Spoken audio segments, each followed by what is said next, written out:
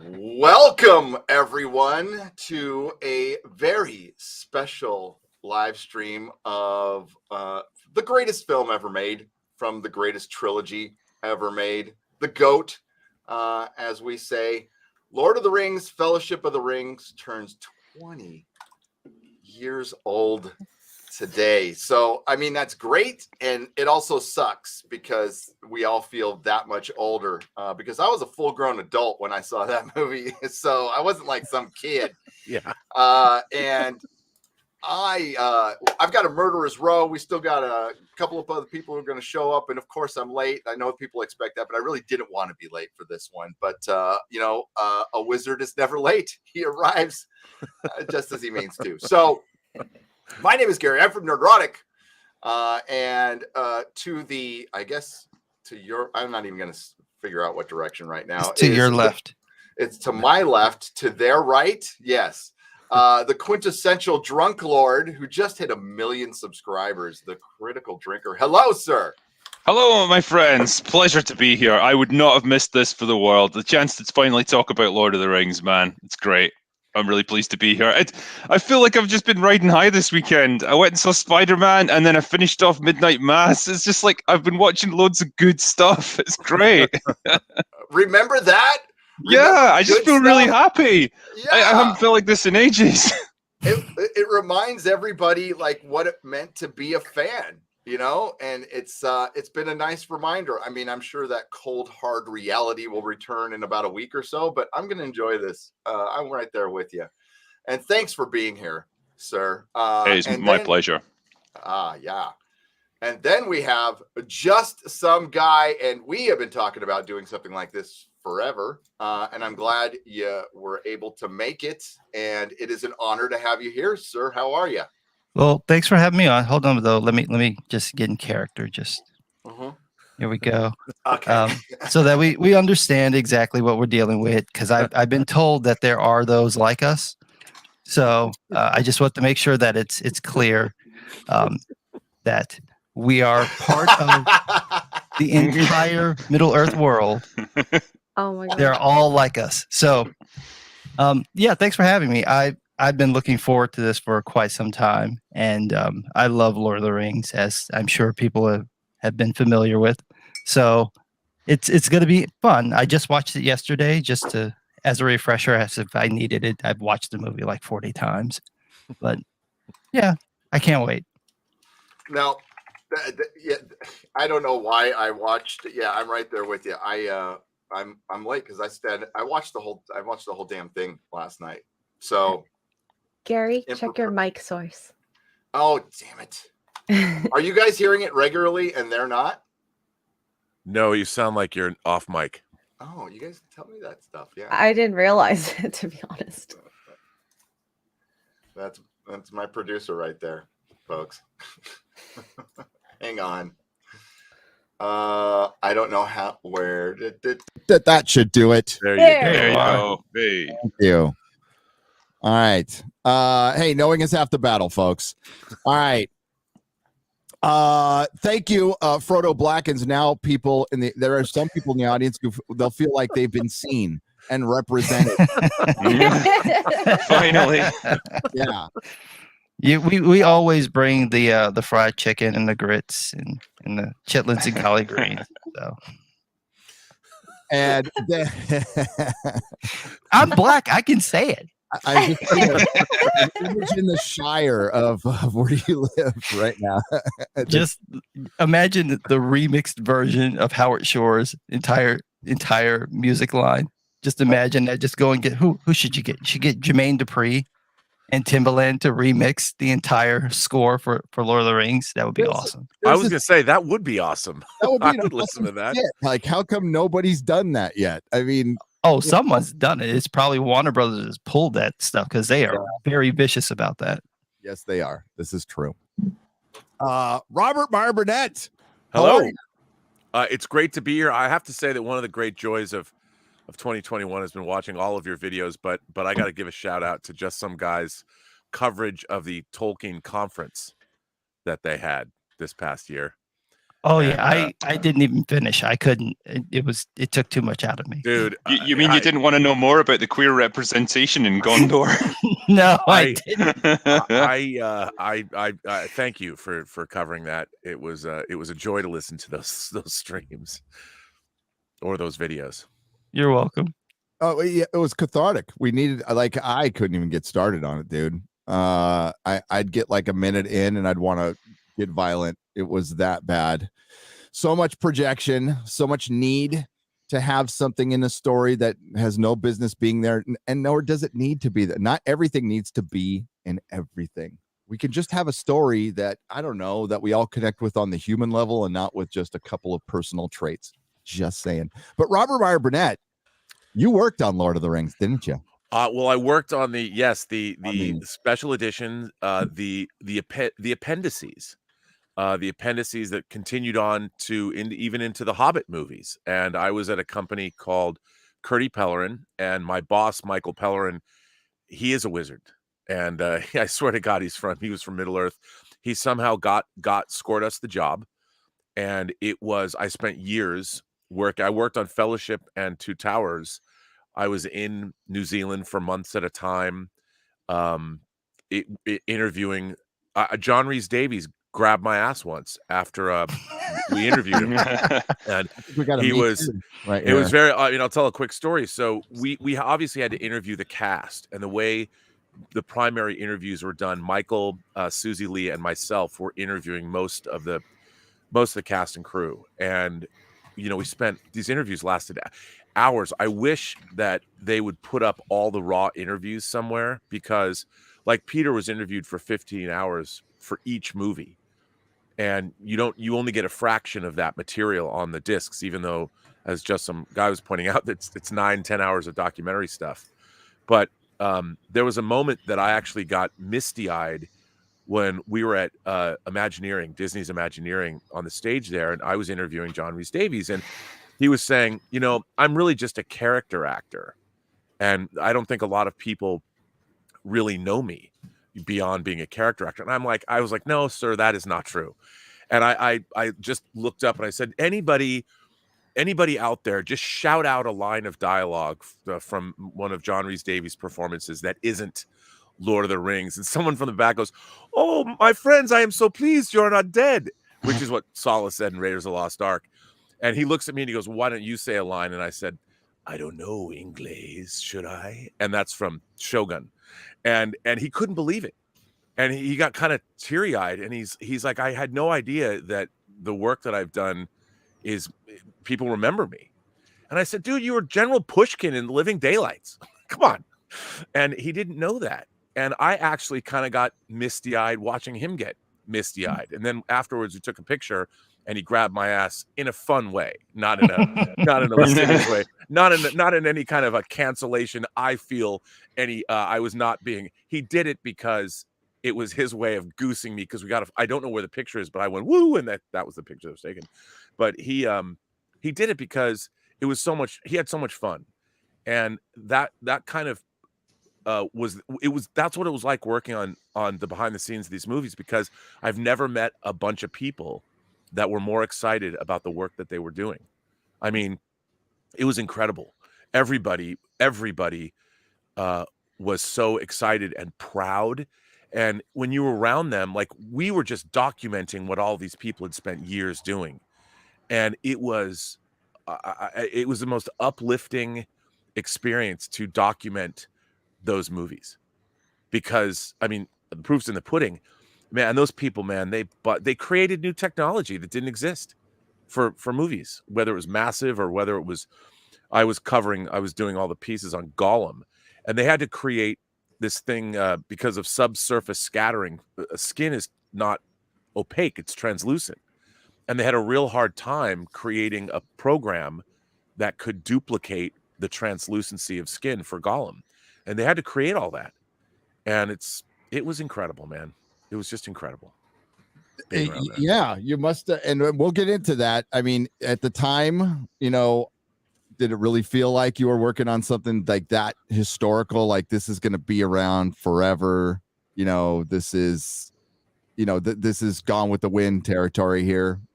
something that people will watch in 100 years probably. And I have little doubt of that. But yeah, what and I'm going to ask that question, Mike. So hold that. I'm going to ask what you all thought when you first saw it. Once we're done with the introductions here, but we got a MauLer. Hi, MauLer. Hello. How Hello. exciting to talk about one of the best movies of all time. Undefeated. Still sitting there since the day I saw it, just waiting for something else to come close. Like maybe one day. But yeah, it's great to be here. How you guys doing? It's good. It's good. And you're right. It is. I'm trying to think now that you brought that up. Is there anything that has climbed at the mountain to even touch that? I mean, maybe, what the first Matrix came around the same. It came out Yeah, that was before. 99, I think. Yeah. But the Matrix isn't better than Lord of the Rings. And I'm an uber Matrix fan. Yep. It's certainly not as a trilogy, that's for sure. No.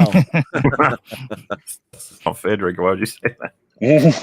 MCU, maybe a couple of MCU films, but then they get close, or they don't stand the test of time, or they just keep making them and ruin the previous ones. I can't. Nothing recent. Nothing recent is really on that scale.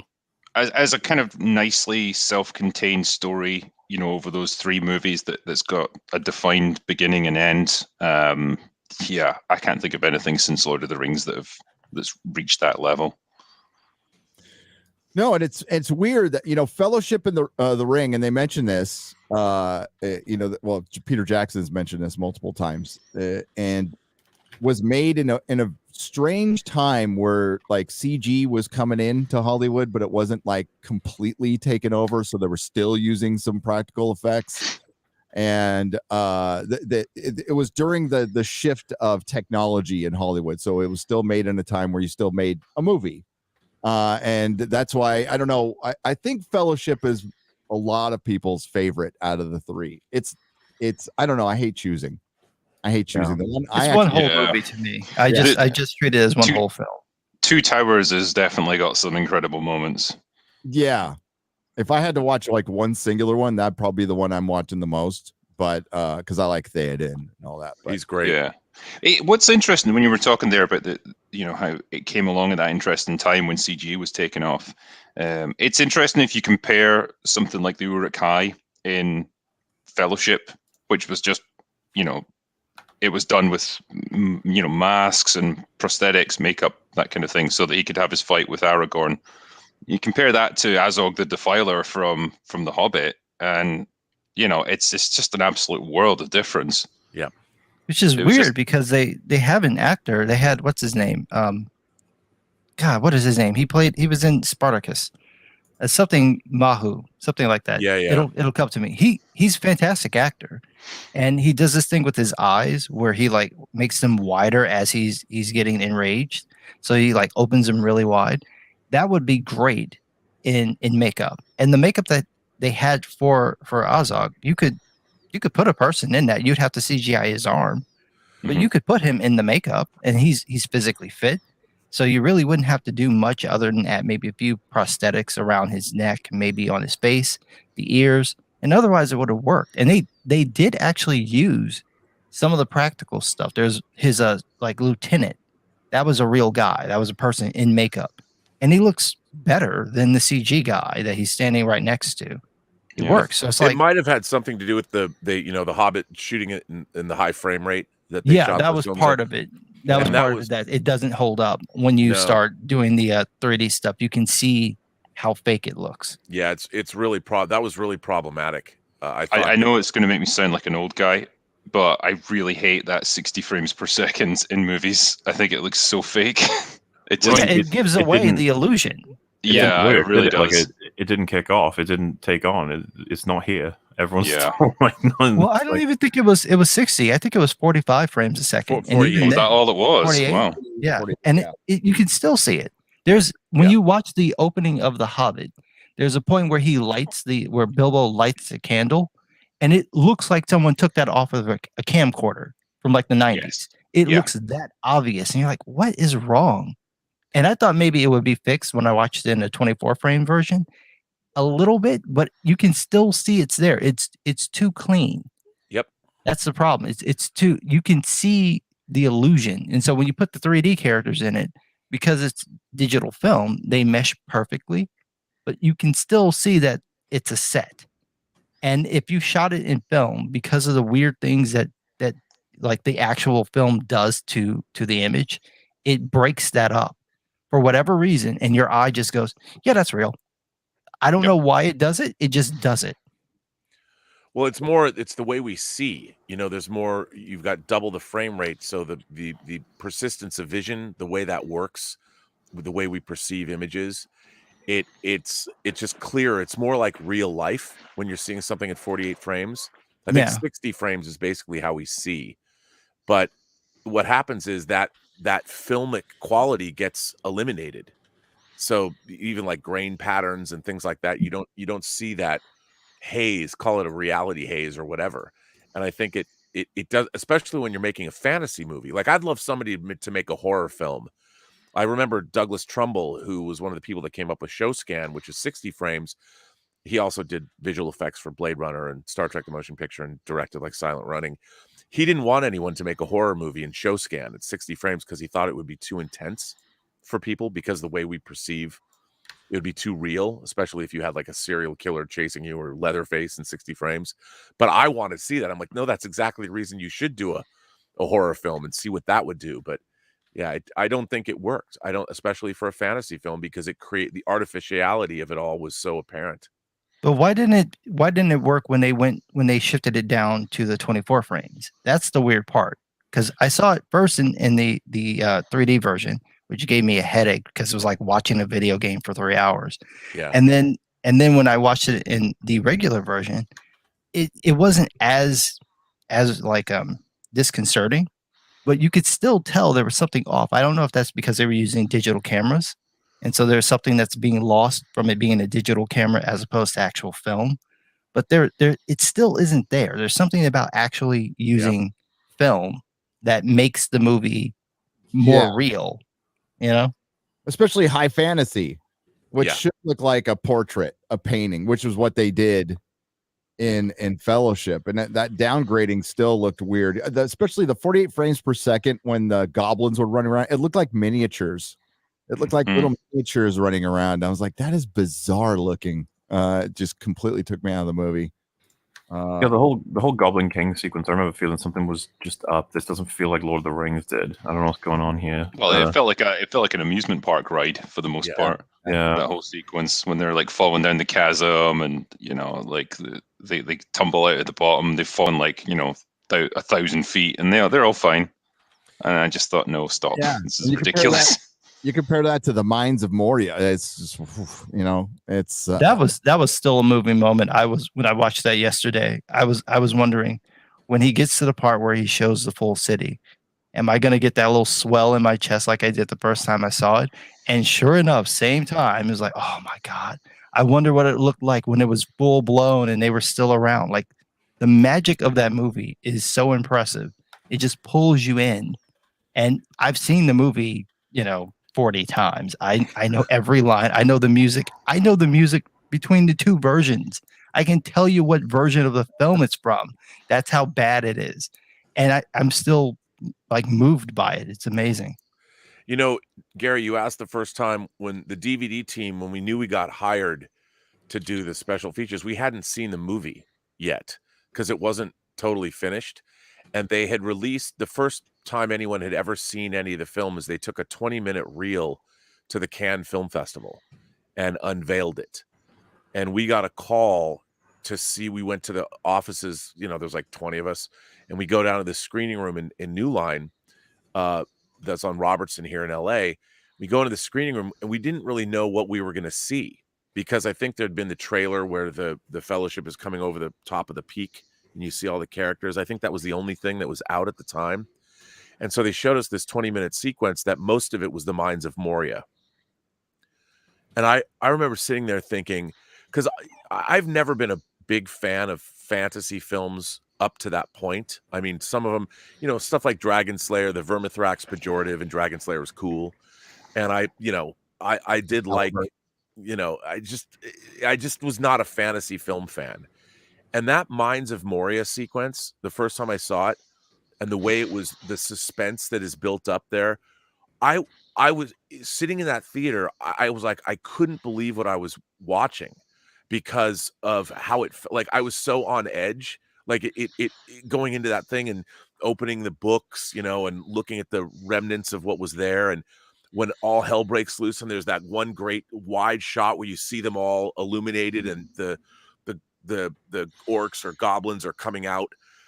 I was like, okay, this is next level. And when it was overall, like, what? You know, that was all we get to see. And it was for the very first time, I'm like, this is world building on the scale of what it was like to see Star Wars for the first time. Because there had been nothing on film quite like it before.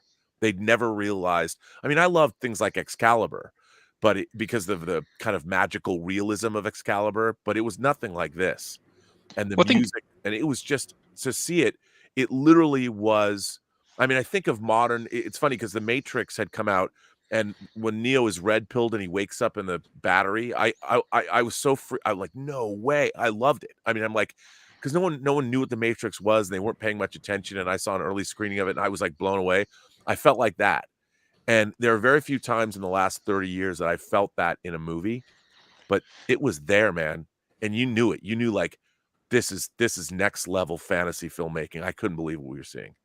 I remember going into it because fantasy really died out in the 90s. Like up until that point, my experience with fantasy films had been things like, you know, Willow and you know, the Never Ending Story, and just all these movies that, gosh, they're charming as you like, but like they definitely weren't like epic serious movies that I could really get into. And so when I heard that they were going to be adapting Lord of the Rings, it was a mixture of excitement and complete trepidation, because I just thought there's no way they're going to be able to do these books justice. They are so big, they are so epic, they are so grand. I just don't see how we'd have the technology or the ability to bring this to the screen.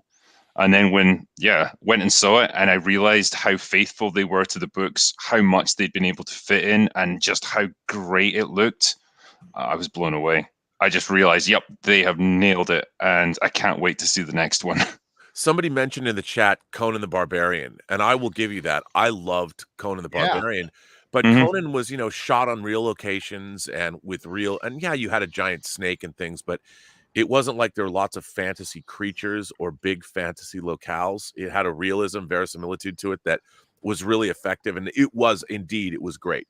Yeah, Conan wasn't high fantasy. Right. It was just, you could pretty much pretend almost it was a medieval story. Yeah. Sword and sandals. Like Excalibur was that's my high fantasy. That was my bar before Lord of the Rings. Yep. And 100%. And then like little pieces of legend, Ridley Scott's Legend, like kind of showed us what it could be. A little too pixie fairy dust for me, but I mean, you know, because I like my stuff a little darker.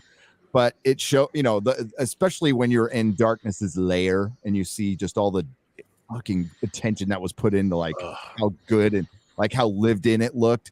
And that's what all of Lord of the Rings did. Like there's scuffs on all the armor and shit. And it's like that stuff. Remember 20 years ago, like this, we never thought this could happen. And you know, when I saw the trailer for for the Fellowship of the Rings, the effects didn't look like blow me away at first. I'm kind of like this looks like it'll be fun. Like I was thinking I was going to see like a sci-fi movie level of film that I'll probably like, but everybody else will hate. I didn't expect to like within the first, soon as they do that, the prologue with Galadriel, like I'm like, oh shit. I feel like I'm in Star Wars again. Yeah, the world has changed. That was the part. That was the part that got me. They were very lucky in the sense as well that they got a great bunch of actors who really took it seriously. There was never a moment where this was tongue in cheek or anything. And you know, when you consider this is done by the guy who directed Brain Dead, like it just seems like it shouldn't have worked. Yeah, they didn't have Industrial Light and Magic involved. It was like Weta Workshops, which was like a completely unproven special effects studio that just got put in to do all of the work on this, and they just did an incredible job. Like somehow everything worked way better than it should have. Well, I think that's because a lot of it was made. I think that the amount of care that they had to put into it because they were trying to create these worlds forced them to have to up their game because they did pre-production for like a year, and they were trying to convince all these studios to do the film. So they have all this time to build these worlds. And when you think about what you're going to put on camera, they really can't use anything. They have no choice but to make it. And so when you have to make it, then you have to sell it. You can't just create this new thing and then plop it down. It won't look realistic. So it's like this, this place has been around for thousands of years. What would it actually look like? And then how would that evolve from one version of the culture to the other, to the other, to the other? They had no choice. So when they had to do that, it elevates the game. And I remember Peter Jackson saying to the team, you aren't creating a fantasy world. You're rediscovering history. Yes. We're going to go on location and we're going to rebuild the ruins. We're going to build on top of the foundations and build it back up. That's what you're doing. And because they were coming at it from that angle, it makes it seem believable. Everything in that film, even the fantasy stuff, feels like it could really exist. Like it's that plausible. So I think that is what lends to that sense of realism. Nothing from it really looks like it couldn't be for real. Like you couldn't go to a location and find, oh, here's where Rivendell used to be, and here are the ruins of it. It feels like that should be the case. Yeah, they really lucked out with New Zealand as well. It just like that was Perfect. the perfect location to shoot something like this. I The don't landscape believe in shots God, are but gorgeous. that would be a God thing. If there was a God, that would be the one. Like, I'm going to make this just for this movie. Boom. Well, another thing you bring up, the just some guy, the thought behind anything they made, whether it was armor, whether it was a sword, it all had a story behind it. Like they could tell you what the lineage of the sword was, like where it was forged, who made it, and there was that imbued all of this stuff with a sense of realism that, let's just say, other big franchises these days don't have. And it's that level of thought that was put into everything. And one of the, listening to Richard Taylor talk about what they're doing at the Weta Workshop, and to go in there to watch everybody fabricating all this stuff. I mean, the level of knowledge, people were so into it. And if they weren't, like, Gary said in Legend, how everything looked lived in, everything in Lord of the Rings looked, I mean, you'd walk over and you'd swear something was like made of some kind of steel, and you'd pick it up and it would be plastic. But it was they the were way it breaking was. the sets doing that. I mean, it was incredible.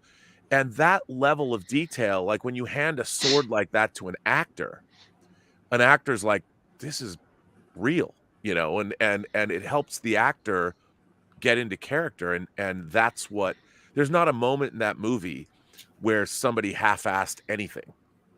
And it shows in every frame of that film. Well, yeah, and they put so much effort in that lots of it is never seen by most of the mainline public. Lots of pieces and bits and bobs and scenes and all of this passion. A lot of it, because I don't know, you guys you've probably seen a lot of the behind the scenes stuff, but something I love about the Lord of the Rings production is just how wholesome and happy they all are when working hard on making something that people are going to enjoy. There's it's if you guys remember, like the behind the scenes for the prequels tells you a lot about how they were made, and there's a little bit of misery there. It's understandable. Behind the scenes for the sequels is all perfect. Everyone is very, very happy and says specific lines, and everything's edited very specifically. You're allowed to see whatever. Lord of the Rings is like the best of both worlds, where it's such a high production, it's so amazing, but everybody's still having so much fun talking about how much, and the emotion of when they ended their shoots as well. Oh, like. They just don't want to leave each other after a project like this, because you're like, yeah, just keep rolling, fuck it, make another one. I don't know. Yeah, One of my favorite. That's pretty much how they made The Hobbit. It's just make another one, fuck it. One of my favorite moments from the behind the scenes was Bernard Hill talking about how they created the armor for him. So there's a sun motif on the inside of the armor that's on the padding that you would have on inside of armor, so that it's not pinching you in odd spots. No one ever sees this. He's the only one who ever sees this, because he's the only one wearing the armor. So they do this, and you can see it in the behind the scenes. They show how like richly embroidered this thing is, never on camera. So he has the armor on. He wants to sit down. He doesn't want to damage the armor. So he goes to like some antique shop. He buys a stool He's got like a broken leg. He brings it to the wedded guys and he's like, look, I know you guys are busy, but if you could fix this, I'd like you to fix this so I can sit down and not damage your armor. And they're like, okay, fine. So they go and they fix it. And this just tells you the commitment these people had. If you want to understand it, this is how committed they were. They put a cushion on it. They embroidered it with horse motifs because it's Rohan. They etched horse motifs all down the legs of the stool, right? And they just gave it to him for him to sit on. He didn't ask them to do this. Nobody told them to do this. They just did it. So at the end of the shoot, he gives it away. But doing something like that, where he's just like, I don't want to damage your armor. They're like, okay, fine. And they give him this thing. And the explanation they had was, well, he's the king.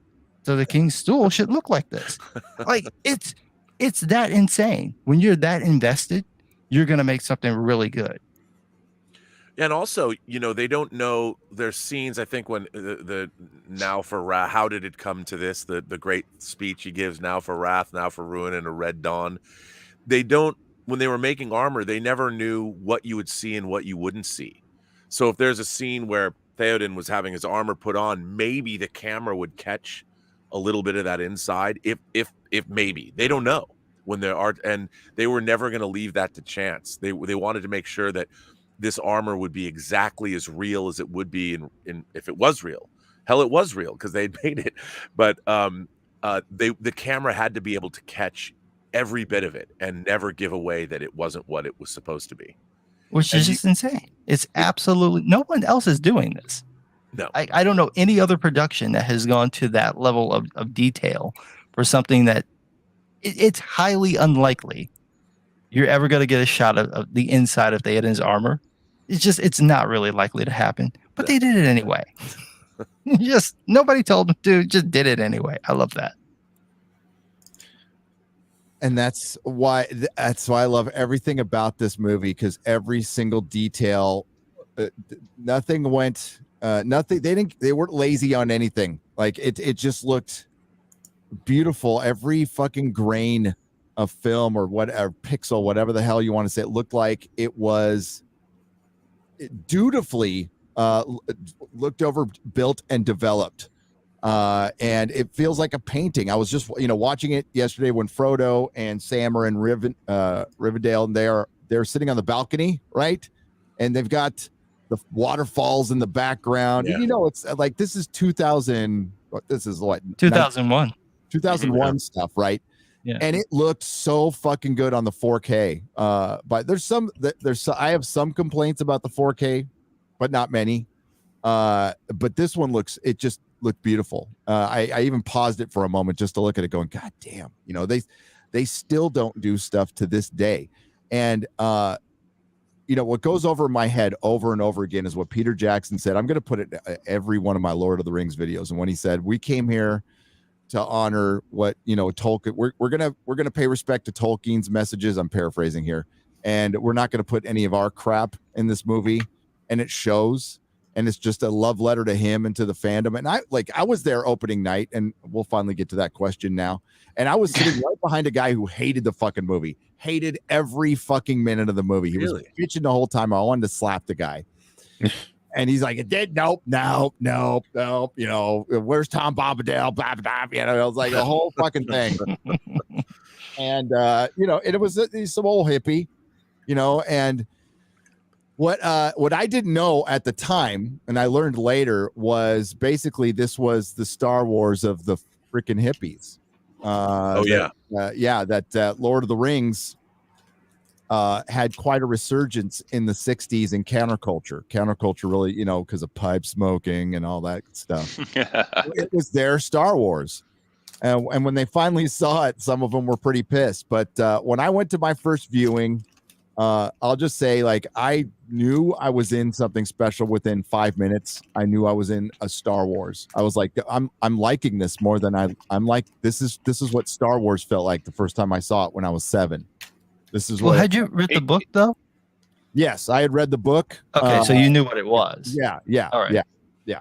It's interesting you use the Star Wars analogy, because I remember saying this to my friends at the time, like this feels like it's our generation's Star Wars. Like, obviously we were too young to have seen any of the Star Wars movies at the cinema.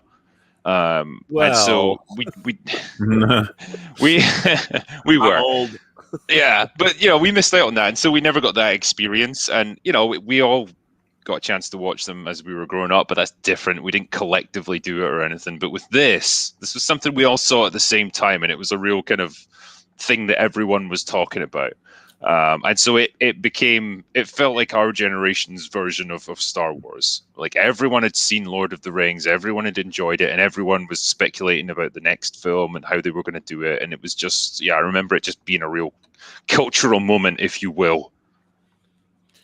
No, I think you're absolutely right. I just was looking at this original teaser that they released, and I'd forgotten that it was touting all three movies, and it's the first time there's actually clips from Not Just Fellowship in it.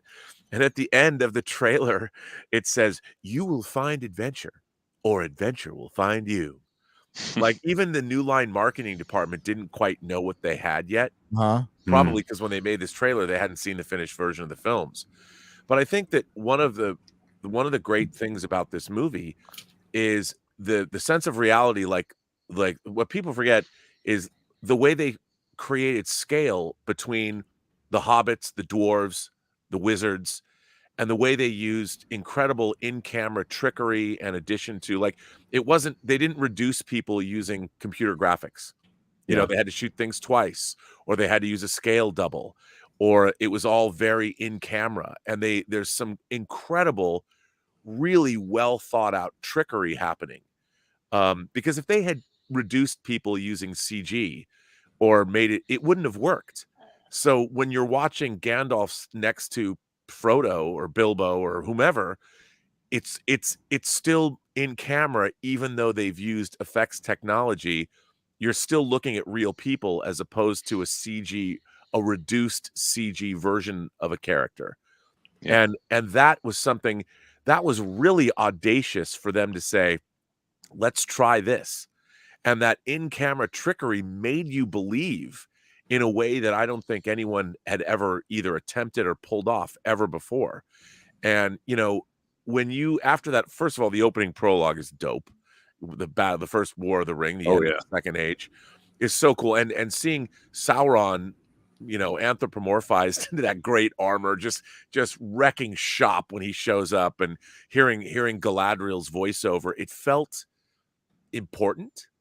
And then moving into the Shire with Howard Shore's score, I mean, the magic starts very early on in the movie. And when you get into the Shire, it's not too precious.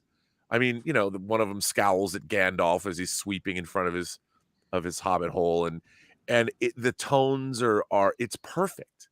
I mean, it creates this world. 10 minutes in, you are locked into that world, just like in Star Wars. After 10 minutes, you've seen the battle on the blockade runner. Your R2 and 3PO are now in the jungling wastes of Tatooine, and you're in, man. You're in. There's a reality there. And with Star Wars, I was there opening weekend, and I was a kid, but I loved science fiction. There was nothing like it in terms of creating a reality that you believed in. Fellowship had you 10 minutes in the same way that Star Wars did. You believed, man. I was just going to pick up on the same point you were making there about there's a huge amount of backstory and lore to try and cram in and to get across to the audience who perhaps haven't read the books and don't know what this is all about. And yet this movie does it so effectively. Like you say, that opening monologue with the battle scenes and so on. Okay, you immediately understand the stakes. You understand what Sauron is. You understand the importance of the ring. And what it can do. You understand it's been lost. And then, you've got the entire, essentially the plot of The Hobbit, which it condenses into a single scene where Bilbo finds it. And that's it. It's okay. He's now in possession of it. And then it just, it transposes you into the Shire. And it's just this very quaint, comfortable looking place. It's the sun is shining and, it's preparing for Bilbo's birthday party. So a lot of that stuff, should just seem kind of dull by comparison, but because you understand the significance of what Bilbo has, you get that great scene between him and Gandalf where he's to try and give it up. And you can see the power that it's got over him, even at this early stage in the movie, how reluctant he is to give it up. Just great intro to this thing that's going to be this object of such power throughout the entire trilogy.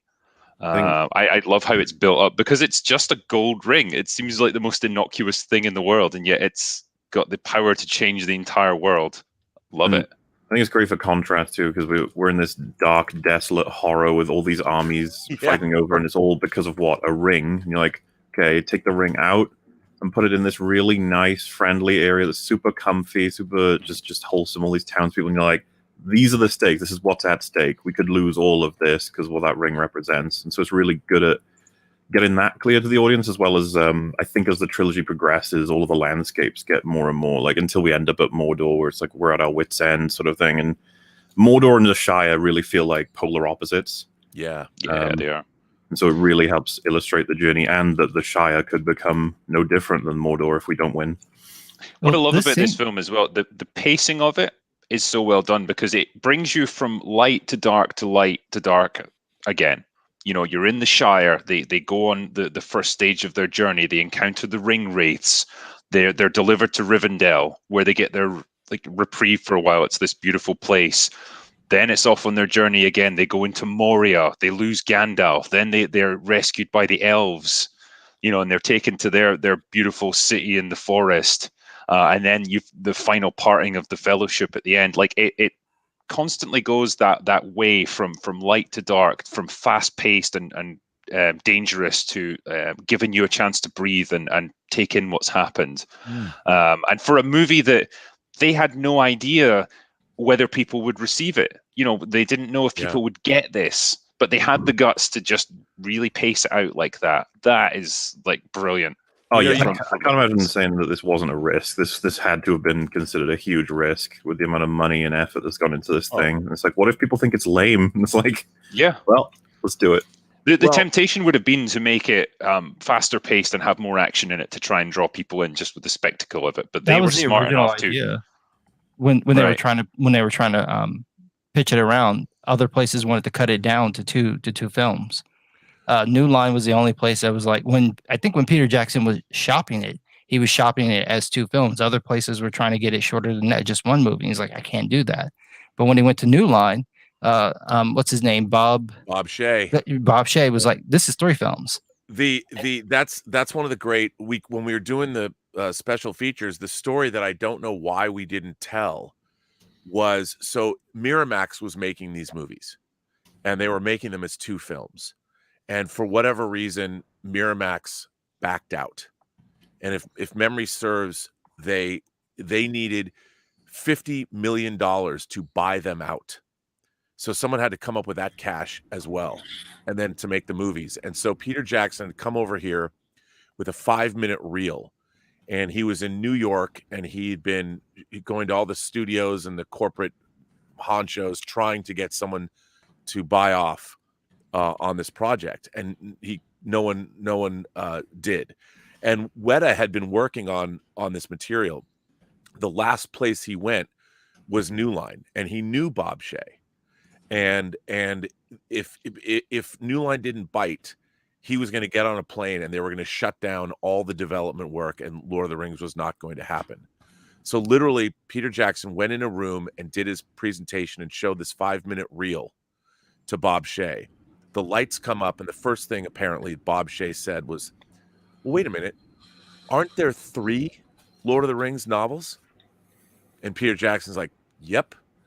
And Bob Shaye decided to roll the dice. And what's insane is that they made these movies concurrently. They shot them all at once. Now, yes, they had extensive pickups on each movie, but the fact that, Bob Shaye basically bet New Line had been doing really, really well with the Nightmare on Elm Street movies and a bunch of other movies that they'd made. They'd put out Blade. They had done well over the last 20 years, and he bet his entire company, his future, their legacy, everything on Peter Jackson and everyone in New Zealand. And it's got to be one of the most baller moves in Hollywood history that, by the way, has never been duplicated. So it's amazing. It really paid off. It tremendously paid off. And you can see how wise that decision was, because if you tried to cram this down, even with them editing the films for the theaters, you're still cutting out elements that it works when you cut them out, but it's better when you put them back in. The extended editions of the films are better versions of the films. Yes, they So are. Yes, they are. it's just one of those elements of, the audience only wants to sit here for maybe 2.5 hours tops, and anything more than that, they're just going to tap out. I like the idea of just, hey, we're going to have a 3-hour long movie or a 4-hour long movie. You know what it is coming in. I know it's going to cut down on your ability to show the film more times, but nevertheless, if it's really good, people are going to come back for more. So I will do the longer cut and put it in theaters and see what happens. But just the willingness to actually make the 3 films, and then they're not perfectly aligned with the books. Boromir's death happens at the beginning of Two Towers, not at the end of Fellowship. But though that's a moment of, there were gasps in the audience when I was watching this movie. It was a surreal experience because I was in the theater on Southside Chicago, Ford City Theater. It's pretty much all black audience. They are hooked. They were hooked from the moment of the intro. They were gasped at the death of Sauron. Like they were, oh my God. They were in. And I did not expect that to happen. I know my people. This isn't really your thing. So they were in. They were in with the hobbits, of course, when the hobbits are smoking pipe weed. They're like, yeah, okay, I know. we can see that coming. The But halflings I mean, leave. every moment, every powerful moment in the film, they were in it. When Gandalf dies, people are like, oh no. And you could hear people cry. And I'm like, Jesus, this isn't the Lion King. Calm down. But they were invested, and that ability to understand the pacing of the film, like Critical Drinker was saying, it's beautifully paced. It works in exactly the way that you need to get you emotionally involved, to understand what it is that is going to be lost should the wrong person get the ring, and then to understand the power of the ring, to see how it's affecting the people around it. And I like that it's an edit from the book, but it works for film, that they shorten the amount of time that passes. Because in the book, Frodo has a thing for like 17 years. Right. And before anything happens, like, no, you can't do that on film. That is just not going to work. He pretty much dilly-dallies until he goes to Mordor. He knows that he's going to have to do it, but he just kind of waits. He really doesn't want to leave. So he waits through the whole summer. Like, no, they know where you are. You have to go. So in the film, it makes more sense that he's moving along. And I also like that they made him younger, because it gives more weight to the task that's been put in front of him. He is not prepared to do what he's being asked to do. Yep. And Elijah Wood being, what was it, like 17 when he was making the movie? Yeah. 17, 18. I mean, it's amazing that he's able to give that kind of performance. You totally believe him. With a good mom who wouldn't let him party with freaking producers, and she kept her eye on him. So he was not sort of pulled into Hollywood. Yeah. So but his performance is so good. It's so unbelievable for someone that young to be, and he's carrying the film essentially. Yeah. For a large portion of it, it is all resting on him being believable. That scene during the council where you're now realizing that he's bonded with the ring. So whatever happens to the ring starts to affect him. And when Gimli hits the ring to try to destroy it, Frodo winces, and Gandalf is like, oh shit, it's already started. Yep. Like that. Yeah. The Council of Elrond scene is an incredible scene that both has exposition and plot development. It's amazing. Tells you so much about everybody straight away as well. Well, you get such a great insight into Boromir. Like, he wants to use it to protect his people for completely understandable reasons, but you can already see that the ring's starting to have its effect on him. I touched on this before. Like, what an incredible plot device it is. That this thing that you have to destroy is ultimately your greatest enemy, and it finds your weakness, however strong and however resistant you think you are. It undermines you, and it slowly worms away at you until you want to possess it. I love that temptation that every character faces. No, it's I don't know how, I doubt Tolkien ever intended this, but it's drug addiction It's addiction personified. That's exactly what it is. So he did it with power, but he understood it in a way that not many people did. And I don't know, again, if he meant to understand it that way, but there's a lot of us recovering addicts who love this movie because it really does. I mean, like poor Golem is my favorite character because he's such a tragic character. I don't know if everybody, not everybody. I love that line that Gandalf says about him, though, when Frodo's like, it's a pity that Bilbo didn't kill him. And Gandalf says, it was pity that stayed his hand. Yeah. Like, yes, he is a miserable figure. Yes, he has done incredible, horrible things. And this is said in the book, not so in the movie, that Gollum has done absolutely horrendous things. He is a horrible, horrible creature. But even then, it's children. No matter all the horror he's done, you should show him pity because he might be able to change. It may take a very long time for him to do. He will never be what he was, but he might be better than what he is. And you should give him the opportunity to do that. And you don't know what he might bring to the table. Even if he is acting in an evil way, his evil may actually lead to good. And so there's a very sort of Christian Catholic theme there of redemption being played into it without beating you over the head with it like Lewis would have done. But it's very clever that he's taking this character that you should not like and then getting you to understand you could be him. It doesn't take much for you to be that thing. And making him a hobbit, essentially, is kind of what he is. Shows you are the hobbit. He is like you. You can be that. And remember, Frodo at first was disgusted to find out in the books that that Golem was like him. He's like, oh, right. But that eventually gets through, and Frodo is much kinder to him than anybody else has been. So, like I guess he empathizes with him. But as well, like I think Gandalf implies that if Bilbo had taken the ring by force, like if he just straight up murdered Gollum and taken the ring, it would have gotten a hold of him much quicker. It would have done so much more damage to him. But the fact that it was an act of compassion and pity that got him the ring initially probably saved his life or kept him going much longer.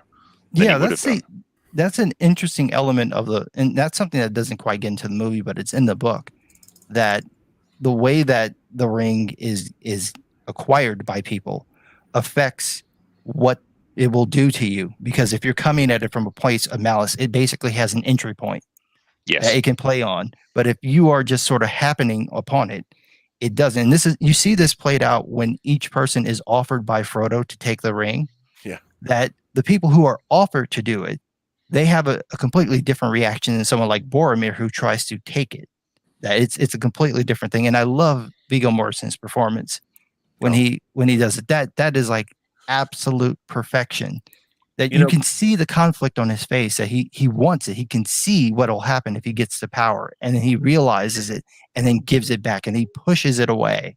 I like that he does that. He pushes it away, showing that he's not just resisting. He's literally going, no, I won't take it. I love that. Guy, there's something I wanted to address that you brought up about like the compression of time with Frodo's story.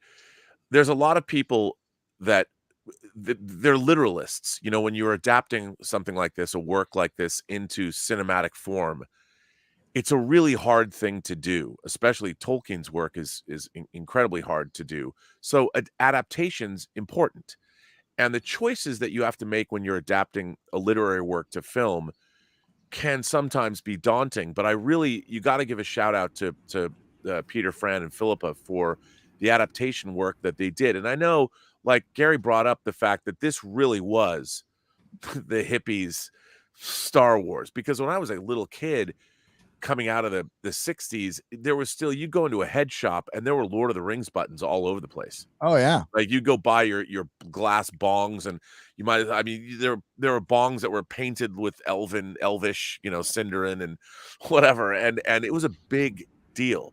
And so there were a lot of people like, well, where is Tom Bombadil? And how come the Scouring of the Shire isn't at the end of Return of the King? But the thing is, if you were to put something like the Scouring of the Shire in this movie series, people would have revolted in the theater. You couldn't do that. Like after the story, people would not have stood for it. So they were losing it from the multiple endings. Yeah, and adaptation is important. But like you pointed out, this adaptation of Tolkien's work, despite the fact like, look, I've read Lord of the Rings a number of times. I don't know how you would put Tom Bombadil into this story and make it work in a movie.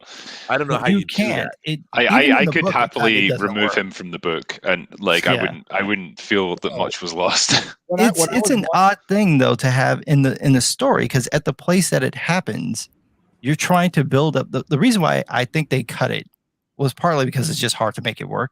But the other is the issue of the ring. So there are two characters in the book where this becomes a problem: Tom Bombadil and Faramir, right? So Tom Bombadil gets the ring. He puts the ring on. It has zero effect on him.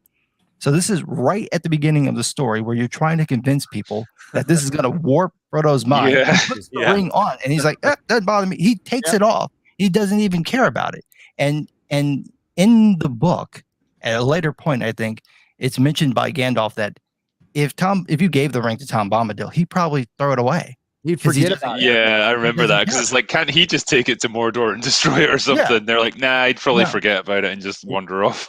And then you get Faramir, and this is at towards the end of the story, where he's so pure of heart, he's so intrinsically good that when you offer him this power, he's like, I don't want it. He has no interest in the ring whatsoever. He would never be corrupted by it. Well, you can't do that if you now have Frodo slowly being turned into Gollum. It doesn't make any sense. So Right. you cannot do that in the film. I get why it's in the book. I get what Tolkien's trying to say, that there's some people who are sort of like not necessarily intrinsically evil, because he didn't really believe that, but that have a greater capacity for being evil. So there should be someone who has a greater capacity for being good, where the ring would legitimately have no effect or no appeal to them.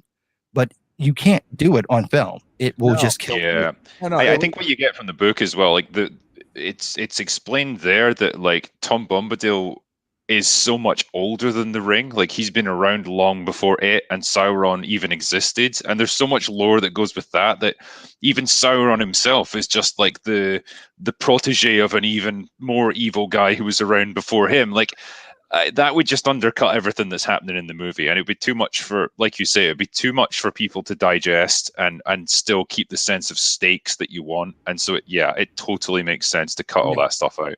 Absolutely, because in a film, you're not in somebody's head, and you're not with Frodo for the amount of time you are with Frodo in the books. There's the Barrow Downs. There's all kinds of stuff they cut out that really gives you context to where Frodo can see other people have different reactions to the rings, but you still buy his descent into darkness. And this is a very different Frodo in the movies than it is in the books. Yes. The Frodo in the books is a very lordly lord Frodo.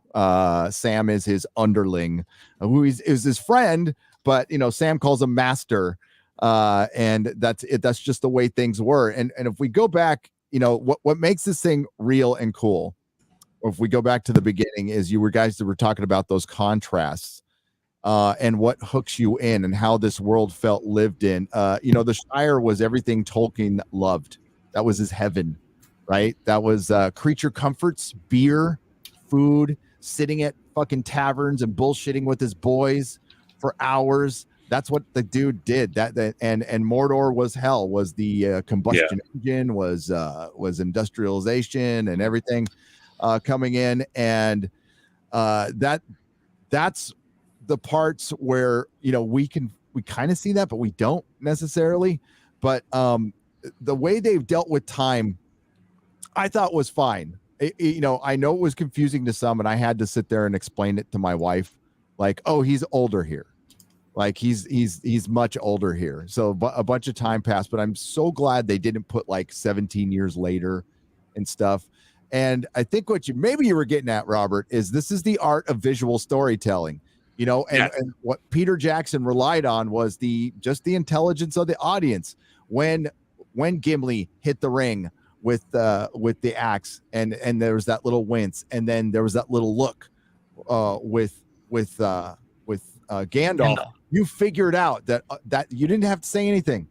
So there was a bunch of that in the beginning, and it obviously worked. What amazes me is it won all these Academy Awards based on the theatrical cuts, which I haven't seen probably since I saw them in the theaters. Soon as the better versions were available. And how many instances have we seen where a better version of a film is available of an already classic film. That's another thing you got to give a shout out to the studio for, because that was by design. That Peter Jackson knew that they were going to release extended versions on home video. As a matter of fact, the Return of the King version's almost an hour longer, and they spent $20 million more finishing just the extended version of Return of the King. It's Now, worth every penny.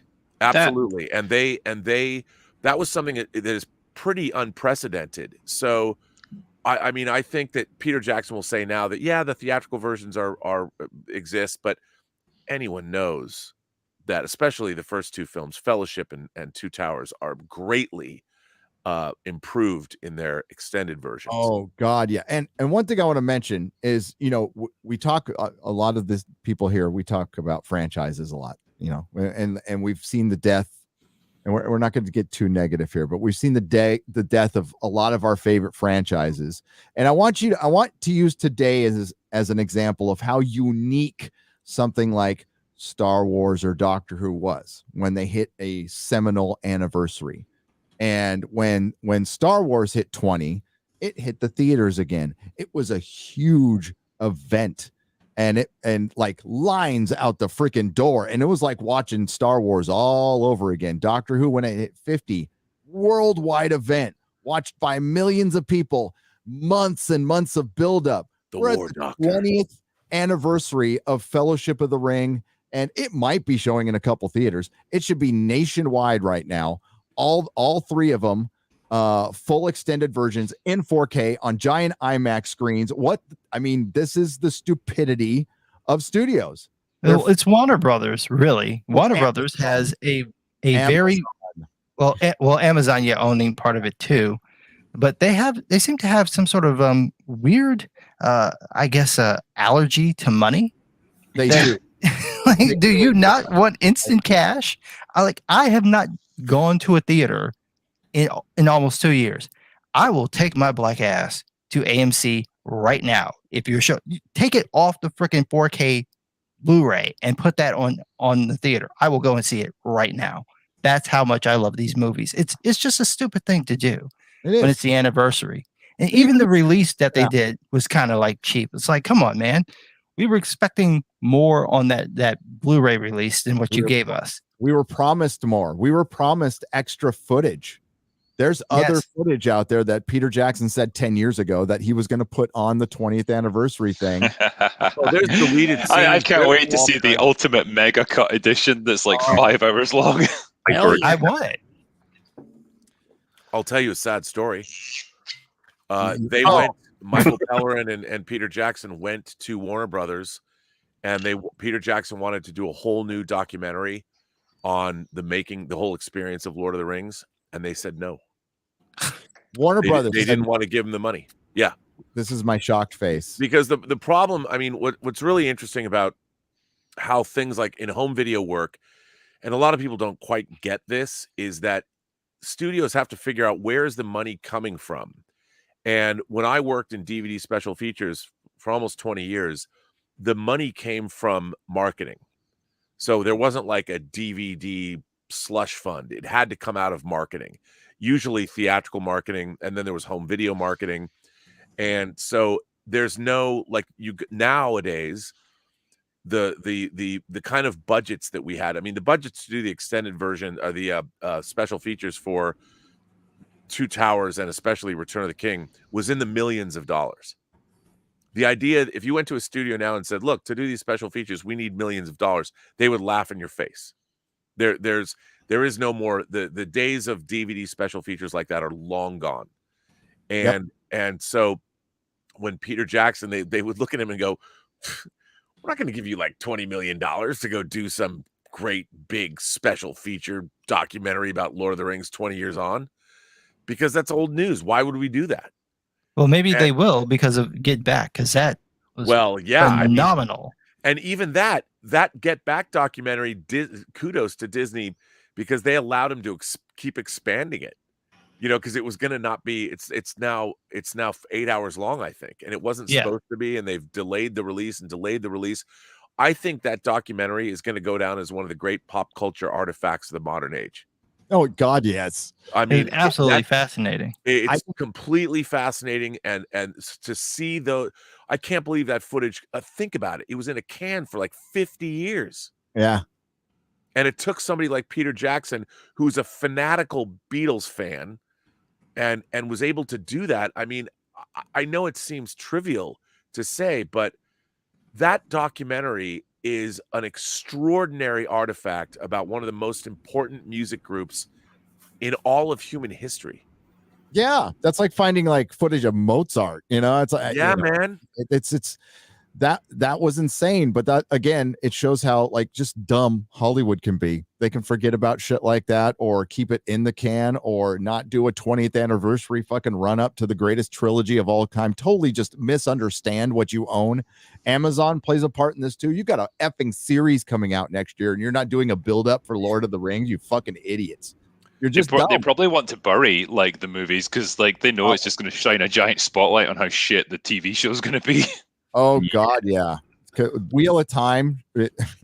Every Lord of the I haven't even watched that because I haven't read the books. So I'm like, I do not want to ruin my perception of the books by watching this show. I'm hearing nothing but bad Same things here. about it. So mentioning like special editions and anniversaries, and especially in fantasy, Game of Thrones hit its 10 year and nobody noticed.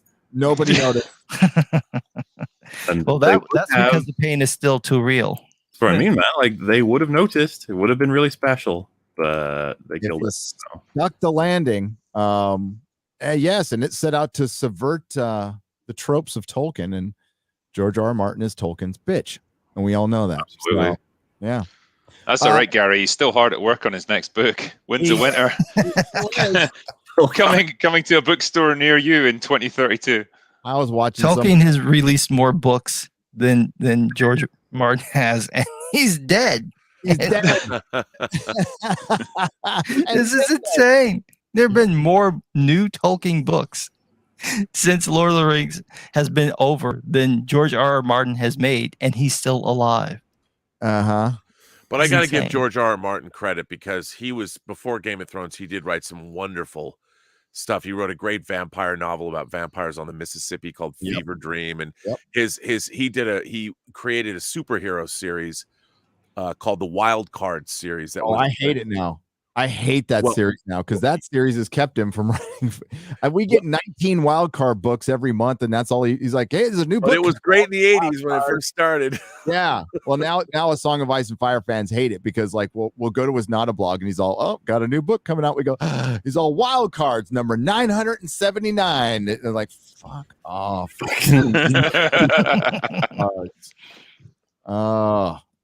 Whatever, George. You just take your time, buddy. It's all right. Real, Nobody cares anymore. That's the case. On the topic earlier, when you were bringing up the Tom Bombadil's Resistance and Faramir, I was like, yeah, I think you're completely right about it, diminishing the power of the ring, and how you're talking about the redemption element as well, where I actually think that's a through line for a lot of Lord of the Rings. I don't know if it's on purpose or not, but just man seems to be quite both brave and weak. Like it's a species that is very capable of being pushed one way or the other, and it's really down to the person's like willpower and courage and stuff. Having Boromir and Theoden, those two have like my favorite stories within the whole story as like individual characters. I absolutely adore their like start to finish. Find them incredibly interesting, incredibly flawed, and they do so much to come through for what they believe in, sort of thing. Now, just a quick question for those who are film fans. When you saw that Sean Bean was in the movie, did you just assume he was going to die? I think this was a little bit before those memes took full hold. Yeah, right? I don't think I'd really gotten to that point yet. Yeah. But yeah, to answer your point about the different races, MauLer, yeah, I think like, elves were generally portrayed as like pretty much uncorruptible, but they're like a dying species. They're like fading out. The dwarves were kind of in between. Like, I think the 7 rings that were given to them, they were destroyed or lost. Like, they're kind of scattered to the winds, really. So I don't know how corruptible they were, but they were just not really a tangible force anymore. But men are by far the most numerous in Middle Earth, and the bulk of the rings went to them because they are they are short-lived for starters, and they are impulsive, and they're seen as quite easily corruptible. But at the same time, they are capable of acts of great heroism and bravery. Yeah, because we're talking about Aragorn, right? Like his choice to like get the ring away from him, sort of thing, and be like, no, keep it. But when he held the Palantir just for a few seconds, he was already like wiped out by it, wasn't he? Yeah, well, in the books, the way that Tolkien's kind of portraying them, he was using the elves as a way of sort of delving into some of the more fantastic folklore of Europe and questioning those sort of moral themes. So the elves are sort of like what humanity could be if we were able to sort of get past our flaws. But then you see what humans are actually like and how corruptible we are and how easily swayed we are. So that's kind of the juxtaposition. The dwarves are kind of interesting because he uses them, but they're not created by Iluvatar. They're created by Aule. Sorry, haven't been practicing Elvish lately. It's going to be a little off. But he creates them because he's excited for the children of men, the men coming. He wants to make his own, essentially. So he makes them before the elves arrive, before the humans arrive, and that's a no-no. So they're basically put to sleep, and then after everyone else wakes up, they're allowed to awaken. So that's part of the reason why they don't have the same. They're capable of being corrupted, but their corruption is a little bit different. You see that with the Arkenstone, that they're completely capable of being greedy and selfish, but it's not from the same place because they're not created in the same way. But when you look at the way that it plays out with someone like Aragorn, he has elven blood, so he's a mix of all of them. He's technically related to Arwen, by the way. So it's a long, it's like thousands of years of separation, but technically they are related. Yep. But that element of him being part human, part elf is one of the reasons why he is considered so powerful. So that the same with Elrond. Elrond is half elven. He's half man, half elf. He just chose to be an elf. All those elves, all the men of Numenor descended from that, have within them a kind of. It's almost like Tolkien's put in a concept of gnosis without actually doing that, but it's similar to that element of male and female need to unite. Spirit and soul need to unite in order to achieve gnosis, to become one with the monad, with God.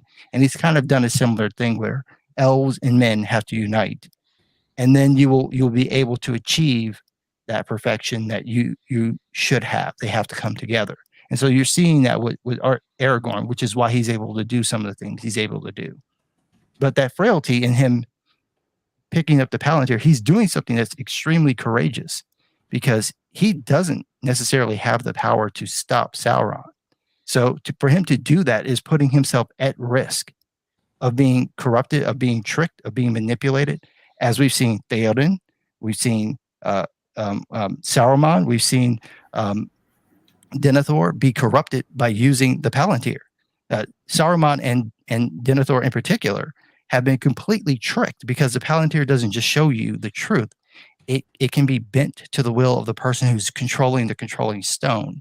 So they can show you what they want you to see, which is still the truth, but it's not the complete truth. Mm-hmm. So Aragorn picking this up, he's able to essentially wrest control from Sauron temporarily and show him what he wants Sauron to see, which then gets him to do what he wants. So it's a really impressive feat that he does. And it's very courageous to put himself at risk because he can be corrupted through the Palantir. You know, I just want to say, it seems like drain him as well when he's holding it, even temporarily.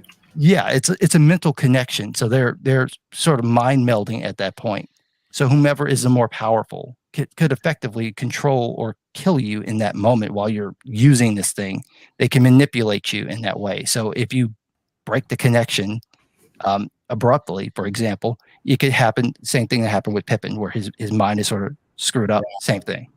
I just want to give you a shout out for your complete surface lack of understanding of Lord of the Rings at all. No. It's so nice to listen to cogent, informed analysis of storytelling. So That's why I watch your channel, dude. All of our jobs, man. I mean, between MauLer and Star Wars and you and Lord of the Rings, I mean, come on, you need to do like a 9-hour video breaking this shit down. Come on. This is the thing. You could easily, like, we could all be sat here until this time tomorrow talking about this movie and all the details to it, the lore, the meaning behind so many of the different characters and events. Like, there's so much to break down here.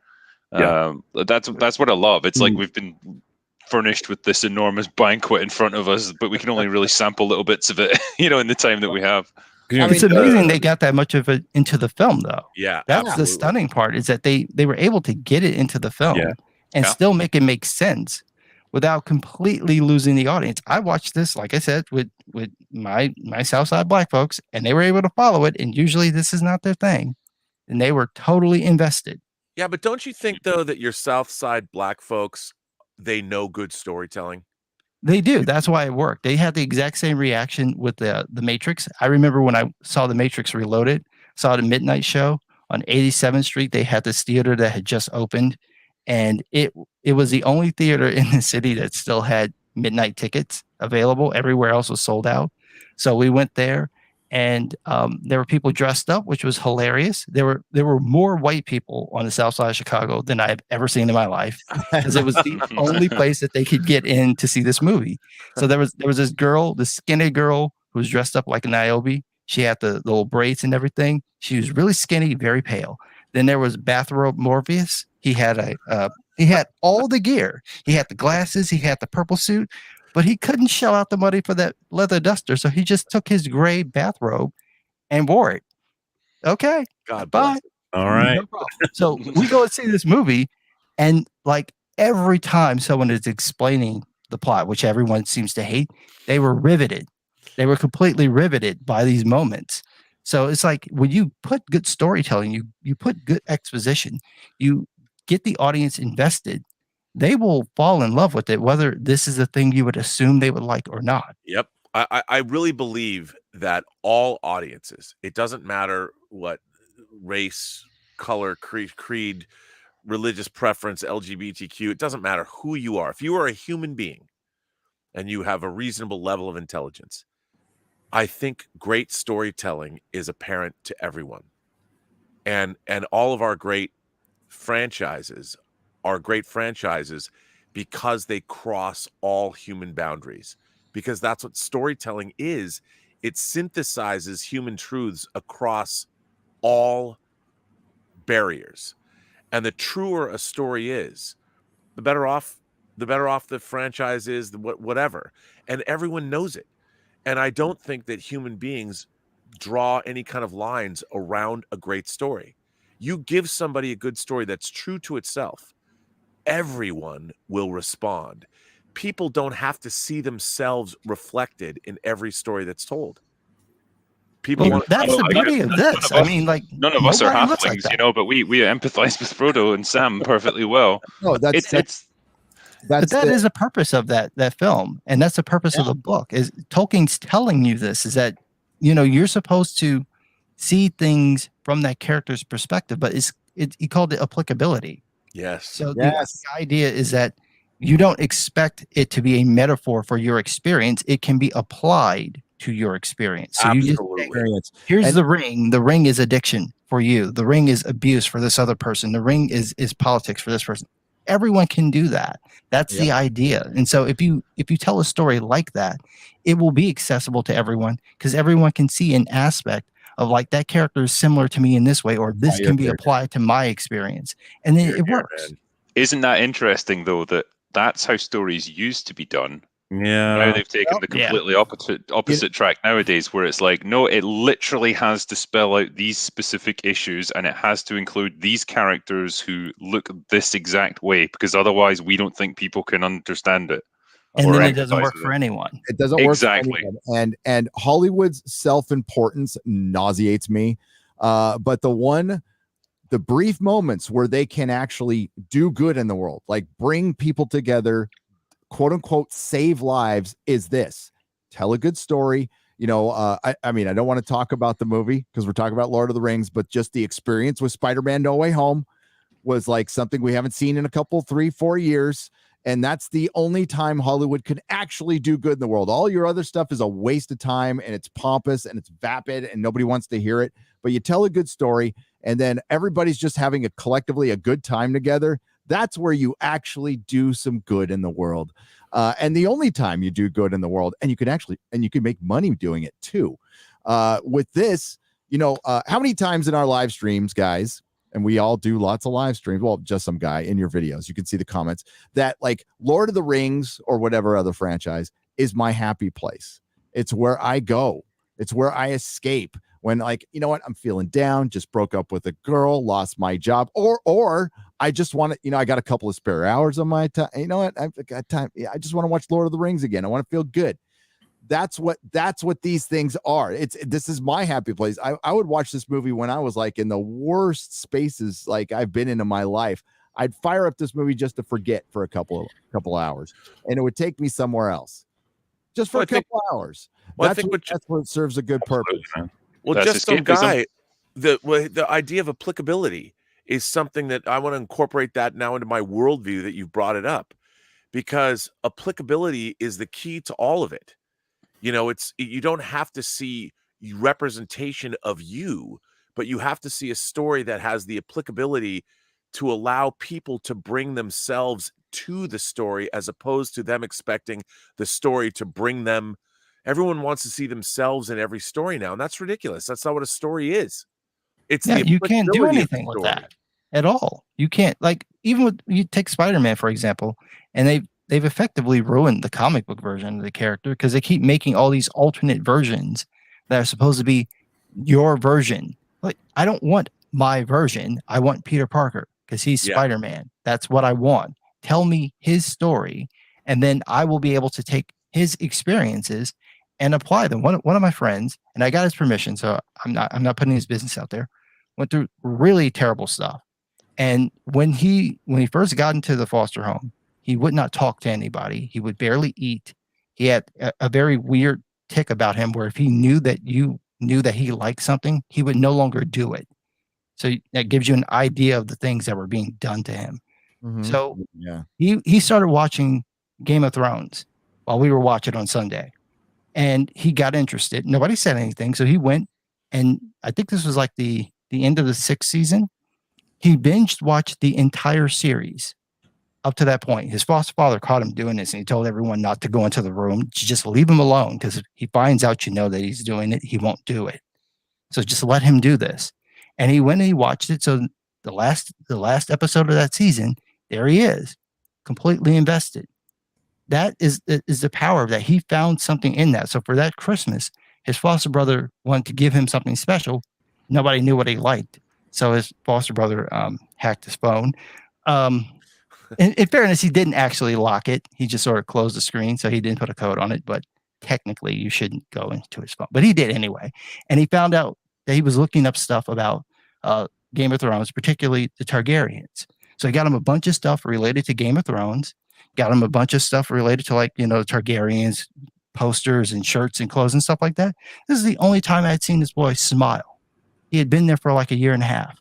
The only time he had ever smiled. That is the power of storytelling. He identified with Daenerys. So you can imagine how pissed he was when the last season happened. He was not a happy camper. Wow. He was really not a happy camper. But that is the power of that it's managed to get someone who has closed himself off to everyone to open up. So, that is a thing that you have the ability to do. And if you're going to tell a story, you have to have enough respect for your audience to understand that is the power that you have. You can make someone feel better. You can make their lives better by telling this story. Even if it's a dark story, you can still do that. So you shouldn't play around with it. You shouldn't throw it away. You shouldn't treat it as trivial. It's something really important. It's a part of who we are as people, as humans. This is how we connect to each other. You should take it seriously. Yes. Let's go look back on history. We've been telling stories since we could paint on cave walls. That's how important it's always been. Our history. It's our history. It's our lore. It's our myth. And that's, as just some guy, that's the whole basis of this story. Where it came from is, Tolkien. It came from a lot of places, but he also felt like, England had been robbed. Well, it was robbed of its mythology, and he wanted to give it some history, and it turned into this beautiful thing. And this this picture is gorgeous. It's I every time I see it, I get taken away to Rivendell. I love it. And every time this thing never gets old, and maybe it's part of my, maybe I'm mentally ill. I'll always consider that, but like I can watch something over and over again if I like it and never get tired of it. It's just something. It's always, my wife kind of rolls her eyes at it, but she's all, "You're watching Lord of the Rings again? How many times have you seen it?" I'm like, I don't know, 100. Not enough. But that's exactly as I you don't know. described. It becomes your happy place, and it becomes your escapism. You had a rough day or whatever, you can watch that and just feel a little bit better, and just forget things for a little while. That was the power of movies for so long. It's just I think for me, because you guys earlier were talking a little bit about like what was the point where you realized what was happening here. I think for me, and because I was a lot younger than you guys, so it makes a little bit of sense that this was it for me. But I think it was the Balrog when Gandalf was fighting that. I was like, I'm watching a wizard with his little stick and his little casty spells against a demon, and I believe this is happening right now. It's that good. Yep. And it's absolutely badass. Like, it made fantasy badass as hell. It's not That one line alone has just like permeated everything. Like, you shall not pass. Everyone knows that. Yep. That was fucking... Oh, go on. Sorry. I was just going to say as well, the fight between Aragorn and the Uruk-hai, just loved it. Like, just a gritty, violent, bloody slogging match between the two of them. And it was real. And Aragorn's like fucking stabbing it in the leg with his dagger, and it pulls it out and throws it at him, and he just deflects it with his sword, and just cool stuff like that. It just it made it bad. And Vigo had to actually do that, by the way. So that's the practical knife, but it's still metal. He had to actually do it. Damn, that's cool. It's just like incredible. The extended version with the blade lick. Oh yeah, that was perfect. I mean, that's like, I think when my parents said it, they were like, "Fuck it hell." It's weird too. Another thing about these movies that I don't think, it's kind of a weird point to make, but it doesn't get enough credit, is the fact that all the different environments that you go into, it's like life. It's like our own world. The Shire is in America. It would be the Midwest suburbia, where everything is kind of quiet, and and then you go to like Bree, or you go to the bar, and where the hobbits go in to find where they meet Aragorn, and it comes in pints, and suddenly you're in a place that's a little dangerous. You've gone into the city, you've gone from the suburbs into the city, and I think you're talking about the Dark Tower, Robert, because that's basically what Stephen King did. He just took it and put it in America. It's absolutely true. Yep. And I think that's what's so great. I mean, when you get to Weathertop, when Frodo gets stabbed, that is some scary shit going on there. And when you meet the ring wraiths, and it's terrifying. And America itself, or any country really, has its good places and its bad places, but they're all part of the same continuum. And it's all of Middle Earth, and I think that's another part of what makes these movies so appealing. The journey of it, even though you're walking most of these places, they're walking a long way, because you go through these there's so many different realms. You've got Saruman over in Isengard and doing what he's doing, and then you've got Rohan, and then you've got Gondor, and then you have the different realms of the elves and Rivendell and all that. It really, it's a background idea, but you're seeing representation of all of these different kinds of places, which is what it's reflecting what our world is like. Gary brought up that Tolkien hated the idea of industrialization. After World War I, paving of roads for combustion engine cars was so abhorrent to him, and it's really baked into the concept of the story. Is you're seeing the diversity of all of our different kinds of civilizations, and Tolkien was saying, well, we want the Shire, That's what we really want. Everything else is kind of, we don't need any of it. But we'll show you places. But really what it was all about getting back to this normalcy. I mean, I can't imagine what it was like to live through both World War I and World War II in Europe. I can't imagine what that experience was like, where you're watching, especially in the UK, like, to me, I've always thought like Oxford University is the height of civilization. When I was growing up, I still think that. I can't get away from that. And to see the UK, to see England defiled by World War I or World War II and everything that it entails, and what our society now, we casually think, we can destroy whole realms and it won't matter. And I think that Lord of the Rings, especially the movies, has that baked into it because of the craft of the filmmaking. It really gives you a sense that this is a real world.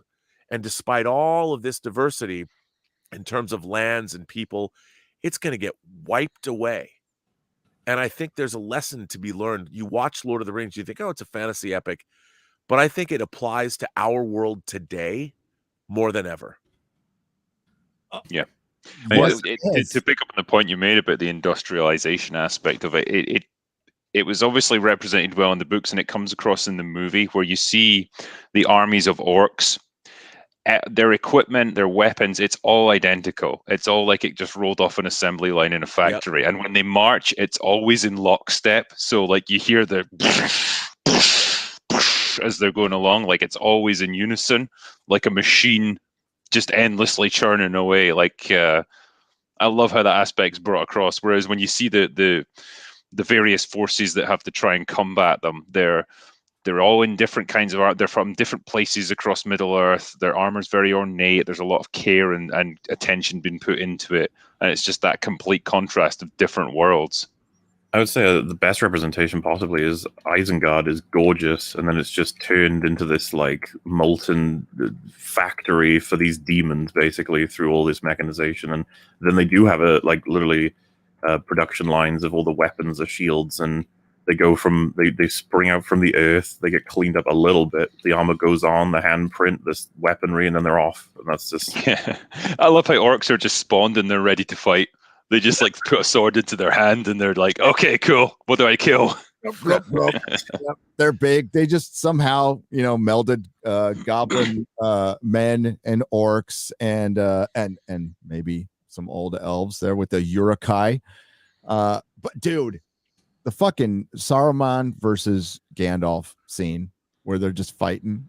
Two old men fighting should not look cool, but it does.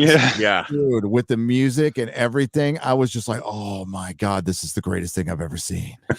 And that's a great bit of adaptation that, if memory serves, was not in the book in that way. So they had to visualize that battle somehow. I don't know if we're going to get around to basically everybody, but Christopher Lee as Saruman, holy shit, man. Oh. Yeah, he was great. I know Tolkien wanted him to play Gandalf. He hadn't given him his blessing for that, but he nails it as Saruman. He wanted to play Gandalf, but he knew he was too old.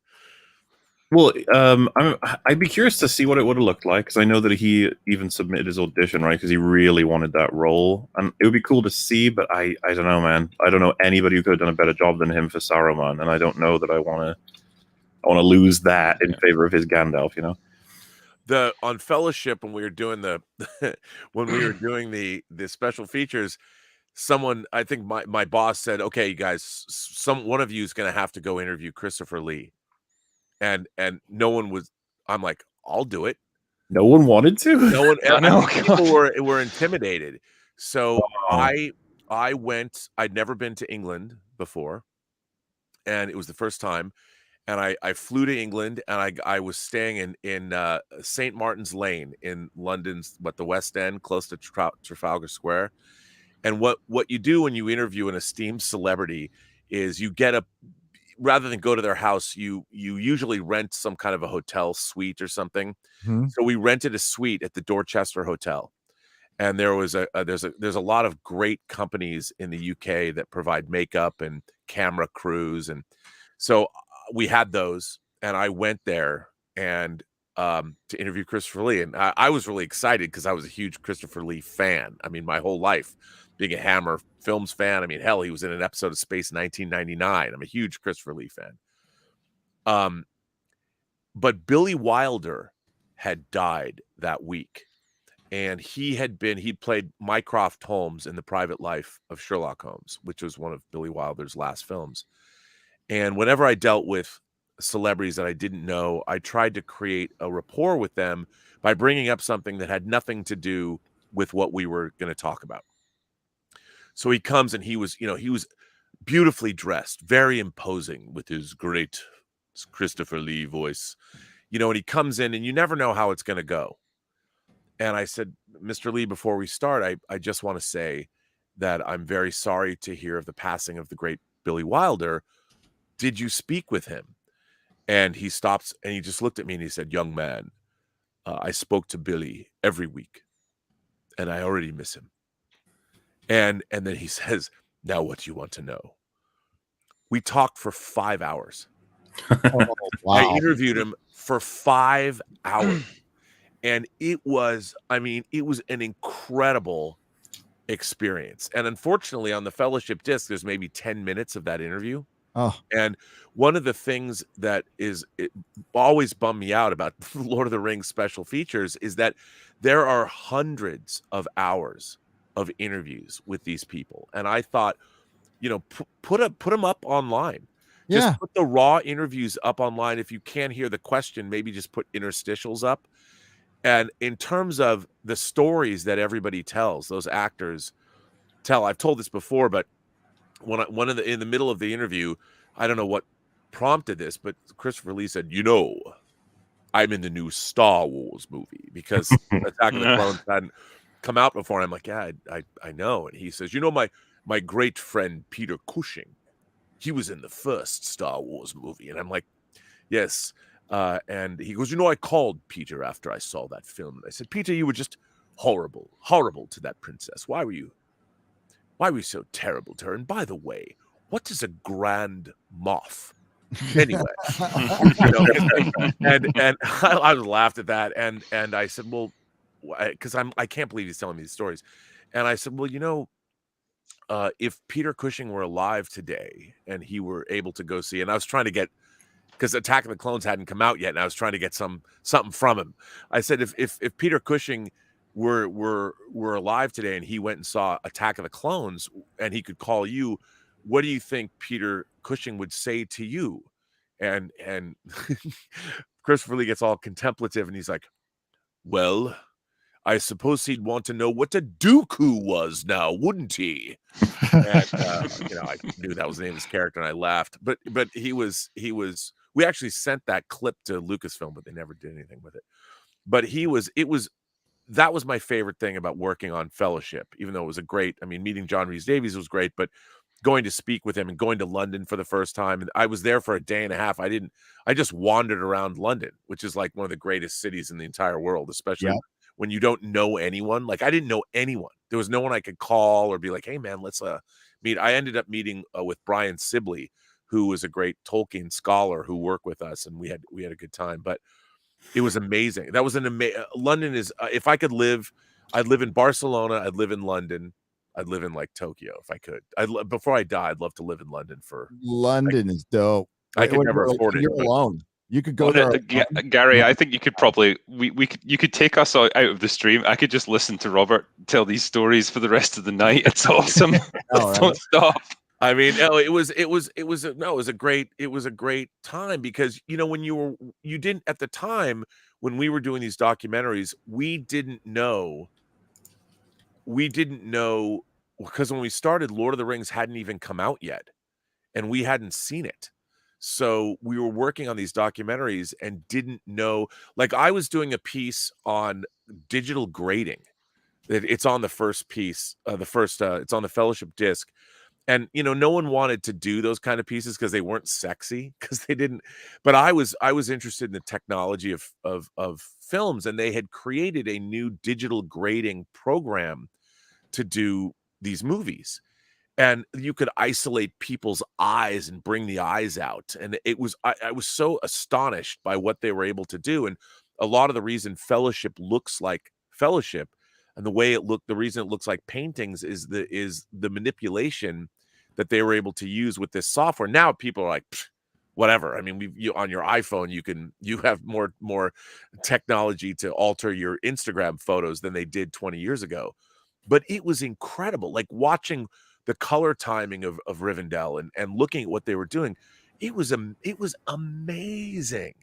And Robert, real quick to let you know the effect that has. I have 3 friends who are currently working on films, major films.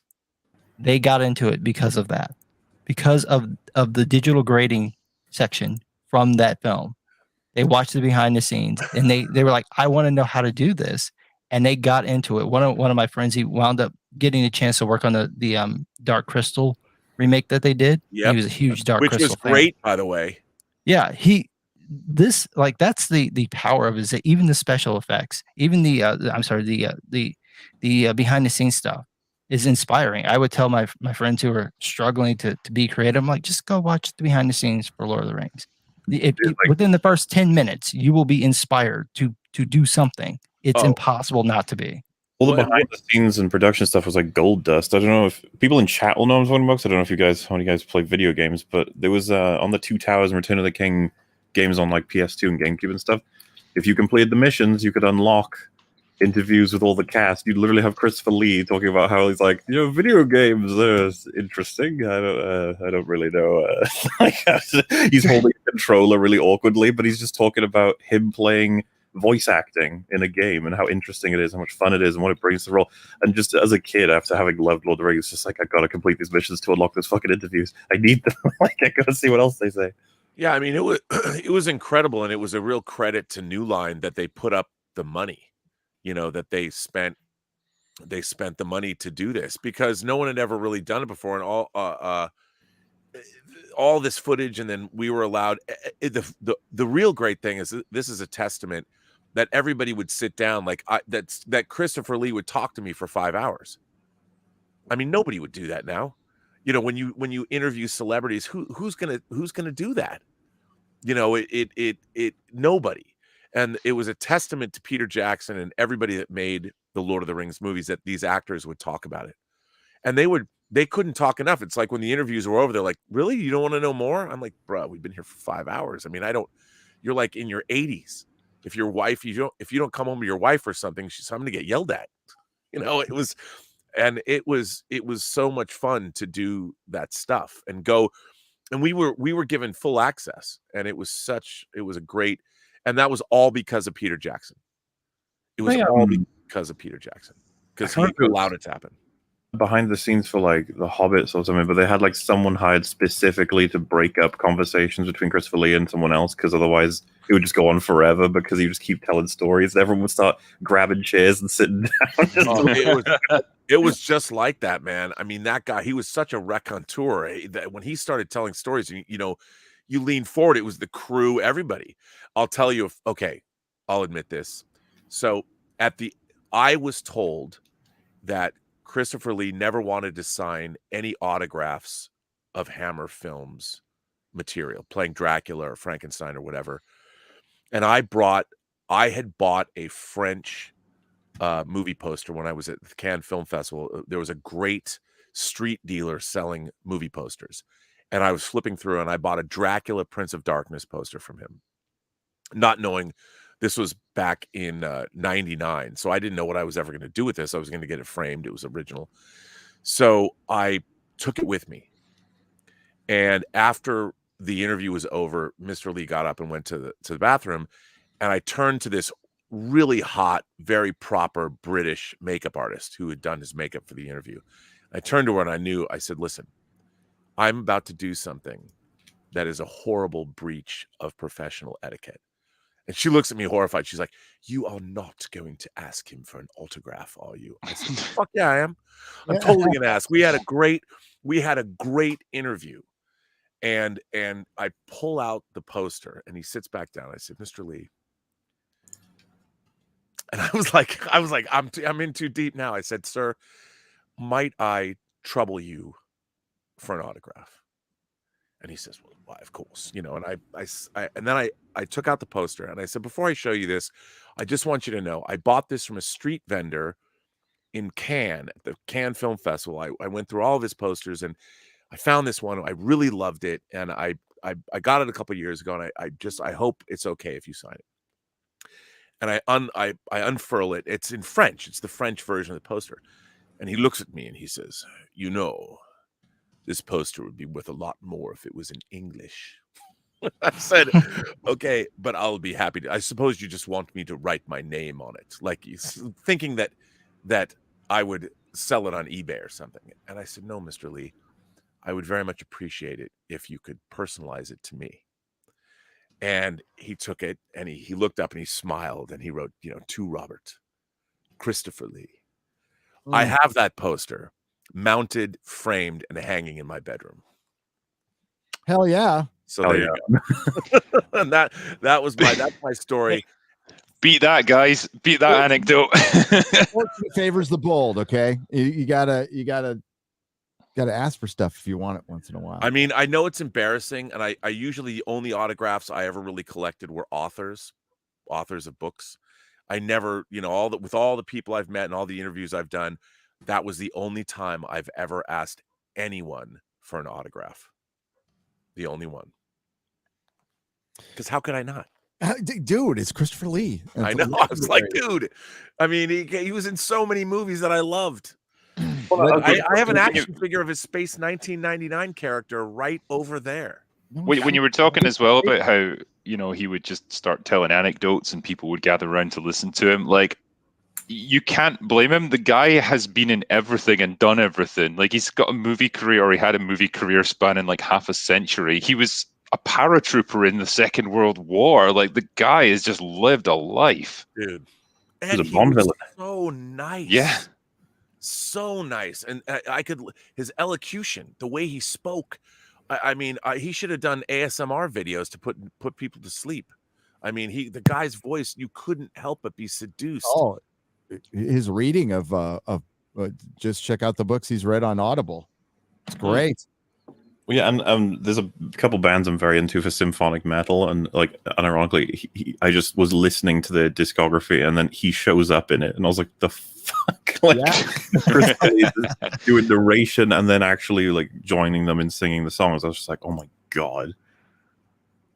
And you know, like, he's perfectly cast, but like Lord of the Rings, what a perfectly cast set of movies. Like, how did you get everyone right? Like, holy moly. They were so lucky. I know they had a guy originally to play Aragorn, and they ended up firing him because he was too young. What's his name? Something. He was in that Queen of the Damned film. Stuart Townsend. Stuart Townsend. Yeah. Yeah. They ended up getting Viggo Mortensen, who was just perfect.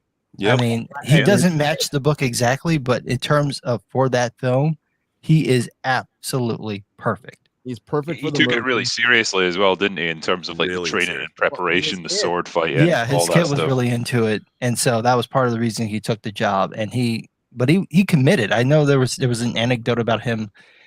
When they put him in the suit the first time, he wanted to like get it worn so it looked like he was the actual ranger. So he's walking around and wearing the suit and everything. He goes to lunch.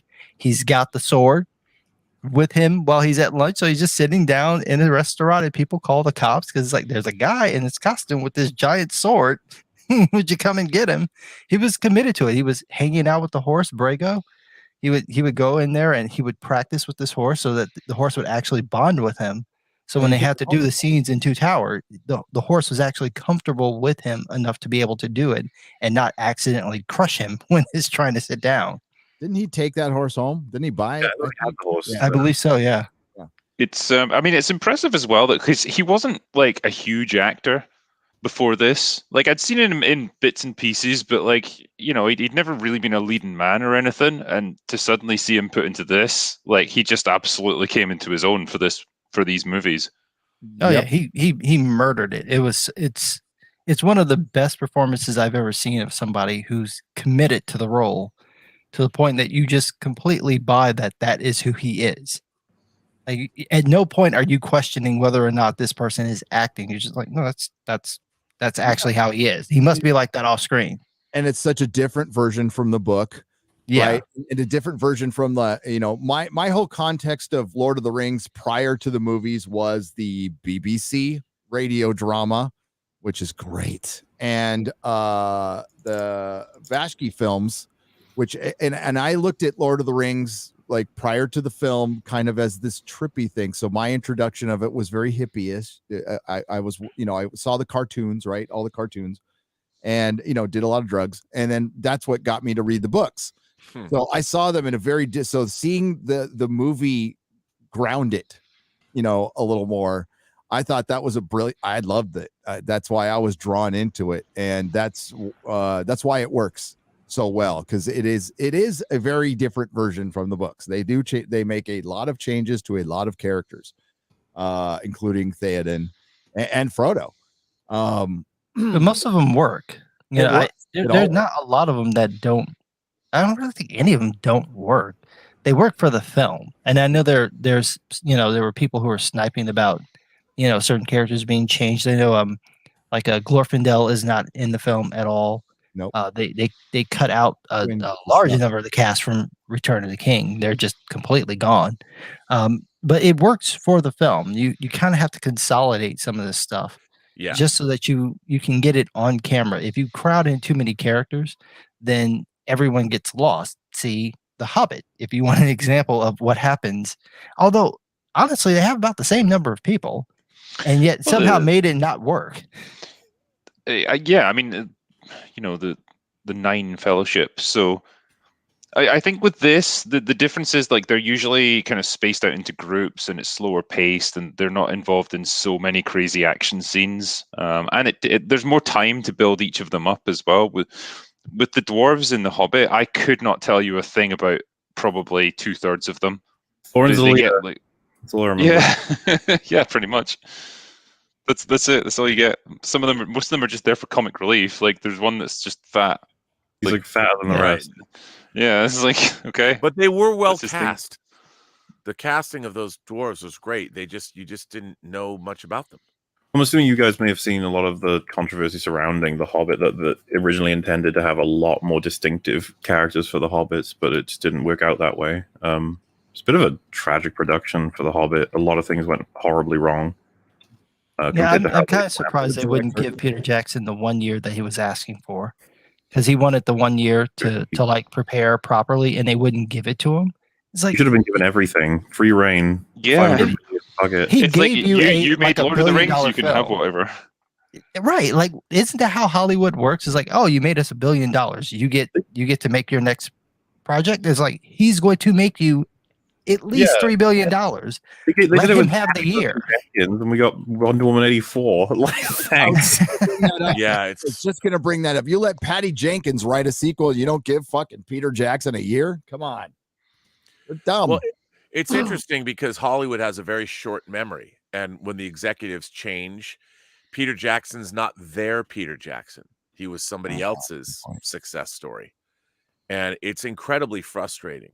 And nowadays, I mean, I hate to say it, I've been banging on about this on my channel for so long, and just even before that, the studios are basically run by Ivy League educated MBAs, business people, and then they're put in charge of a business that is inherently about storytelling. Yeah, it's about making money too, but it used to be about the great collision of art and commerce, that push and pull, and unfortunately, now it's only about commerce, and people are making decisions about storytelling that have no understanding of what storytelling is. Corporations, by definition, are the antithesis of what a story is. And yet now storytelling is defined by corporate interests, and it will never work. And the one thing that, one of the things about, to bring up Spider-Man, I'm surprised the movie even exists, because the contracts and the negotiations and the money that was involved. I think the only reason that it got made is someone like, I mean, I don't want to short shrift Amy Pascal here, who's been a producer. She used to run Sony, and she was a producer on the Spider-Man franchise. But really, Kevin Feige is a guy for all. He still has a lot of power where he can wield it in such a way where he can make things happen. But there's nobody in Hollywood. Like, if he wanted to make something else, I don't know if he would have that kind of power. He might, but That's ridiculous, though. I- I mean, when you think about it, it's just the whole point is, if you're coming at it from a business perspective, you have something that has an immediate draw. This is why you put their names on films, and you're like, this is the director of such and such franchise. When you're marketing another film, which is honestly like the dumbest thing to do, you're trying to sell that film, so you're going to talk about another film. That doesn't make any sense, but it gets people to want to see it. So if you know that you're going to get that traction, why wouldn't you let the person do that? Look at what happened with Inception. That happened because of The Dark Knight. That would not have happened if it wasn't for The Dark Knight. That movie made way more money than it was supposed to make. the studio, the studio had no clue. If you, at the time Inception came out, it was the Warner Brothers marketing department that took credit for the reason it made $900 million. Not like, oh wait, Christopher Nolan came up with a really unique, interesting story, and he bet his own reputation and put it on the line and created something that was mind-blowing that people loved. No. It was the marketing department of Warner Brothers that made Inception what it was. It's like, give me a break. That movie was made by word of mouth because people loved it. And that's how all franchises, you look at what's happening with the Lord of the Rings TV series. Who's the visionary behind it? I'm sure that the amount of money they spent, because the rights alone were $250 million, it's a shit show to begin with. Because who was in charge of this? Where's the vision? It's two guys who wrote half of a script for half of a movie that wasn't good, that you've never heard of, that didn't have, when everybody went to their IMDb, there was one thing on it. You're like, no, these could not be the guys in charge of Lord of the Rings. And they are. And it's J.D. Payne and Patrick McKay. Yep. And you look at that and you think, well, okay, I mean, with Lord of the Rings, everyone will tell you that Peter Jackson was there, but Peter Jackson also had collaborators like Fran and Philippa writing with him, and Richard Taylor over at the Weta Workshop, and people like Christian Rivers and all those guys. They were, and Jeff Murphy, who was directing Second Unit, who's passed away. All of these people knew what they were doing, and they had a visionary head of state in Peter. You look at this Lord of the Rings series, and J.A. Bayona, didn't he direct the pilot? I think. Yeah. I'm a big fan of his, but I'm like, he left, and now I just can't imagine that there's left after rumor has it they asked him to stay on. He didn't want to stay on. Yeah, I mean, I can't even imagine. And it's such a weird, like, you have the template. Like, Peter Jackson proved how you do, but then again, of course, The Hobbit is what The Hobbit is too. So it's what the studio does to I mean, like, well, Spider-Man 3. Yeah, the guy who made Spider-Man 2 made Spider-Man 3. What was the difference? Studio interference. Yeah, they were spending so much money that he had to do. They didn't even let him do what he wanted to do. No. Well, the other example that you could use is just everything that's come out of Warner Brothers for the DC Comics stuff, which is just, I still don't understand how, if you don't trust Zack Snyder after Man of Steel, why do you okay him to do another movie? If that's the attitude that they had, which appears to be the attitude they had, they're like, oh, he fucked it up. Okay, then don't give him another film. You not only give him another film, you push him to make a Justice League movie, and it's like, dude, it's the second film. What are you doing? Well, Warner Brothers should be equal. Warner Brothers should be beating Disney because they can do things Disney can't, right? Yeah, they have characters everyone knows. Like I said before, you could literally have, for this Flashpoint movie, you could have Superman show up, the one everyone's thinking of, not Henry Cavill, right? All you show is a red cape. Just have Ezra Miller look up like, oh my God, red cape. And then you see the blue of his uniform. You see it's that baby blue, not the current blue. And everyone will lose their minds because you know exactly who that is. All you need to do is to get his family to okay that, and you will be good to go. No one will care that it's a digital replacement. As long as it looks good, everyone will accept it. And if you did that and you had him standing next to Michael Keaton and Linda Carter and Christian Bale and Henry Cavill, and you get the dude from Superman and Lois, I mean, you would lose your fucking mind. Yeah. And you wouldn't even have to do it. You could just show that shot, and that no one would be talking about Spider-Man. That's it. You just put that on screen. Done. Literally just red cape, baby blue. That's it. You don't have to do anything else. That's your poster. Just Don't even tell us what the movie is. Just do that. All they had to do was make a Spider-Man 4 with Raimi, and forget all the mess. Just bring Toby back to do a fourth movie. I mean, there's so many simple things out there that would make them so much money that they refuse to do because of egos. I mean, again, I'm going to go back to this: the Lord of the Rings 20th anniversary going by with a live stream. With the 5 of us on a live stream, and that's about it. And we got a couple of other people talking about it, but it's not in theaters. It wasn't this huge push to help promote your TV series, and they still have two. You just pointed to something that's criminal. Yeah. Like they should have had a trailer ready to go for the show, whatever the show is. They've had it. They've made it. It's already shot. There's no acknowledgement of that. That should have been a giant unveiling. They should have counted down to the days, but no. Oh, you know it's a mess then, because if they're not showing you anything from it, you know are they afraid of this? It's kind of like how they held off with Eternals for long, with not showing any trailers for that because they knew the movie was garbage. It went from a mistake to now it's a giant red flag. It is a giant red flag that there is nothing out there. So, but we got this. They can't F with this. As much as they try, they cannot mess with the greatest trilogy ever made. Well, make sure you have physical copies. And I have to say, their Ultimate Edition doesn't have our documentaries in them. That's ridiculous. They didn't put the appendices in them. Nope. They didn't put in the new. And I understand a lot of people. I want to be clear about this. People are like, well, why aren't the appendices in high def? Because there weren't high def cameras at the time. It was 20 years ago. And when we did those first, by the way, the Hobbit documentaries, which whether you love the Hobbit movies or not, those documentaries are really good. And even if you just want to see some documentaries about how movies are made, in a way, they're almost more emotional than the movies themselves. It's if you don't like the Hobbit movies, I still recommend. I didn't work on those special features, but they're really good. And there's a lot of emotional beats to those documentaries, and they're beautifully shot because they're shot in high def, so they look great.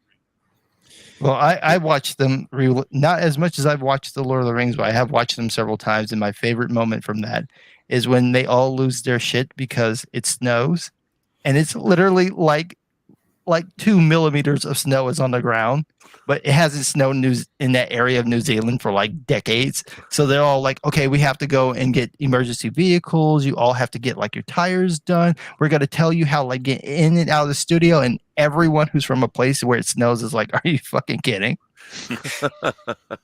Oh, the one scene where they had to melt. They keep melting the snow and the river that they were in, or something, like some creek they were in. That was crazy. Yeah, the behind the scenes are interesting because you get to see kind of what the film could have been if it had been dialed back a little bit. You know, it's like it's not so far that you can't actually dial it back. You could do some editing and kind of get it in shape, but you could see what it could be, and everyone was just as passionate. You know, they were just as involved, and you have all these people who worked on the previous film, so they know what they're doing. So the production is a little bit, it's quicker, it's faster. The one thing that kind of disappointed me was how much of it was CG.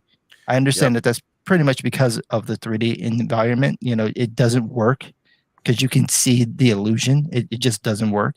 But, it's an interesting way of seeing how the production works. I know Ian McKellen wanted to quit after a week because he was on a green screen acting against no one. Yeah. Because they couldn't have him in camera anymore because of the 3D element. So he was losing his mind.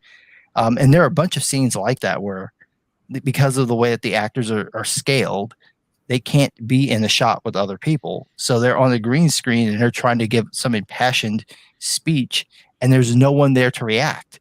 So it's like, how do you do that if you don't have an audience? You need something there. So they have to bring in people to come in and like applaud and stuff to do it. That gives you an idea of some of the weirdness of the production. Yes. Very weird. I'm going to read some super chats, gentlemen. This has been great, by the way. Thank you. It's been so nice to talk about this. Lord of the Rings. Raven 3363 on the Streamlabs side for 3312. Thank you. Says, good evening, all, or morning for some of us. I hope you're doing well. I didn't recognize the drinker without his sunglasses on his thumbnail. Something about it just doesn't look right. LOL. What? Face. That's he's got a very handsome face. Hail to the fellowship and Merry Christmas to all. Thanks for that. It's, you know what? Listen, drinker. When people look at my face without my beard, I get the nicest comments. Like, why I understand why you have a beard. It's like, I didn't have a beard for most of my life. WG for $20 says, Gary, there better be some gender fluid left-handed redheaded Rohirrim oppressed hobbits of color that identify as ring bearers in this movie, or Twitter is gonna be disappointed. Hashtag do better, Tolkien. That right there is why we can't have nice things anymore. It's Twitter. Twitter didn't exist in 2001 when this movie came out. No. And it was great. We Can were you all imagine happy. if it did? Oh man, I feel sorry for Liv Tyler because she would have gotten just destroyed. She was already in tears over the stuff that was happening on the message boards. This would be even worse. Just some guy. Can we talk about the hypocrisy of the OneRing.net just for a moment? Hope you're all out there watching. The OneRing.net that loves to virtue signal all their. They were behind most of the Arwen bashing that was going on back then. They were all about getting her out of the movie. And listen, there were scenes they had her fighting in Helm's Deep, right? Yeah. And Yeah, they did. They It was did. part of the backlash that the OneRing.net that was part of. That actually got through to the filmmakers. Maybe that's the story they like to tell, and that's why they took it out. But yeah, the OneRing.net that's so virtuous out there, they were all freaking Arwen bashing away. I liked Arwen's edition in the movie. I'm fine with it. I mean, it's technically correct. It's in the appendices of the book. It's not like it's completely incorrect. Having her fight in Helm's Deep, I agree. She doesn't need to be there. Yeah.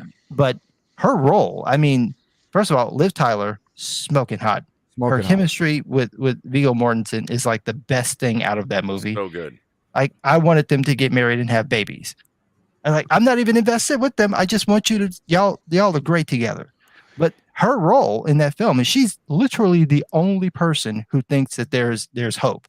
Everyone else is like, we're fucked. It's over. We're fucked. She's like, there's still some hope there. She even says this to Aragorn before he leaves, where he's going like, we're going to lose here. We're going to lose here. We're going to lose here. She's like, you still got a little bit there. You just scrape that up and put that on there. It'll work. It'll work.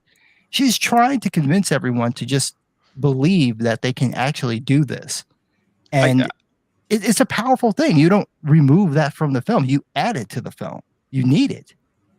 What's interesting as well is that her, like, as a character, she's got a lot of inner strength and moral conviction about what they're doing, and the fact that she's willing to give up her immortality for Aragorn.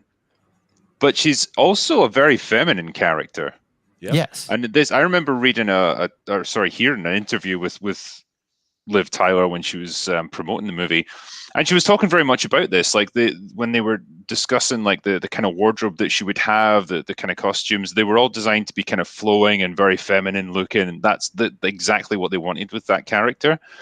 But I feel like now they would never do that. She would be big and buff, and she would have like a side shaved hairstyle, and just it would be just trash. She would be because Tauriel. I don't think that would be allowed anymore, to just have like a feminine character like that. No. You know what my He doesn't favorite- have to be strong physically to be a strong character. Exactly. She says this, by the way, in the behind the scenes, that they learned that they didn't have to put a sword in Arwen's hand to make her strong. And that is the element of her character. Same with Galadriel. Kate Blanchett's performance is magnificent. Her chemistry with Ian McKellen that's like the best thing of the Hobbit films, is that scene where they meet and then it turns out she's just projecting herself there. She's just in his mind, like fucking gorgeous. I love that moment. She's so good. She's so powerful. You never have to show her being powerful. In fact, when they do that in The Hobbit, it doesn't work. It's like you don't need her to do that. Her regalness is coming across. The fact that she's this controlled and this calm in the middle of chaos tells you how powerful she is. And she is literally one of the most powerful beings in Middle Earth. Mhm. So she is one of the few who might be able to stand up to Sauron. Like that's how powerful she is. And it comes across without you ever having to have her fight.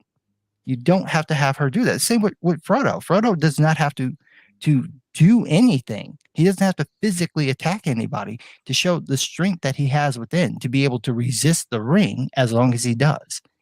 You can do that without having someone have a physical conflict. And I love that that's in the film and it's in the book and they kept that, Mhm. even though they were kind of trying to change it a little bit. Yeah. Well, I mean, and the reason she doesn't come in and fight Sauron all the time is her ring's ability doesn't do that. All right. Right, For one, right. it's still Yeah. under the one ring at the time, but it's a ring of kind of creation. So it's I not lost my mind when they showed that in the theater when she flashes the ring. I'm like, motherfucker, he's not supposed to know that she has it. You all know this. All of you writing this script knows that the three rings that the elves have are hidden from Sauron. He doesn't know where they are. So she flashes the motherfucker to cast them away. Like, God damn it. yeah, exactly. I mean, that's why the dwarves lost all of their rings. I mean, Sauron took them all. And in the books that he offers to give them back, and Moria, which they left out of the movies, which is fine.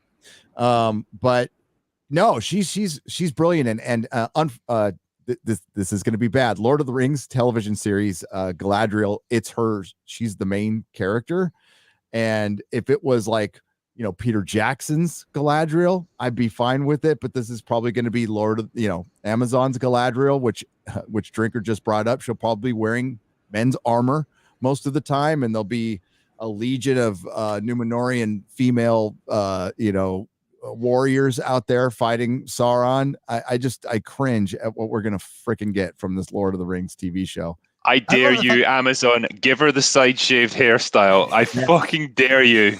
They're not just gonna give her the hairstyle. They're gonna put braids, and the braids are gonna be like in Elvish, and it's gonna be like fuck the patriarchy in Elvish. It'll be like, yeah. It'll be purple. Could you imagine like golden haired Galadriel has like rainbow colored hair with half the head shaved? She's walking around in like Elendil's armor. Like none of this is right. What is going on here? What's really depressing about that too is that ultimately Lord of the Rings comes from the mind of J.R.R. Tolkien. And you have to put yourself in the mindset of when did he write it? Why did he write it? And this idea that what he created was somehow wrong, or that his point of view was not as enlightened as it would be today, is really a bastardization of what you're trying to do. So if we're going to really get a Woke of the Rings show, it is a complete affront to the memory and to the work of J.R.R. Tolkien. And, and I would hope, I mean, I'm sure we are going to get that, but it misses the point. And I think that's one of the things that I can't stand about our modern storytelling. And at least, I don't go on as much about this kind of thing on my own channel, but the idea that we should that every story, again, has to reflect the audience directly is absurd. And part of the reason that Lord of the Rings is Lord of the Rings is because it's one man's vision at a specific time in history. And even though it's fantasy, to sit there and say that, well, if he wrote it today, I'm like, yo, let me stop you right there. He didn't write it today. And I don't give a fuck what today is like. If you're not going back and adapting the material the way Tolkien wrote it and take into consideration the time that he actually wrote it, then you have no business adapting it because you've already lost. Well, they're not even adapting it either. That's the problem. I mean, they're creating completely new stories because they're not allowed to use any of this stuff really from Silmarillion. They're not? I thought they were. No. So they're blocked from using anything from the first stage, which is pretty much all the stuff from the Silmarillion that you want to see. So they're allowed to use stuff from the Akalabeth, which is basically the second age when the Numenorians come to power. But Tolkien never really gives details about that. He just kind of no one has a voice. He didn't write dialogue, and so in that section of the book that doesn't really happen that much. It just leads up to this battle that you have with Sauron at the end. So they have enough room to be able to make whatever they want within the context of that. but it's not really the story that people want to see. That's one, and two, they're blocked from, I think, even showing any aspect of the First Age. So I don't think they can reference it even in passing, like a flashback. That's changed. That well, okay. It's been murky and they haven't said much, but there were members of the cast seen carrying the Silmarillion. That's a rumor, by the way. Don't know if it's true. Okay. They are still trying to buy MGM, which will give them more rights, and I guess they've done that, but it still needs approval. But there's going to be, I mean, we did videos about it. There's going to be freaking hobbits in the Second Age. Yeah, that's it's not even accurate to the book, so I don't know how that works. I don't know how it works. Calling it now, by the way, Sauron's going to be an incel. That's why he turns bad. Yeah, and well, I mean, in the book, technically, he's basically Lucifer. So he presents himself to the Numenorians as this very handsome person. Right. So yeah, he was Sauron the bear back then, wasn't he? Yeah. So I'm willing to bet they're just going to find a pretty blonde guy in Hollywood. That shouldn't be hard. And then just go, see, he's white and he's blonde. He's a villain. It's thank God you can write it yourself. Like you don't even have to do anything. You can just take whatever kooky nonsense you can think of and they're gonna do it. That's a live stream for the future. Guess the wokeisms from Amazon's Lord of the Rings, and maybe we can give a prize or something like that for people who get the most accurate, because it's pretty easy to figure out. Like which guy will be duplicitous, and yeah, it's the way it goes. I don't understand why they won't just make their own concept, right? So they've got Wheel of Time that apparently has not gone over very well. They got Lord of the Rings, and that's probably not going to go over well. There are people in Hollywood who are creative, who want to make film-based versions of this type of stuff. I know that there's screenwriters out there. Why won't they hire screenwriters to construct this fantasy world where they can do whatever they want to do? It's too much of a risk. Ultimately, they're completely risk averse, especially with the amount of money there. I mean, I agree with you. The rights deal alone, $250 million for the rights. That's before you've spent $1 on actual production. I mean, that's. Well, if they took that money and put that towards the production, you could make 3 seasons of a great show with that money. Right. I mean, that's original.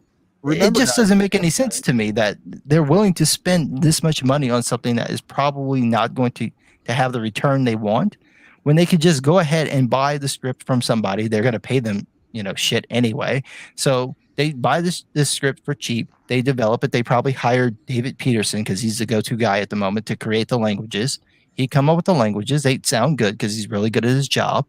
And then they make their story. You could have someone sit there for a year and be like, hey, come up with the lore, brainstorm this together, come up with the lore, build out the world, and then make your show. And you could do this and you wouldn't spend anywhere near the amount of money they spent to buy the rights. But spending that much on the rights was something to brag about. I'm forgetting her name right now, but that was the woman who was in charge at the time. I think she still is. And yeah, I'm sorry, I'm forgetting her name. I'm getting old, but that was part of her bragging rights, that she wanted to spend that much. They were like, we spent so much money. We outspent everybody. And that's the whole big techness that's, has been invaded and infected Hollywood, which was already infected with a bunch of activists, which made it worse. And we're seeing now that Netflix and Amazon are really good at spending a lot of money and getting properties, but they're not really good at keeping them around. Their season 2s usually suck. I'm watching part of The Witcher right now, which is just not good. It's just not very good. And The Boys season 2, not very good in my opinion. Freaking Stranger Things season 2, just a repeat of the first. So we're seeing this pattern. They have a lot of learning to still do, and to take on something this big and this ambition sounds awesome. They've had the rights since 2017. We have seen one picture. One. Yeah, I know. And they've shot the whole season. Yeah.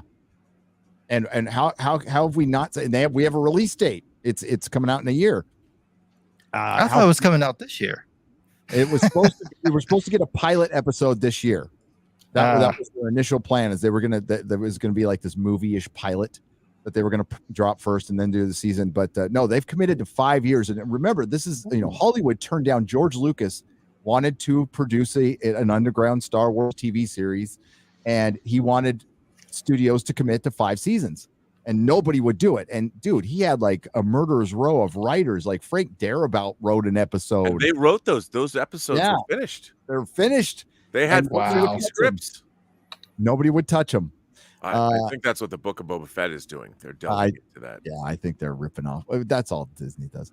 But now they're committed to 5 seasons of this. Like they have to do it, or they lose the rights. And Amazon they have all kinds of plans. They have toy rights. They have they're going to merchandise the shit out of it. Yeah.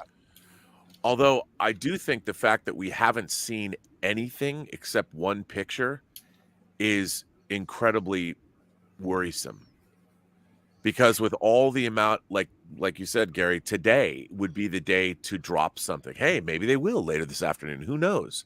But the idea that they've spent all this money, it's been shot, and we're not going to see it for a year, and they've dropped nothing. We don't even have cast photos. No, of casts and costumes. Dude, when this trailer drops, it is going to be blood in the water for people like us. Again, the thing that kind of like just sort of surprises me about the whole situation is that they already have the formula. They know how it works and how it doesn't work because they've had 2 successful versions of it that were financially successful, but one went over well with people and the other one didn't. It's like you already know what not to do. Just don't do it. Like it's not that hard. It's so easy to make this work. You're absolutely right. Just some guy. Everybody from the Lord of the Rings production should have watched all of the special features. Just learn as much. Like this was lightning in a bottle, and just try to learn as much as possible how they did that and try to repeat it, or at least use that as your foundation. And we all know that nobody does that. Very few people do that in Hollywood nowadays. What's his face just did it with Dune. He nailed it. Yeah. I mean, it's not the greatest movie ever, but I was sitting there watching it. When it got towards the end, I'm like, oh, this is going to be some Fellowship shit, ain't it? You're about to end this film. Are you about to end this? And sure enough, he fucking ends it. I'm like, God damn it. And then I found out that the other movie hadn't even been made yet. I thought they had filmed them at the same time, but they didn't. By the way, they should have. The idea that you're basically in the same locations, and it boggles my mind that they didn't shoot all of Dune at once. Because amortizing those costs, it's not like they're going to have to double that. They're going to have to spend the same amount of money. But if they had done it all in one shoot, they wouldn't have had to spend as much money because you've already got everyone there. You're already there. You're already on location.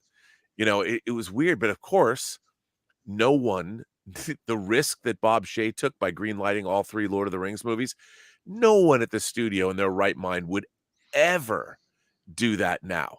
Because one, the corporate minders wouldn't let them, because back then New Line hadn't even been absorbed by Warner Brothers yet. So New Line was its own company. So Bob Shea could do what he wanted. He bet the farm and he won, but he also believed in talent. And there's no one, I guarantee you, no one. I mean, here's the thing. Warner Brothers thought, I love Denis Villeneuve as a director, but Blade Runner, as much as I revere it, was not a hit. And the idea that someone in Hollywood goes, yeah, man, let's spend $175 million and we're going to do a sequel to Blade Runner and we're going to get Harrison Ford back. Blade Runner was never successful. And it shows that it's revered in Hollywood. And people think, yeah, we'll get this filmmaker to do it. But no one cares about Blade Runner. And I mean, we do, but the general audiences don't. And the film's performance reflects that. And the idea that they thought that was a good idea, and yet they won't allow Dune to be made as a full movie, it boggles the mind. And I'm a huge fan of Blade Runner 2049. I don't think it's perfect, but the fact that it got greenlit at all, to me, was folly. Because where is the, other than the fact that it's an IP Where in Blade Runner's history is there anywhere in that franchise that would give you an idea that it was smart to spend $175 million on a sequel to it? There's not one analytic that would say so. And yet No. they did. I And missed it didn't work.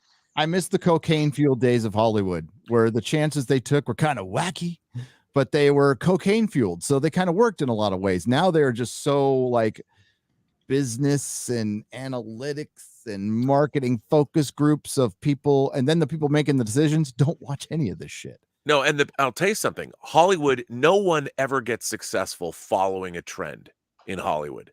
You only get successful setting trends. And corporate thinking is such that, oh, we can't do that. We have to have all the analytics. You can't set a trend. The big moguls in Hollywood went with their gut. Alan Ladd Jr. Universal, after the success, everyone thought American Graffiti was going to be a failure. It wasn't. And no one was more surprised in its success than Universal, the studio that made it. And that's usually and they're like, well, we're not going to make Star Wars. And then Alan Ladd Jr. over at 20th Century Fox back in 1975, I have a copy of this somewhere. He's like, well, I guess it comes down to whether we believe in this kid, Lucas. And he believed in him. And Star Wars was not a movie. That movie was cobbled together. It was not something that was Lucas's vision that made it happen. No, it was Marshall Lucas. It was Gary Kurtz. It was everybody coming together, all hands on deck, crafting something because they were all smart adults. And then we had the same thing with Lord of the Rings. And sorry to cut in, but one of our co-hosts has to go.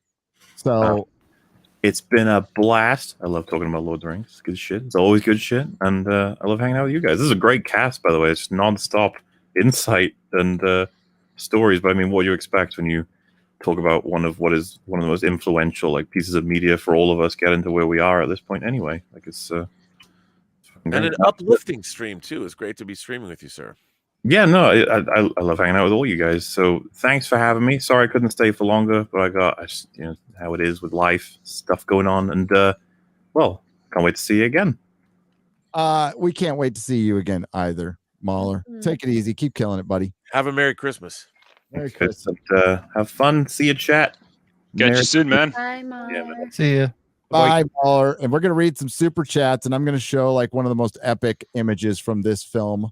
It's my screensaver on my phone. It's my screensaver on everything. Yes. Oh yeah. Argonaut, yes. Oh God. How great was seeing that in the movie for the first time? Oh, Yeah. man, it was stunning. It was breathtaking. They didn't have to put it in there either. Like it's not really that necessary to anything, but they just did it because it's awesome and it's part of the books, and they just wanted it. And those were You know how models, cool by the that way. was? That's not a CG matte painting. Yeah, that's Oh, like really? those are huge, aren't they? They're like 20 feet tall. Yeah. If I remember right. They're massive. They were using these little I don't know what they were from. I think they were like some sort of mail, like part of the mailing instrument or something. It's like a little piece of metal, and they would rock it back and forth on a styrofoam to create the bricks, so that it would look like they're bricks before they would go in and carve up. And it's like the amount of detailing that's on there, where it holds up, where the camera is right on top of this thing, and it still looks like this massive statue. It's absolutely insane. Oh, dude, and I love the shot is like you're on a boat behind it, right? Because it's kind of rocking a little bit. And I wish I could show it to you guys, but oh yeah, and the music. I want them to build this. Yeah. We'll find a place. I mean, you can take the Strait of Gibraltar. I mean, this is basically what it's supposed to be representing. Take the Strait of Gibraltar and then build this there. Well, So they we had should the do that. Colossus of Rhodes like 2,000 years ago. You're telling me we can't build these things now? Yeah, we we need can. to definitely get them. Dude, that's a great idea. Somebody should like get some money Crowdfund it. together, crowdfund that. Let's make Crowdfund Pillars of Argonaut. That's hell yeah, I'm behind that. I'm that behind would that. be a great tourist attraction for Gibraltar.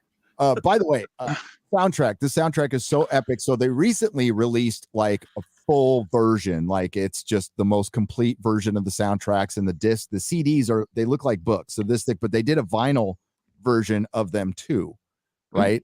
Which I have.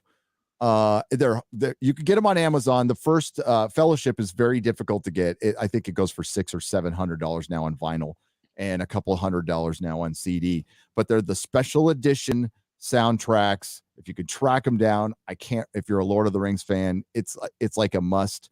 That Middle Earth series that came out a few years ago, that really didn't have anything extra, but it had some of the best packaging I've ever seen. It was like binding in like faux leather books on a bookshelf where you can see it right. Can you see it? A little bit right there. Spider-Man's in front of it. So I took one of these and I took all the appendices from the one Blu-ray. I made a proper Middle Earth thing with all the appendices, all the right discs in it, with the 4K discs. I had to buy a couple and I just made my own. And I don't know why Warner Brothers can't do something like this on the anniversary. They do a Middle Earth edition of the 4K and it's just like kind of weak and it's still expensive. And, I don't know why they are not focusing on special features, because you have streaming services, you want content. Well, that's content. That's a lot of good content that people would watch. Made for not, it's pretty easy to put together interviews and have somebody with a camera behind the scenes. You're not putting a ton of production. It's editing you're paying for. That's about it.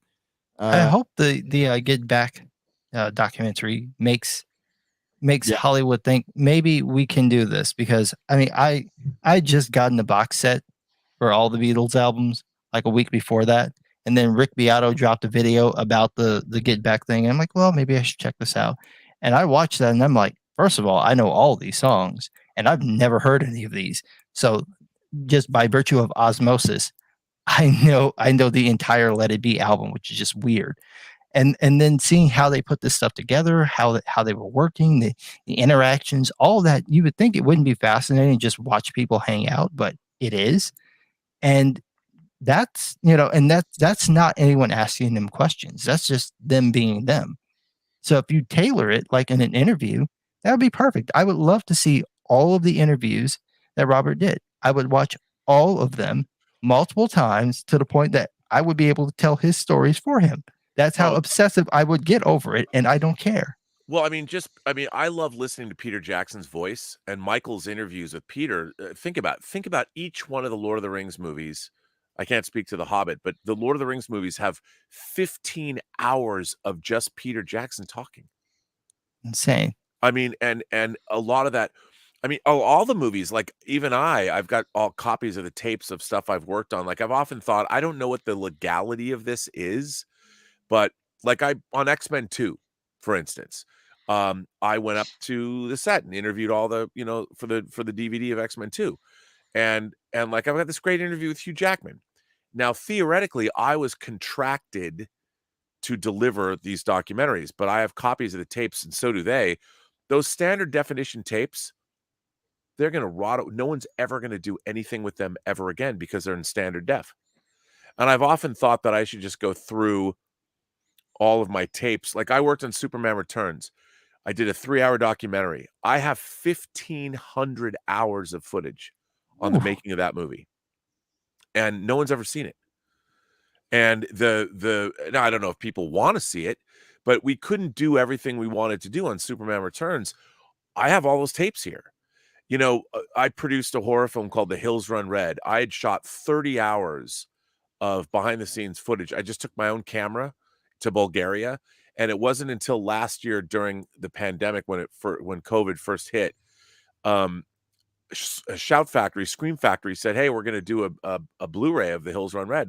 And Dave Parker, the director, and I are like, well, I've got some footage.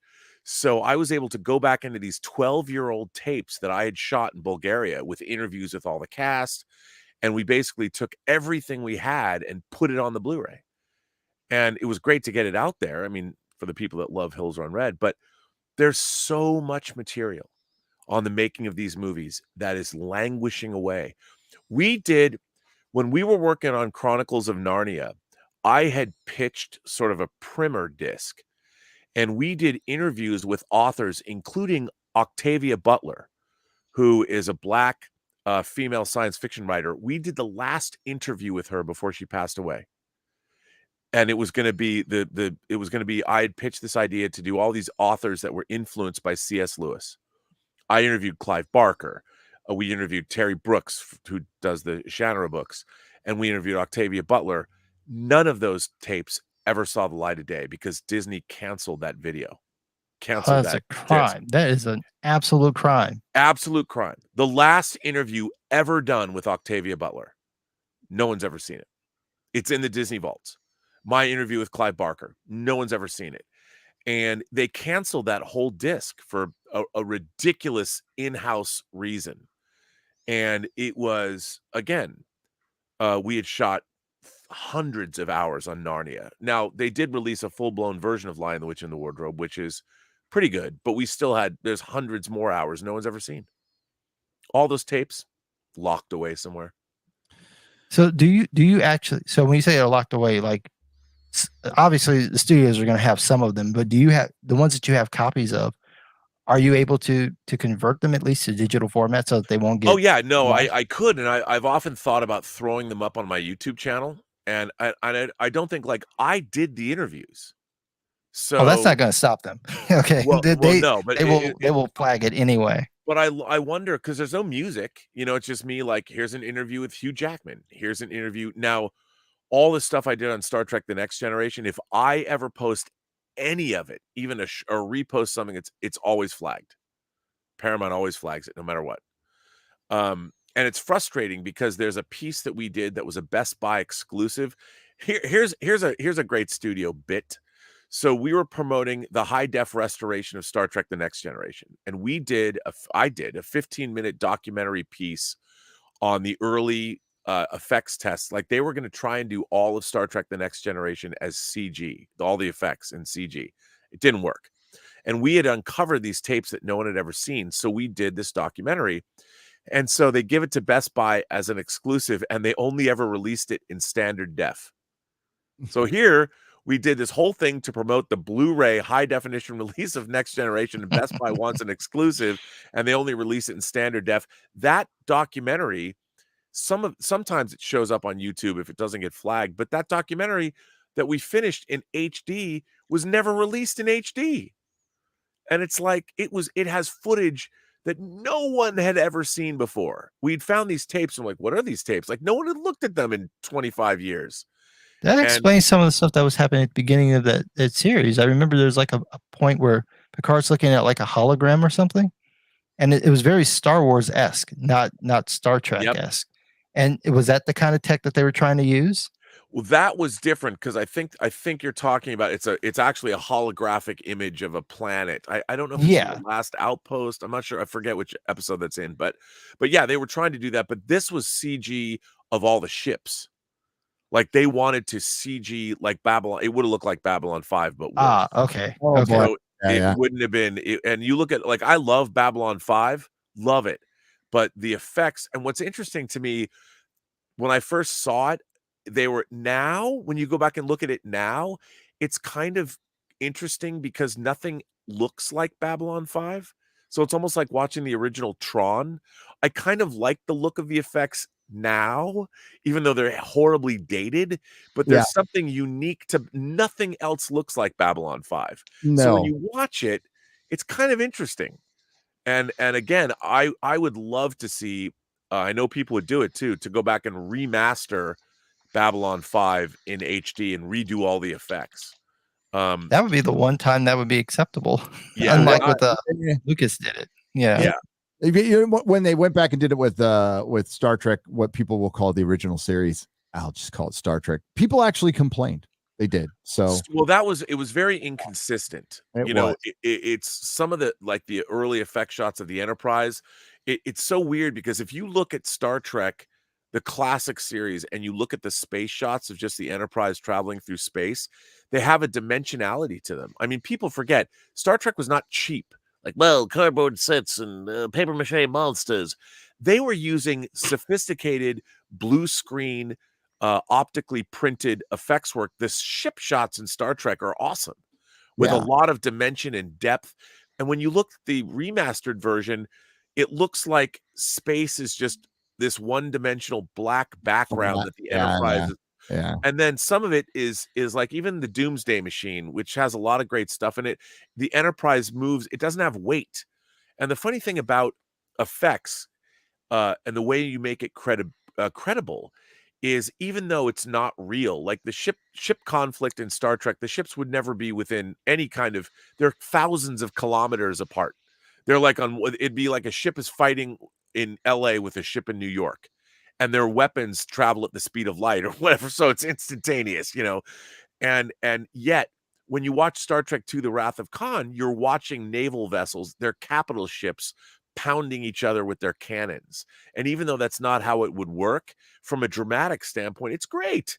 When you're It's watching the Reliant fight the Enterprise, that's how Star Trek space combat in our minds should work. And even in the remastered 2008 version of the original series, the Enterprise moves too much like a fighter. It doesn't have the weight. It's going like this when it should be, this, even though it wouldn't be that way, it's still, you need to create the illusion of that. And like in Lord of the Rings, we were talking before we started this stream about various CG shots. A shot that doesn't work for me, and it didn't even work for me back then, is when Saruman says, "To war!" and the camera pulls back across all of the orcs. It's a big, deep shot. Yep. It's a virtual shot. It's moving too fast. Yeah. If the camera was moving slower, then you would buy it. But because they could do that, the virtual camera at the time is moving too fast, so it betrays. Because even though it's a weird thing, even though the camera's virtual, like when Gareth Edwards was directing Godzilla, he's like, you know what? I'm only ever going to show the 2014 Godzilla. I'm always going to shoot Godzilla from the human perspective. Like if these cameras were actually real and we had cameras on the ground, where would we put them? And Spielberg in Jurassic Park, even though you've got CG shots, the guy's a virtuoso in terms of knowing where the camera is. If you watch Jurassic Park, the dinosaurs are always seen from the human perspective. So you never have like cameras swooping in from above, like a God's eye point of view. Here's a Tyrannosaurus Rex. He always, because he's a genius, he knows at least where to put the camera. He knows where the camera should go to create peak believability. And it's really interesting that you mentioned that, because I think that's one of the things that gives away a lot of the digital shots. Yep. In so many modern films, is that they have this camera that can go anywhere, and so they put it anywhere, and it just doesn't work as well. I sometimes think, I know you have the digital environment, but treat it as if you were actually on location. Where could you actually put your camera? Absolutely. And if they you don't do that, it works better. Well, it makes it grounded. It makes it feel real, because they can't do it any other way. What's really interesting is, look, I love video games, but video game cutscenes have permeated the thinking in movies. Yes. And I think what, like I call J.J. Abrams is a video game cutscene filmmaker. Or a hack. That's all like. of it. Yeah, but I mean, in defense of video games, they don't have nearly as many lens flares. Well, the thing about video games, though, is they're not trying. You're playing a game, so wherever the camera is not betraying a reality because you're watching a video game. But when you translate that to actual drama, and you do shots where we know, because in our minds psychologically, we understand that we're watching something that was filmed by people and cameras and all that. Even drones, when you see a drone shot following a car up a road, we know that that's possible now, that there are drones that can get that shot. And in our minds, when we see a computer generated shot that does something a camera couldn't do, it betrays our sense of, I'm going to give Michael Bay credit. There's a shot in the first Transformers movie of the Transformers outside of the Griffith Park Observatory. They're like on the edge of it, and there's a long camera push in. I love this shot because you see, it's absurd with the Transformers on the observatory, but it's combined with a plate that was shot from a helicopter. So that the camera push in is real. They could have done it virtually. The whole environment could have been virtual, but it's a combination of the two. And when you can do that correctly, in a lot of Lord of the Rings, that's why they use bigatures, because they had like the Argonath or Gondor, or they had these models. Now they would enhance them, but they still were shooting with real cameras. So when you go past the Argonath, there's that great shot when you're up top, you know, and the camera comes around one of the outstretched arms, it's because it's a real model shot. And so there's that weight and reality, and they actually put a camera up, you know, and tracked around a model. And you can't fake that. You can't fake it. I think that's an element that is kind of getting lost, possibly in film schools as well. I totally agree with you, man. I have friends who've gone into film school, and I'm like, well, good luck. I don't know that you're going to get exactly what you need anymore. I think there's too great a focus on the visual effect, and not trying to do it for a storytelling reason, but just doing it because they can.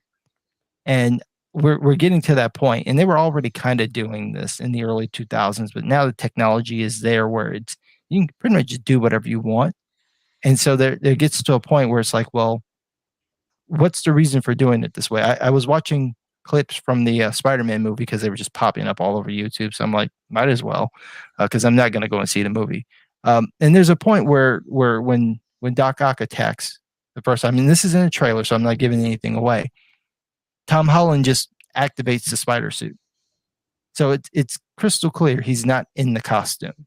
He's actually in a business suit the entire time. So it's all CG.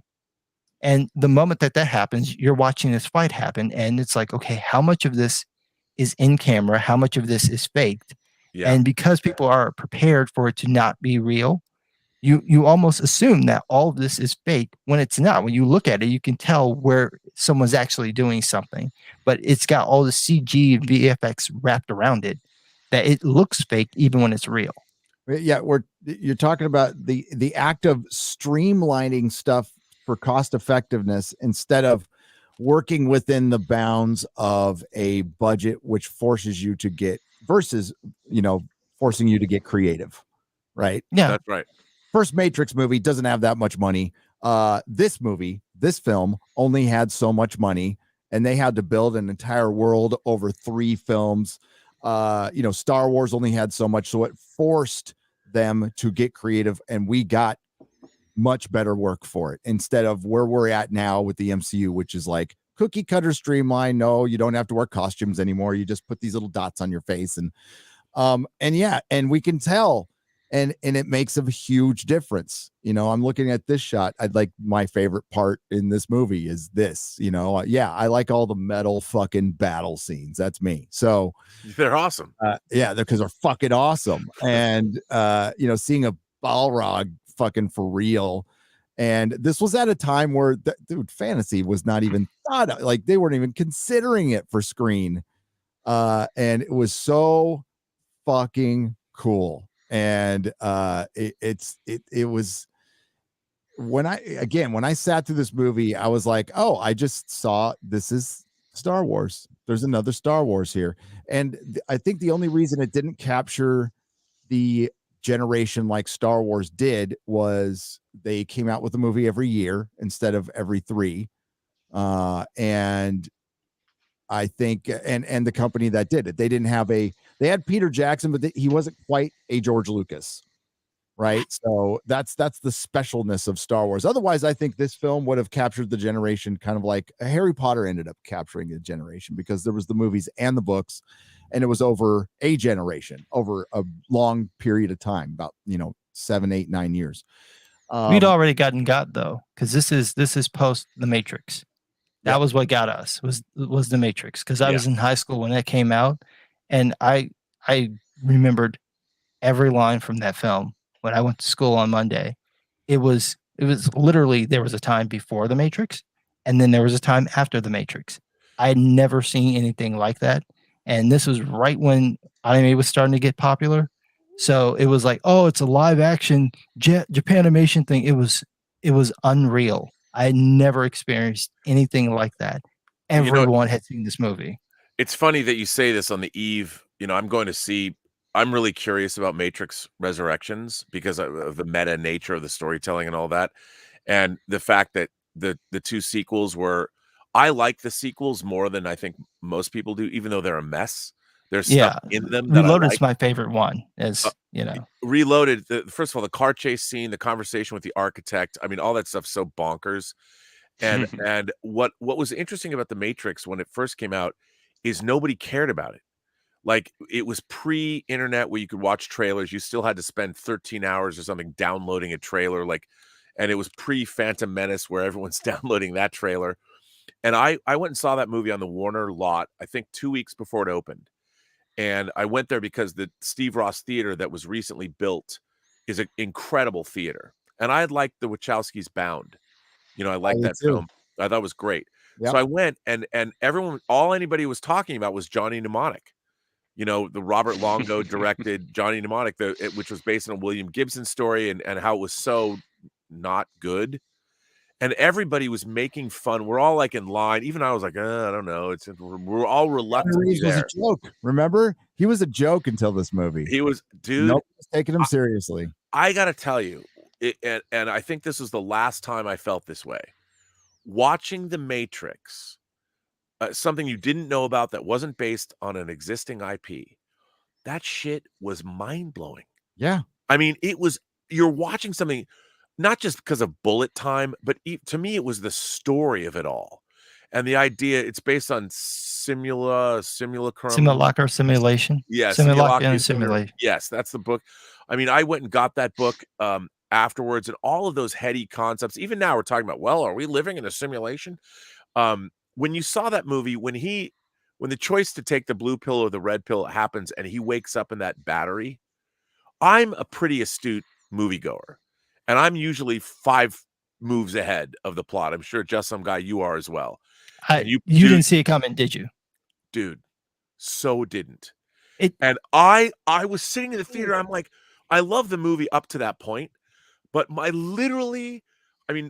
mind is still here, so it wasn't blown, but figuratively it was. I was like, holy shit, what the hell? What the hell? I mean, it was that moment when you're like going, I've read hundreds and thousands of books. I've seen every science fiction movie that came out. That moment got me. I want that moment back. I would like to lose my memory of The Matrix just so I can have that moment back. Dude. Because nothing on film has ever had that effect. And right, you're going to see people in the chat, like 10 people are going to be like, well, it's based on this anime and this anime and this. I don't care. I don't care. I had seen them. I don't care. I did not see that coming. I had a feeling that it was going to be a virtual world. I knew that was probably going to be the case.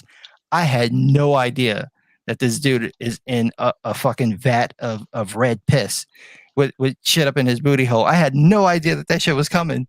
Nope, and to see this world, I'm like, oh my God, everything is fake. Holy shit. I was like, my mind could not comprehend how Hollywood could let them do this. Cause I knew once they did this, they're getting into something really deep. And I don't know. And then it starts going into like the philosophy, and then they start messing around with the Christianity. And I recognize the type because my favorite video game is Xenogears, and Xenogears messes with it takes Gnostic Christianity and the Kabbalah and kind of plays with it. So I knew exactly what I was seeing, and I'm like, oh my God! Once people figure out what's going on here, this is going to be unreal. And just the visual to do that, the way that it was done, that you have no idea what's going to happen, to the point. You remember when he's in the office being interviewed by Smith, Dude. And you see the fucking monitors. You're like, what are we watching? Like, who's watching this shit? Are these aliens? Right. Like, what the hell is going on? Right. And then when they did that and reloaded and they showed it again, I'm like, oh fuck, it is aliens.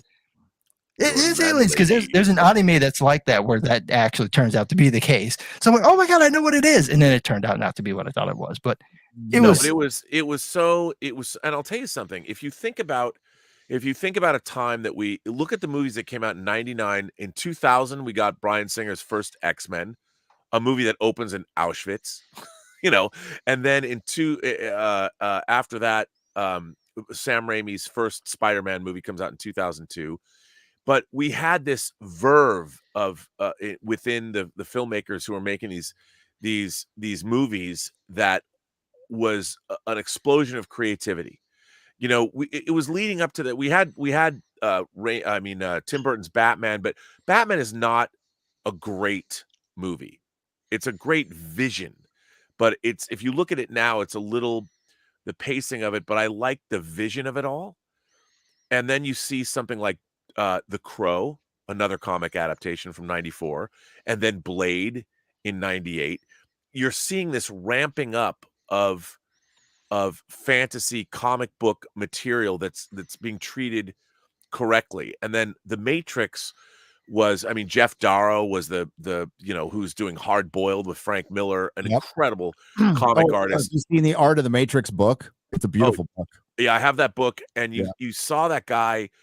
The fact that they tapped manga artists and somebody like Darrow to come in, or Darrow to do it. I mean, they knew what was up, and the Wachowskis were referencing manga, and they had storyboarded all that. Even Lorenzo de Bonaventura, who's a big movie producer in his own right, he was at Warner Brothers, I believe, at the time, and he even said, we didn't even know what the Wachowskis were showing us. It was an era where our source material was being respected for the first time. 100%, dude. That is exactly right. Out, and we were just freaking happy to get Batman. Like Tim Burton, like in retrospect, we're lucky we got as good of a Batman as we did from a guy who didn't know shit about Batman, who cast Michael Keaton as fucking Bruce Wayne, and it worked, and it was great. But it was like, that was a starting point of multiple starting points. But it's Lord of the Rings, it's Matrix. Sam Raimi's Spider-Man is a special case because it was like the first blockbuster, like especially here in America, the timing after 9/11. 9/11 changed. It was a paradigm shift in the country. Of course, we're going through another one right now, which is, and remember, the first Spider-Man teaser had to be pulled because of 9/11. Yeah. And it was in the two towers. Yeah.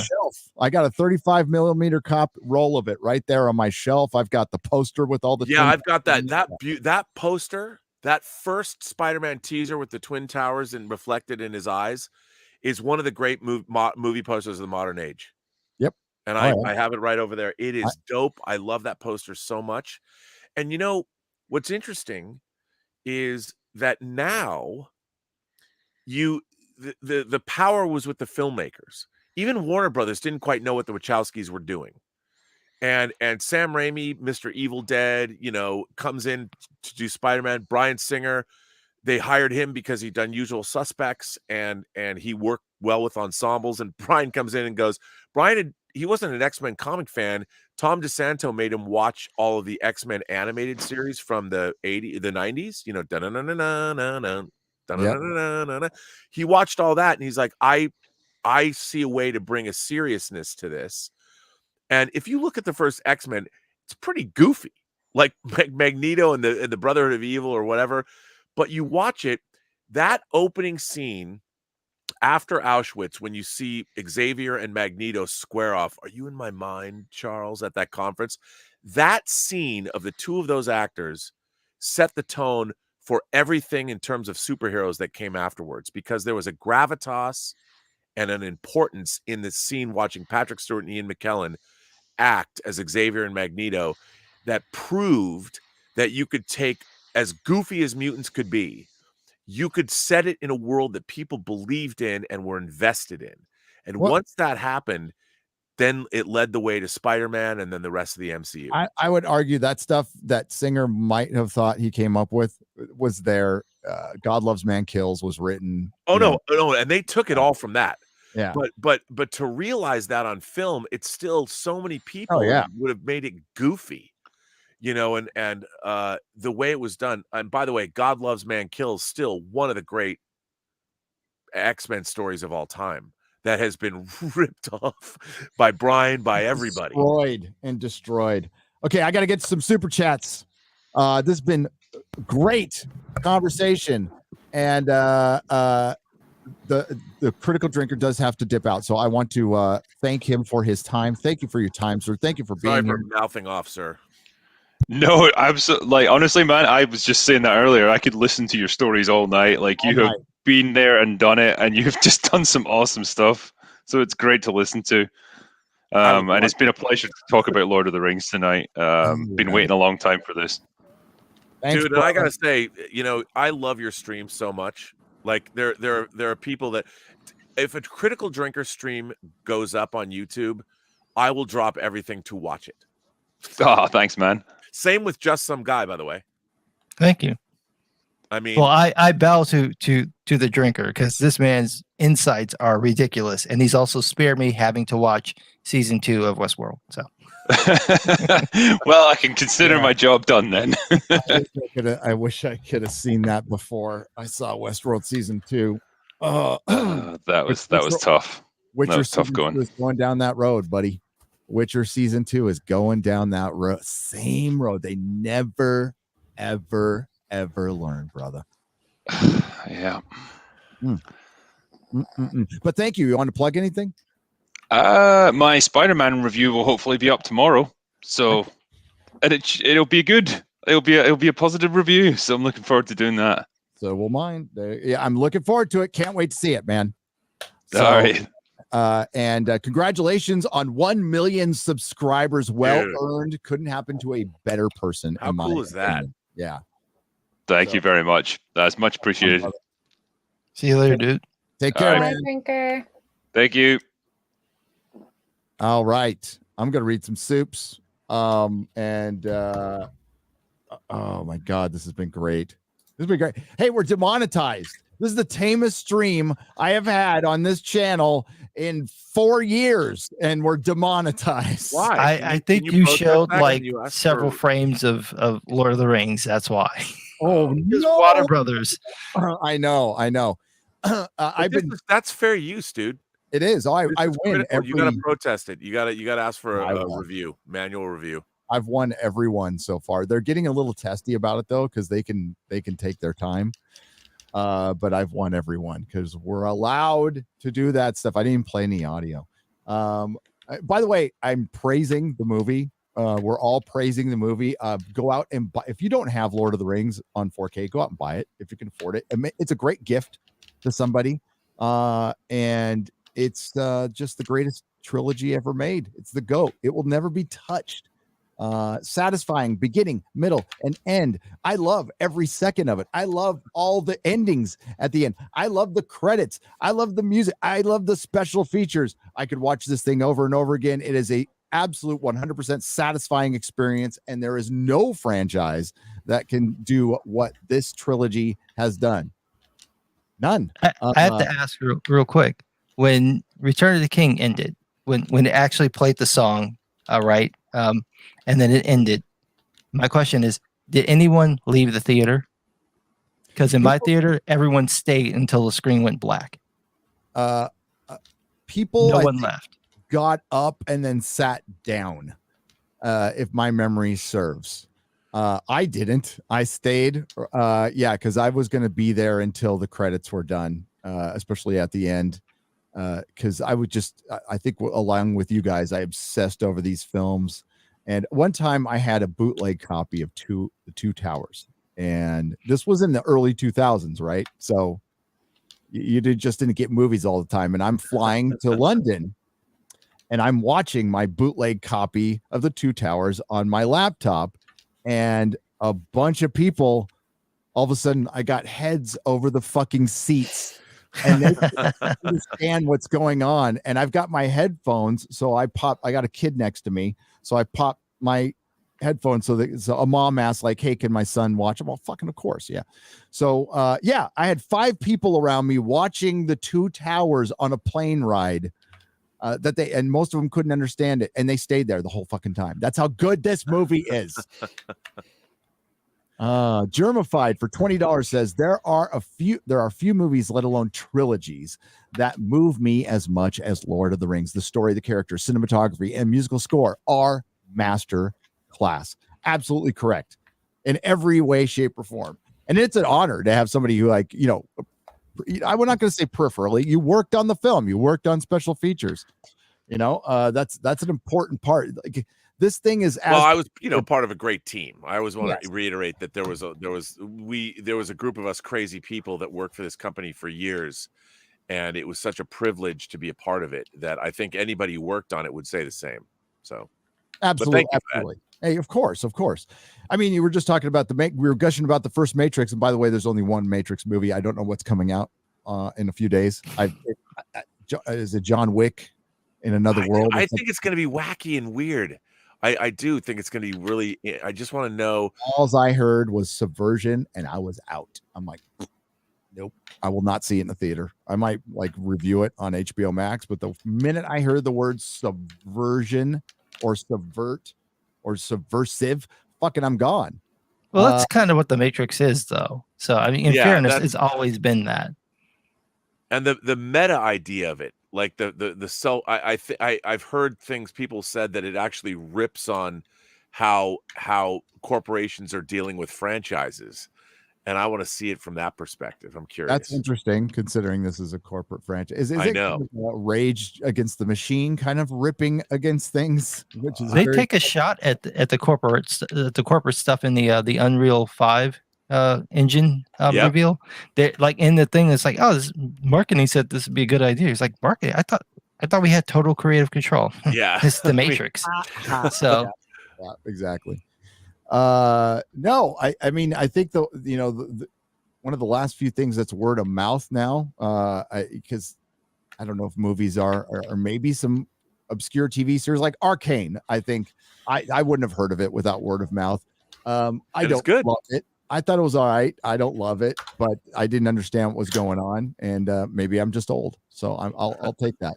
But it's YouTube channels. I think YouTube channels, word of mouth, baby.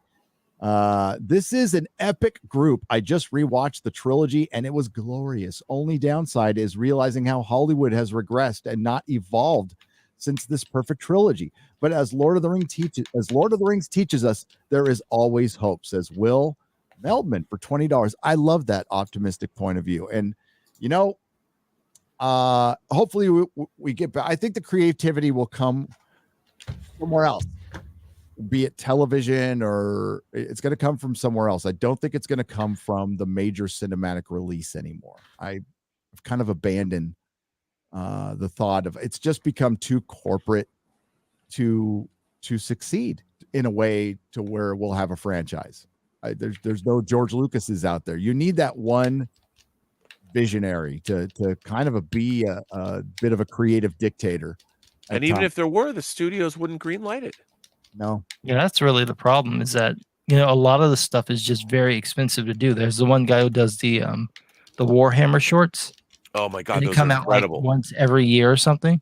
Those I mean, they're fantastically done. It's one guy. They're not that long. It takes him forever to do by himself. Yeah. So imagine if he had at least a couple of people working with him, and he had a little bit of money behind him. And he a might great be screenwriter. He might be able to really come up with an interesting thing. Now, he is using someone else's property, so there's always the issue with that. But if you have someone come up with their own concept, you could do this, on YouTube, on some other streaming platform. You don't really have to go through a studio anymore. We're getting to the point where film it's simplifying almost back to what it was when it initially started. So we're getting to that point again where if you just have a camera and you have a crew, you're good to go. Now, obviously, you got, the permits and whatnot to shoot in certain places. But for the most part, if you want to make something, you have the ability to do it on your phone and make it look really, really good. Yeah, you still need the talent, but you're right. I mean, Steven Soderbergh's made films like High Flying Bird and Unsane. He made Unsane on iPhone 7s. Yeah, I mean, it's entirely possible at this point. We just have to see where you can get that mechanism to allow you to have the creative control without fear of it being pulled, because that's kind of the problem of putting it on YouTube, is that if they don't like what you do, then they can just pull it. It's good. Yeah.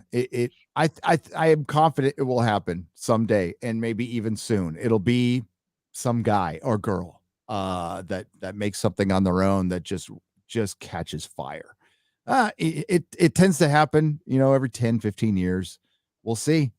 But we're due for one. We are way overdue. MechAg 94 on the Streamlabs side, circumventing YouTube. Thank you very much. Arise, riders of Theoden. Fell deeds awake. Fire and slaughter. Spears shall be shaken. Shields shall be splintered. A sword day. A red day. Ere the sun rises. Ride now. Ride now to Gondor. Quote from the book, my favorite part in the movie. Thank you very much. Fantastic. And what was really interesting about that in the film is that he had to switch hands because he's left-handed. Oh, Yeah. yeah. So he had to switch hands so they can get the shot. So that's part of the reason why he looks so wonky doing this, because he can't control it. It's just little things like that are always interesting. That entire shot, that was another one where the audience lost their mind in theater. They just completely lost it at that particular moment. How did it come to this?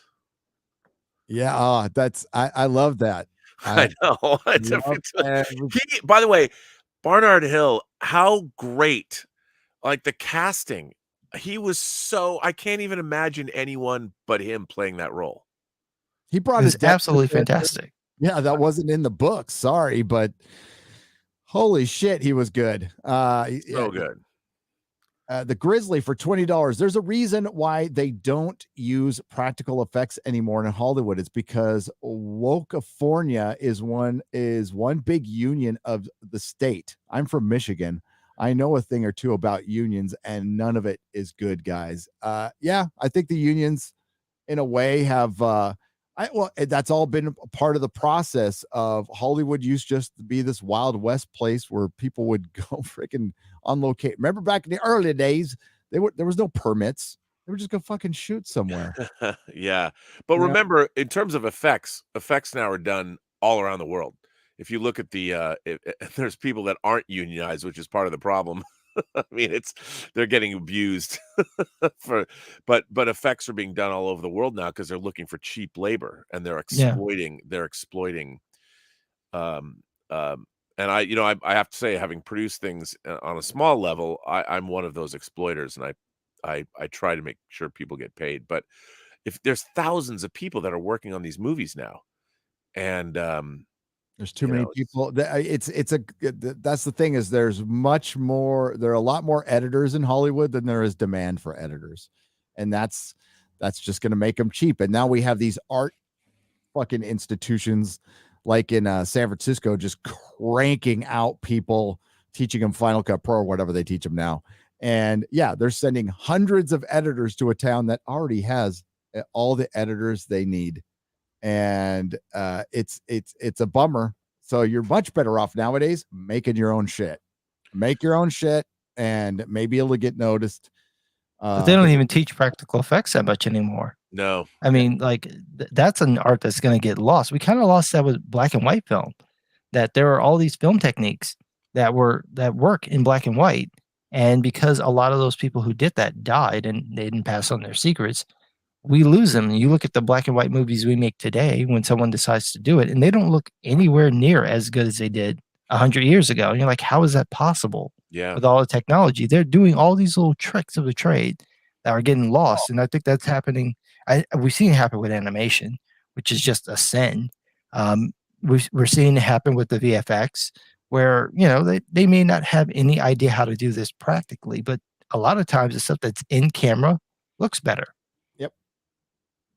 Lyle Hammock for $20. What is everyone's favorite scene from each film? Mine is Boromir's death, Unfellowship, one of the few times I cried in the theater. Also, the charge of the Rohirrim at Pelennor Fields, and the cheers when the ring was destroyed. Oh, in the first film, the Balrog, just the introduction to the Shire, especially the extended version of it. Oh yeah. Oh God, that is so good with Ian Holm. Ian Holm is so damn good as Bilbo, and then he really showed his addiction to the ring at the end. I thought that was great. Boromir's death is one of my favorite scenes. I thought he was a very tragic character, and that's why he's one of my favorite characters. But Golem, the whole journey of Golem gets me, man. It does, because it's sad. It's really sad. Oh, the conversation where Smeagol is talking to Gollum is one of the great that's one of the great moments, I think, in cinema history.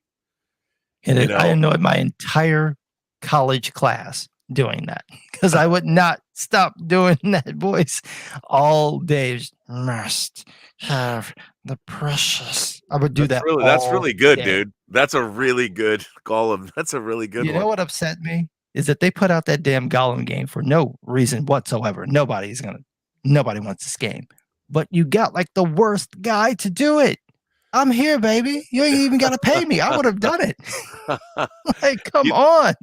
You know, in Fellowship, I gotta say one of my favorite scenes is from the extended version when Boromir is talking to Aragorn outside the Mines of Moria about about what he and it was a shame that wasn't in the theatrical version, but I understand why.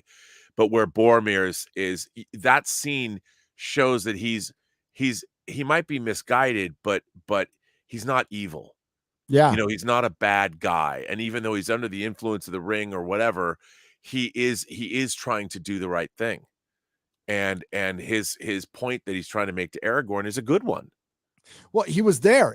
Aragorn wasn't there. He's been on the front watching people fucking die. Yeah, and he's broken from it, and that's what Sean Bean is really good at, playing the tortured man. And because he's been fighting, at Osgiliath or whatever, fending off, fending off the whatever the hordes from Mordor or whatever the hell he's been doing, Yeah, he's got PTSD like a motherfucker, and and it's really sad how it turns out, and that again was something we just hadn't seen. I thought it was such a ballsy move when I'm watching this, and when I first watched it, I heard they made him back to back to back, but I was still thought like to end it the way they did. I just I remember everybody groaned, but it was a satisfying groan when it ended. They're like, "No, we want more." That's how you want your audience feeling when it's done. And I shit you not, I just stayed in my seat and I waited for the next thing to show up. I just stayed there, put my jacket down, walked back, got another ticket, sat right back down to go watch it again. I don't know if this is a tremendous breach of etiquette on your show. I don't care. But I'm curious, does X-Ray Girl love Lord of the Rings as much as us? And I'm wondering, is it a dude? I mean, I know a lot of women who love Lord of the Rings, but I'm just curious because we've been waxing rhapsodic for 2.5 hours. And I'm just curious because you are a woman on the stream here, and I've got to ask you, I don't know if you chime in, but do you love Lord of the Rings too?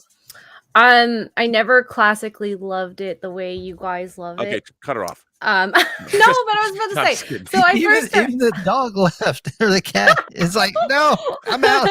How dare you? No, I was so young when the movies came out, and I remember I watched it and I liked it, and I hadn't watched it for the Fellowship for over like basically the 20 years. I watched it once and that was it.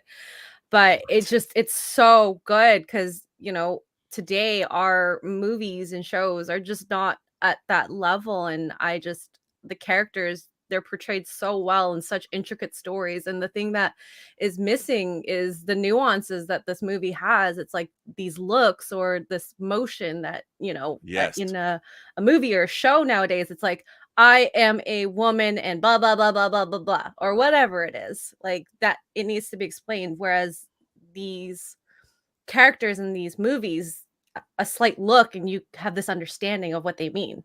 Well, it's funny because Galadriel is a fucking badass. I mean, she opens this movie, and when you see her, she's very feminine in her manner and her ethereal nature. But she will also kill you with a glance or her power, and it's very apparent when you watch these movies. This kind of now it's been reduced to like representation or whatever. You watch Lord of the Rings, you are not going to mess with Galadriel ever. And that scene where she's like in their minds as she's talking to them, and you're seeing each one, and their acting is it's so exquisite because you can tell what they're thinking. You know what they're thinking, and how, particularly Sean Bean, that he won't meet her eyes. Yep. Like he keeps turning away. He won't look at her. And they do this weird thing with the lighting for her. So they put like Christmas lights in the distance, so Yeah. that they would give this extra sparkle to her eyes. So she has this. She's the only one who has it, where she looks somewhat weird with her highlights. It just nails how powerful she is, and how much she knows, and how able she is to get through your thoughts. She's almost doing what the One Ring does, where it just perceives these hidden elements of who you are, but instead of turning them against you, she's trying to give them hope. That's what Sean Bean says. That's what Boromir says, that she's telling him there is hope. You don't have to give up. She's doing the opposite of what the ring would do, to tear you down. I just love that you're seeing those two different representations of the She's a same super- kind of power. You're good point. And she's a super powered therapist. Okay. She gets through all the layers of stuff, that all the walls we build up, and she gets right down to the core of Yeah. like why he is sad. Why she understands it immediately. She's like, she completely wholly empathizes with Well, she Boromir. knows because she's been through it. Yeah. She's lived it. She's lived it multiple times. Yes, Yeah. but she could also see it in him and understand it on his personal level with a look, with the single. That's how Exactly. powerful she is. And yeah, so he, it's not that he's scared. Is like she just ripped all these layers out and got right there, and just like, oh, and that's kind of that's a that's a very feminine thing. That's a very feminine thing. That's a feminine power. That was cool. That was a cool way to display it. Well, I think you nailed what I find so frustrating about living today, especially when it comes to storytelling. I mean, now people scream, smash the patriarchy. But Lord of the Rings shows, well, if there was no patriarchy, Mordor would have destroyed the earth and there would be no one left. But the fact that we all play to our strengths. And Galadriel, I don't think anyone would say that Arwen or Galadriel in The Lord of the Rings was nothing but embodying the feminine ideal. But no one can do in Middle-earth what Galadriel can do. And as you just said, Gary, she has the feminine power that she possesses is what allows her to cut through the bullshit and get right to the core of someone's being and understand your hopes, your fears, and her power allows her to inspire them. Here's something. I am what you need when you're in dark places. Not just this light that I'm going to give to you, but my inspiration that I'm giving to you freely, of my own free will, of the power that is invested or that I have. I'm going to imbue you with hope because that's what I do. And no one else can do that. And she can do it because of her feminine power. And that's something that I think Tolkien was keenly aware of, that, he wasn't thinking in terms of necessarily male and female there, but there is definitely that. But he didn't diminish the power of Galadriel because she was a woman. She has powers that only she has because she's a woman. That was one of my favorite moments from Return of the King, is when Frodo is at his worst, and he's basically about to give up because now he's gone off by himself. Gollum has betrayed him, and then he collapses, and he collapses into Lothlorien. And who is it who picks him up? It's Galadriel, and she offers him. I'm getting chills just you saying this right now. I'm getting chills. And nothing is said. Nothing has to be said. She just picks him up and lifts him up, and he's like, "All right, I got this." And then gets stabbed in the chest. But my other favorite moment with him, though, is right before they go to Lothlorien, after Gandalf dies, and he turns and he looks at the camera when Aragorn calls him, and he cries. That moment is so powerful because that's the moment where he realizes what this journey is actually going to cost him. Mm-hmm. He hasn't gotten there yet, and now he realizes he's going to lose people, and he's going to be responsible for their death. He feels like he's responsible, so he's going to go alone. He can't bear to bring anyone else down with him, so he will go by himself. And everyone around him, even Boromir, tells him, "You don't have to do this alone." So it's interesting that he's someone who's suffering in a different way, and he's thinking, well, no one can help me. If I bring them with me, I'm going to bring them down with me. I have to go by myself. But you're shown that he needs Sam with him. It's Sam that keeps him grounded. It's Sam that keeps him above the water. Even though eventually he does fail, he would have fallen far faster had it not been for Sam. Yep. So I love that moment because it just personifies everything about that character and his journey. Absolutely. Oh. Yeah, you know, mentorship, male friendship, the band, you know, a band of brothers, you know, brotherhood, the kind of We stuff. few, we happy few, we Yeah, band of brothers. yeah, it's something only somebody, you know, not but Tolkien had a very unique perspective on that, and that's why he was able to tell that story so well.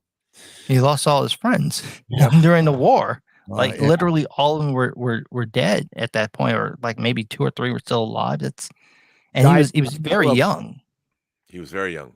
They were vaporized by like Gatling guns or whatever the fuck they were fucking shooting at people in World War One. It was horrible, gassing people. That was a terrible war. That was a terrible fucking war. And that's something that should be remembered. A lot of what informed his writing in Lord of the Rings was because of his experiences in World War One and what he saw happening to England. Yeah, the marshes, for example, that he saw dead bodies floating in the water, and they look like they're just asleep.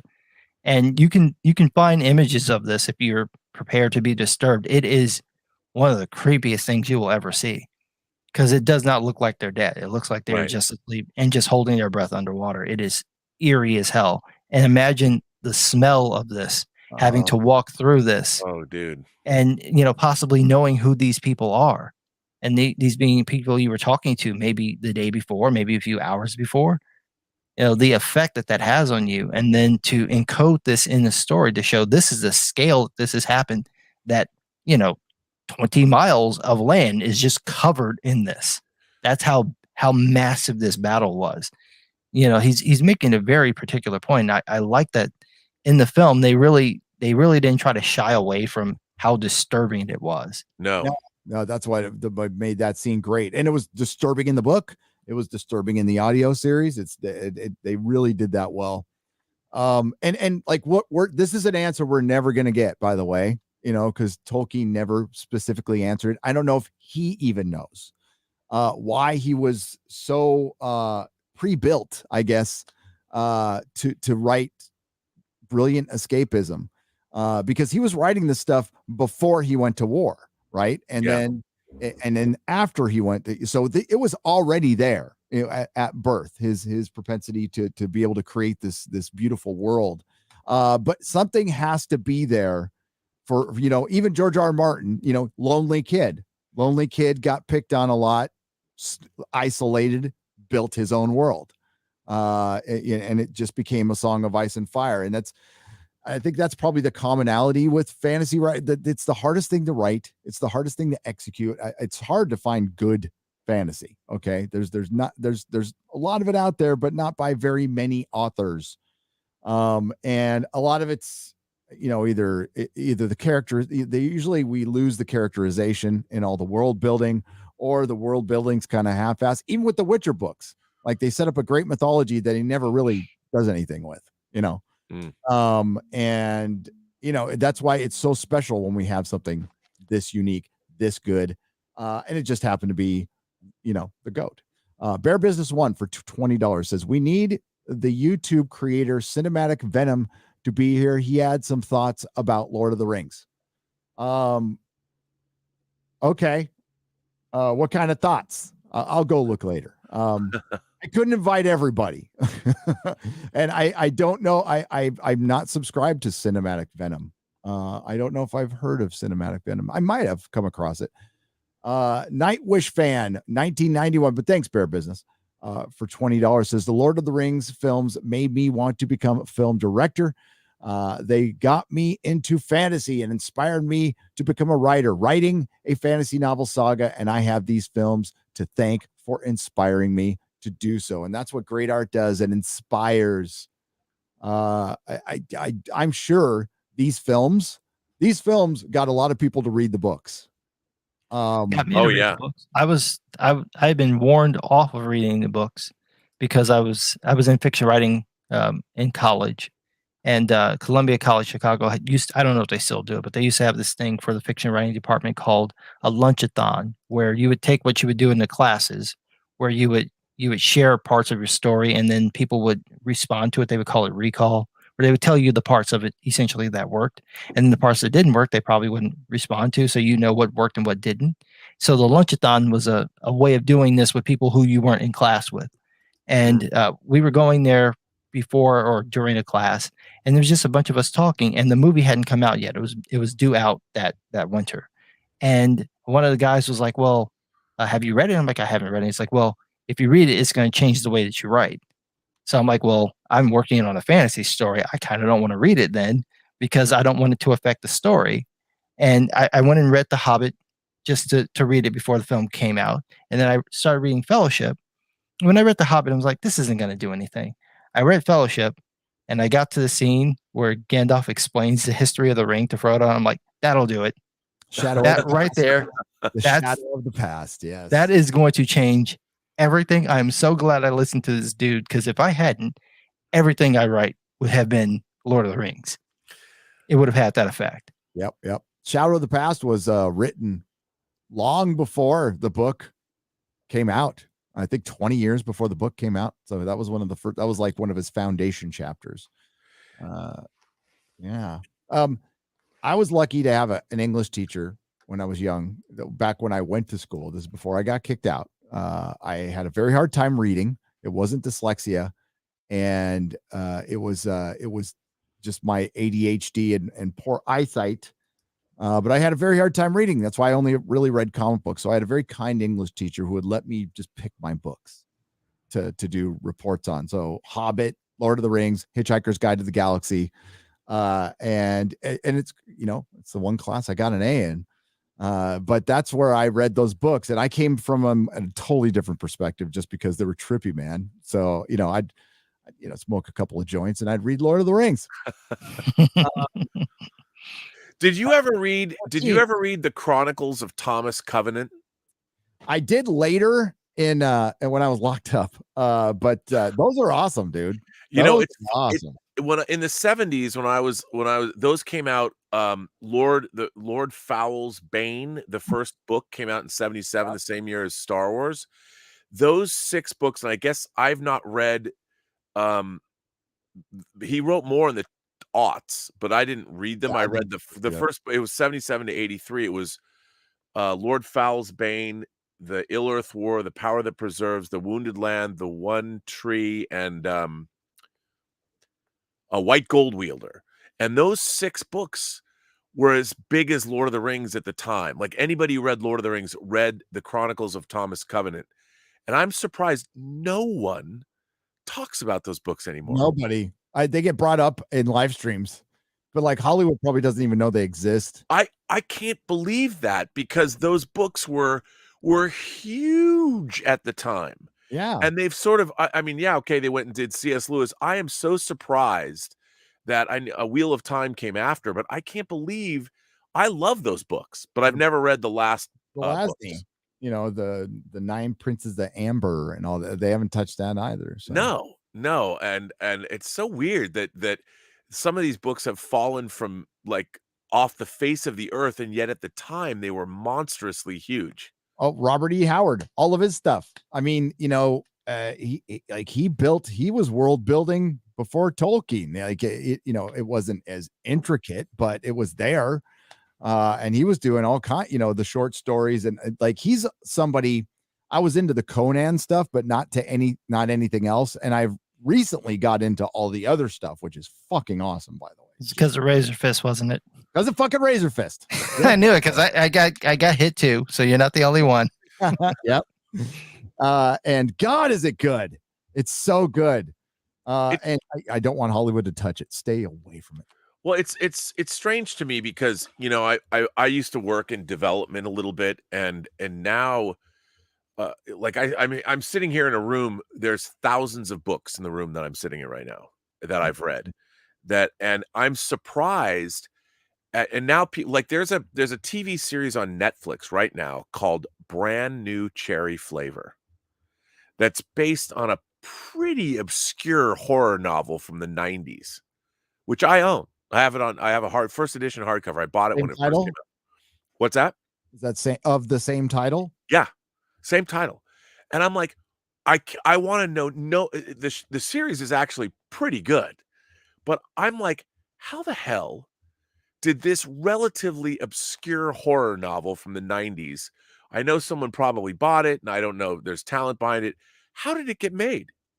Like, of all of the things that have been made over the last couple of years, how, of all the novels, like, there's an incredible, if you guys like werewolves, there's a series called, it's by Glenn Duncan. I think Glenn Duncan. The first book is called The Last Werewolf. That book kicks ass. And apparently Ridley Scott's company bought the rights to it. And I'm like, am I the only one? Like, clearly somebody at Ridley Scott's company bought it. So I'm like, where's that series? Like, sitting somewhere in development hell. I mean, Someone's like, just sitting on the rights to keep someone else from getting it, maybe. well, yeah, why isn't there a filmmaker? This is what I don't get. There's all these filmmakers like a David Fincher or some. Why? Like, if I had any kind of career and wasn't living in indie world, there's 30 book series that I'd be like, we're going to make this. I would stake my reputation on it. Here's what we're going to do. And there's a lot of projects like that I've read like 10 different iterations of scripts. And I'm like, I would step up and go, we're making this. Yes, we are. People say, well, Rob, I don't know. No, I know. Like, I know we're going to make this.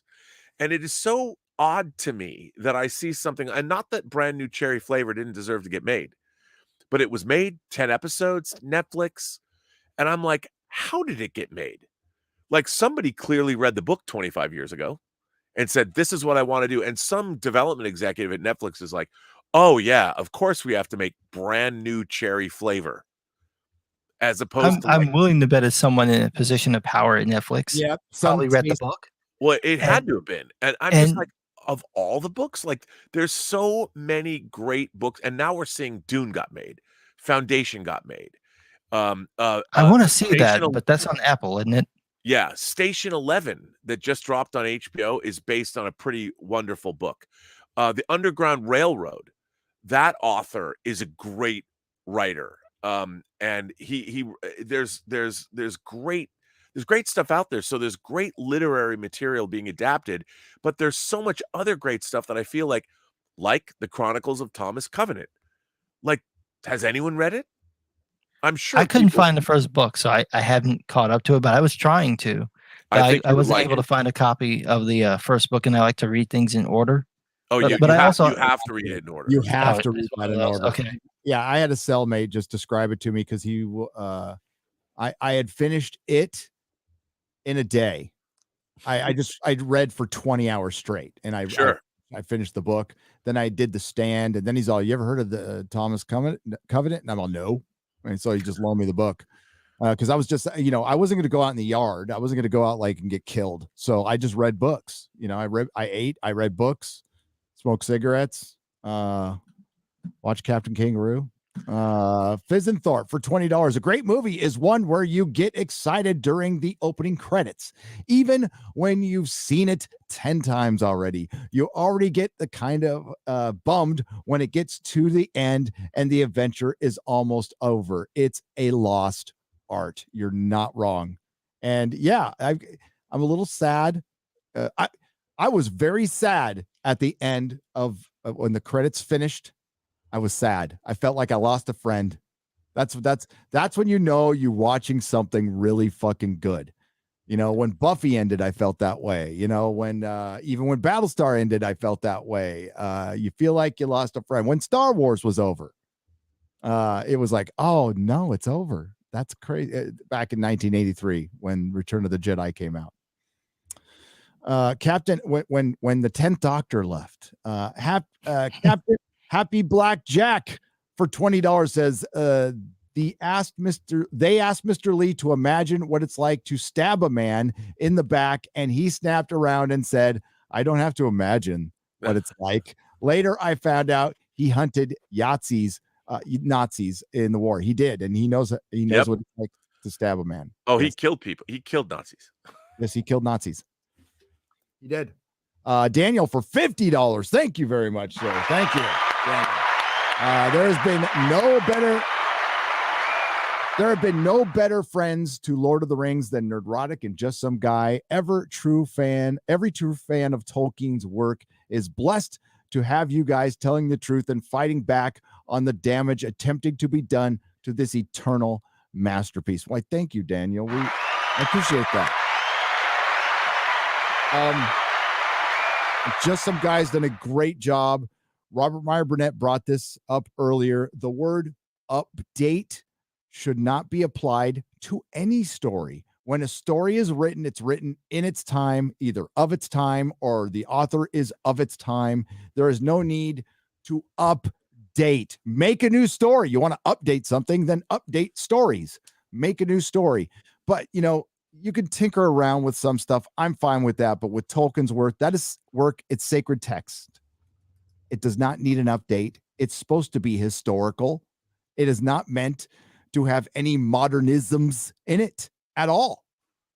Yeah, that's the entire point. He's trying to replace the lore that was lost when the French took over England. That's what he's trying to do. So when you come in and you start messing with it, you're defeating the purpose of the story. It's written that way because he wanted it to be that way. He was a linguist. He knew what he was doing. He did not like people editing his work because of this. There's no reason to change it. You want to do something different? Write another story. Write your own languages. It's not hard to do. It takes some time. It's not hard to do. You can come up with a new idea on your own, but why do you have to take his thing and change it to suit you? Why don't you just be inspired by what he did and come up with your own? We're going to know that you copied him because most people aren't clever enough to be able to hide it. So we're going to know where you got it from. It's fine. Nobody cares.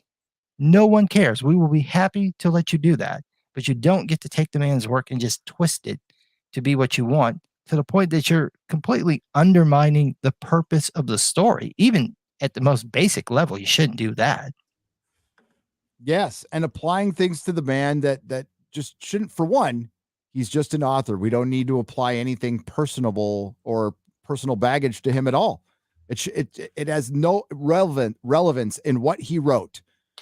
We have too many people at university going, well, he was white and hung out with white people, and one of them might have been a racist, so we can't read his work. I mean, that's fucking crazy.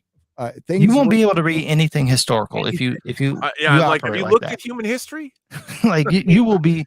I was watching a documentary. I think it was on Amazon. I had to watch it like 8 times because for whatever reason, I decided to watch it at like 2:00 in the morning every time. But it was about what's his name, who did the Cthulhu. H.P. Lovecraft. Yes, Lovecraft. Yes. And I mean, okay, the man was racist. Just straight up racist. He was completely racist. He still came up with one of the most interesting concepts creatively that I've ever heard. And pretty much everyone who was singing his praises had to admit, yeah, dude was racist. You can't get around that. But he was still creative. So you can say, okay, here's a guy who had a really bad attitude towards other people, but the thing that he created from an artistic perspective still has merit. Do you hold that creativity to this person? I would argue that depending on how interesting and creative it is, you shouldn't. If it transcends the author to the point where the work itself stands on its own, fuck him. Like, okay, he was a bigot. Don't care. This is really cool. We can take this and use this and read this and enjoy it.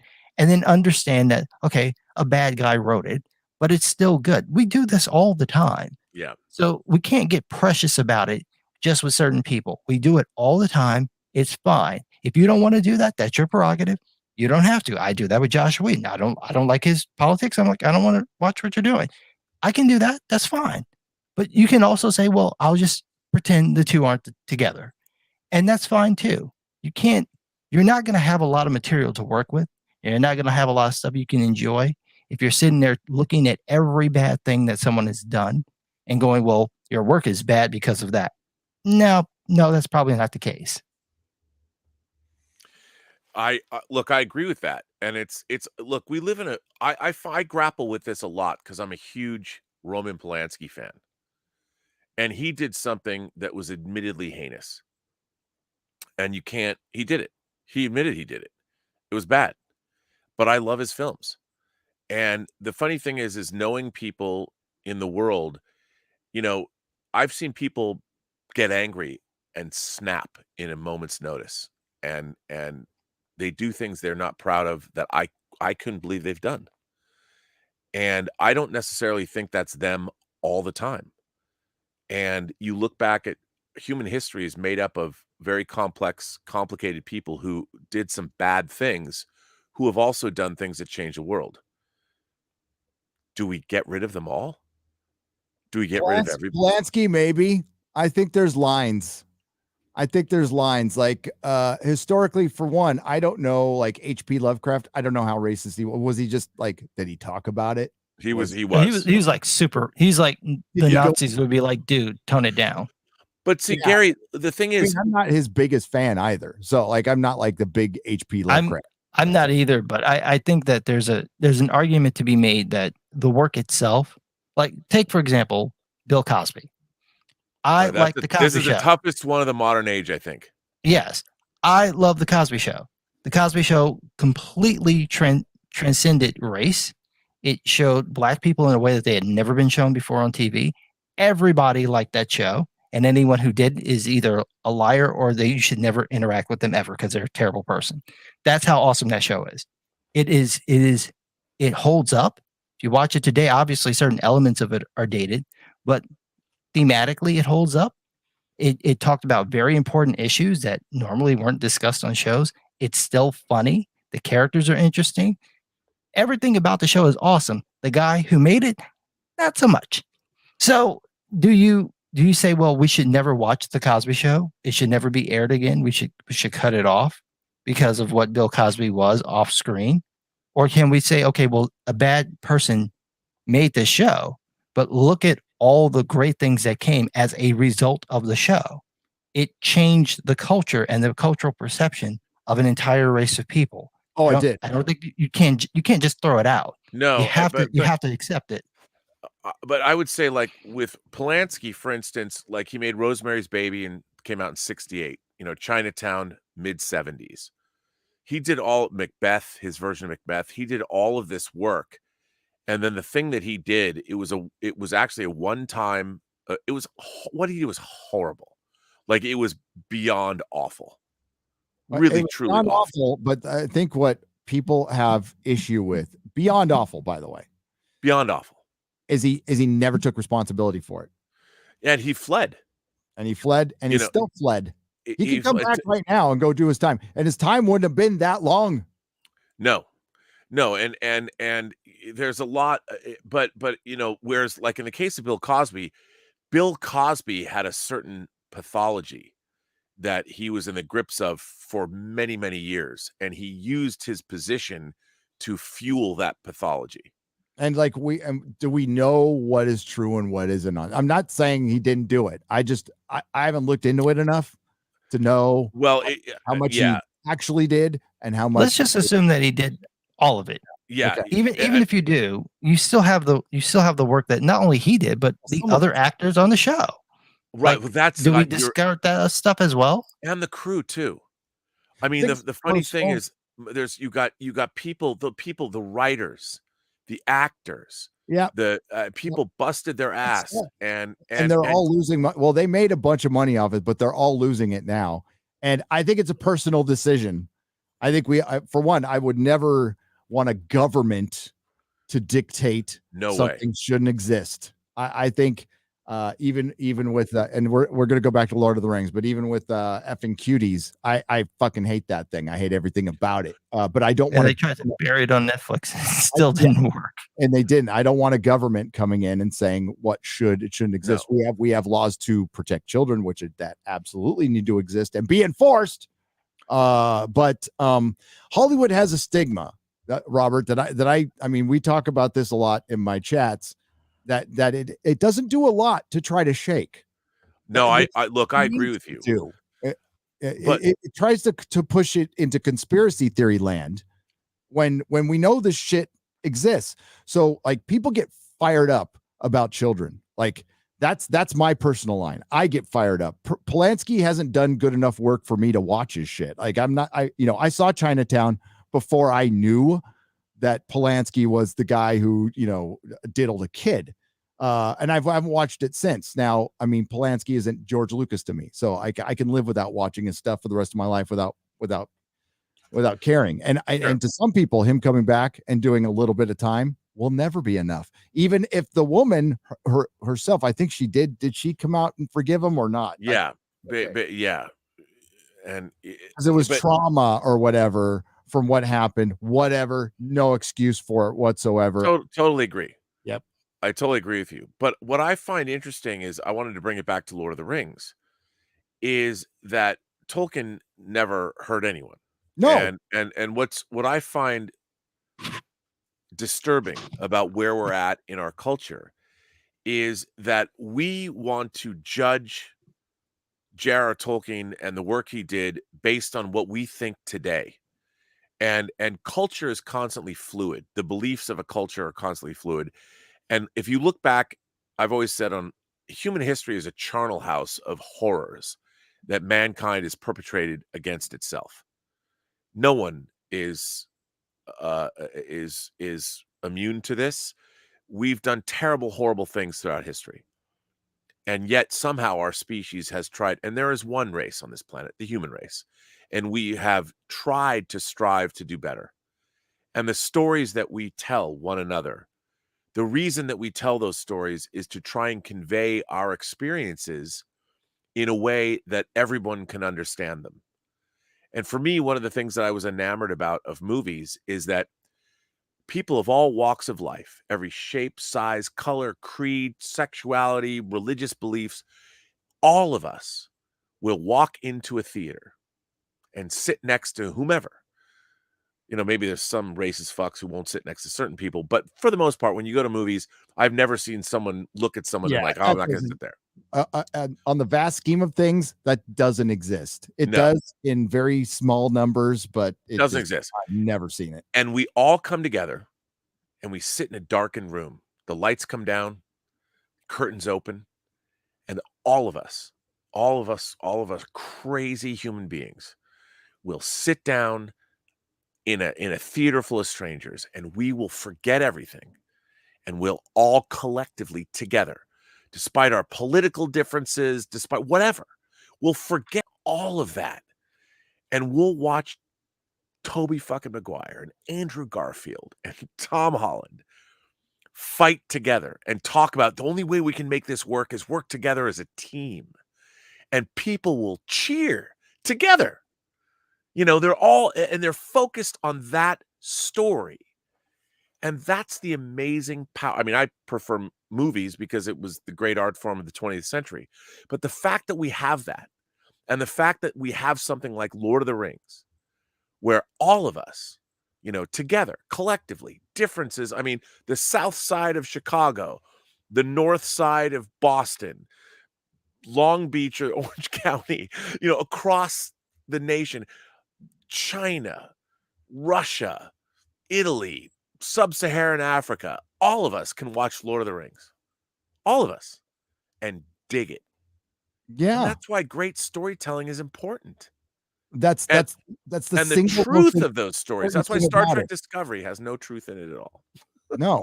No, but that's the single most important thing about Hollywood. Hollywood loves to come out with this is an important film because it'll be informative or it'll tell some skewed historical story.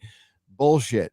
That's relatively new, though. You know, I mean, it's we all Hollywood artists in general think they're liberal. You know, but we think, but I do think that when you have Hollywood creators like people like Alex Kurtzman who come out and say, Star Trek's not important. We're using it as a platform to sell a message. First of all, who are you? Who are you to tell me what a message is? What authority do you have? You know, Tolkien, the way all great artists do, his message was inherent in the story he's telling. Yeah. It was baked into what he wanted to do. He didn't come out and go, he wasn't didactic. My God, you shouldn't pave over the rural areas of England. It'll ruin everything. No, because he knew no one would listen to that.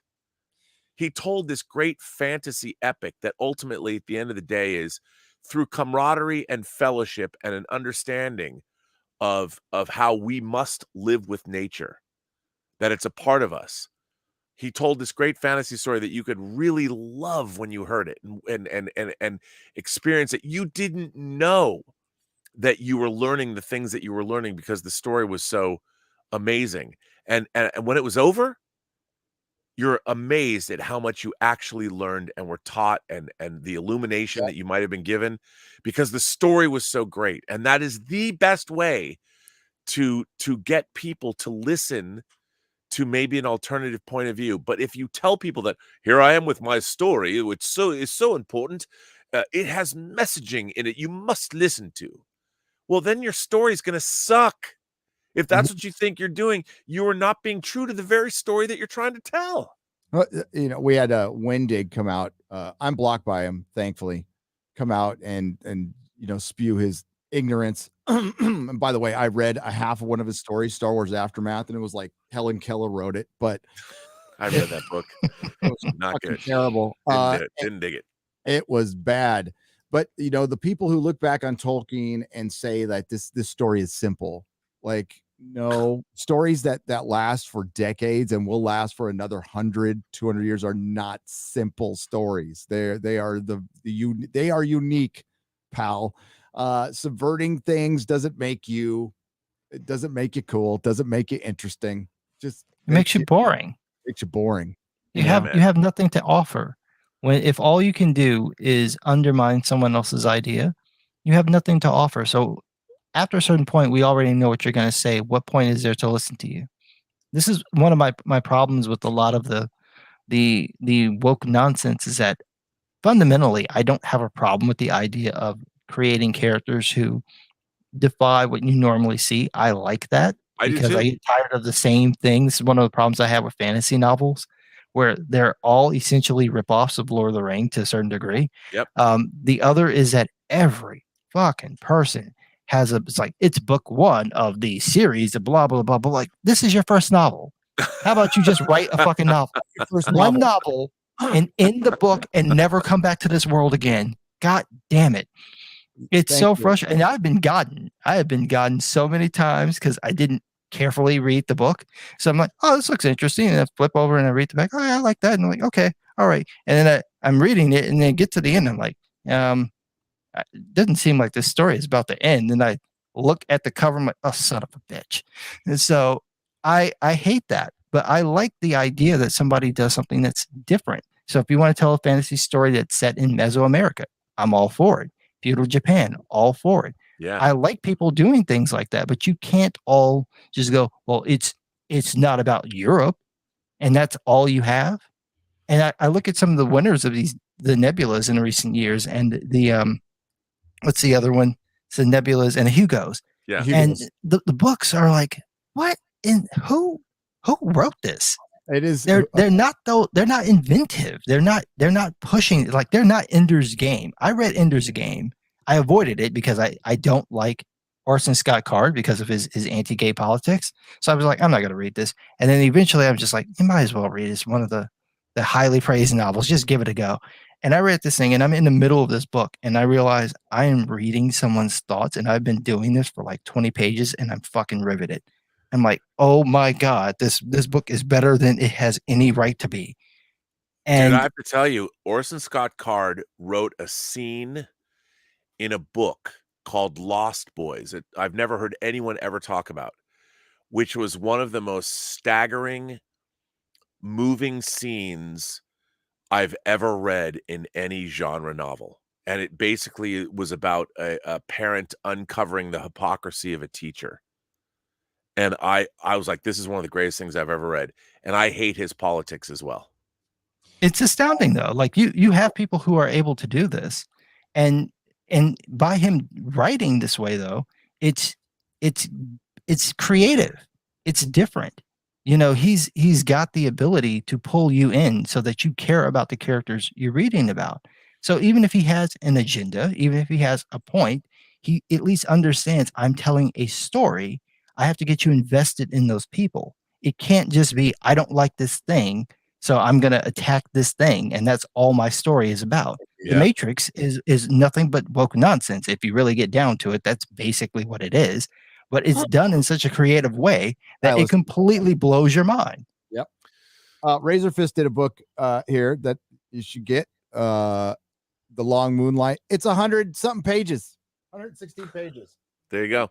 Yeah, it's not 7,000 pages long. It's 100 something pages. I really want to ask these people who are signing these deals, like, why do you assume this first time author has the ability to write a 2,000 page book? What makes you think that they can do this? Is their literally the first novel they've ever published, and you're like, well, you've got to make it a series. How about you make sure they can actually write a novel?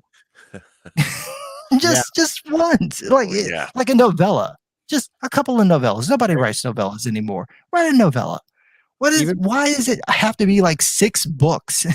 Exactly. It's insane. A series that started out good, The Expanse, ended horribly. Yeah. The novel. Yeah, dude. Bummer. Martino. You're gonna say something, Robert? Because I got to read some soups. No. Somebody just said Last Man says that he hates my politics, but I would say to you, Last Man, I'm willing to talk about it. Not get mad. Yeah, I don't know all of Orson Scott Card's politics, so I read his books though. Yep. I know he filled in for Rush a couple of times on the radio. I do know that, and that triggered some people. Doesn't trigger me, but it might. And it might upset some people. Martino Solmoni for 10 Chilean pesos. What's a lineup? What a lineup. I think he's in Sweden. Sweden? Yeah. Martino's one of the greats on YouTube supporters of all time. Oh, awesome. So a CHF is Sweden. Swedish krona, maybe? Yeah, I think so. Okay, there you go. If I can't recognize the denomination, I usually say Martian peso. Warasy for $5 says Gary is never late. Chat do Baggins. He arrives precisely when he means to. That was totally my fault today, man. I'm going to take full responsibility. I take responsibility. RRTNS and as couldn't make it. Something came up at last minute. I forgot to bring that up, but he apologizes that he couldn't make it, but he got some stuff to deal with. Hail from New Zealand, Gary, Drinker, RMB, MauLer, and team.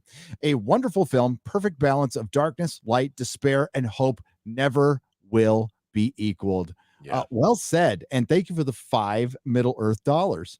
El Berzadente on the Streamlabs side. It's Switzerland. I'm wrong, by the way. Switzerland. Sorry. Okay, Sweden, that's all good. Sweden, terrible. Switzerland. We're American. We don't know. We don't think there's a difference. It has S in the first, your name there. Nerdalf, Samwise Drunkler, Frodo Blackens, who is also just some golem. Plot twist. Radagast the Burnett, Long Man of Gondor, and X-Ray Brandybuck. Excellent. Now alls we need is Aztuk. Oh yeah, we missed Az today, but we lost Robert. We lost Robert. Where'd he go? I don't know. Maybe his connection dropped. Maybe his connection dropped. I'll just when he comes back. X-Ray girl. I'll add him. Yeah. Thanks. She's great. Oh, by the way, when I bring her in, she can say things when she wants for real, but she's actually pretty busy on the back end doing a lot of like work. 6 screens open. Yeah.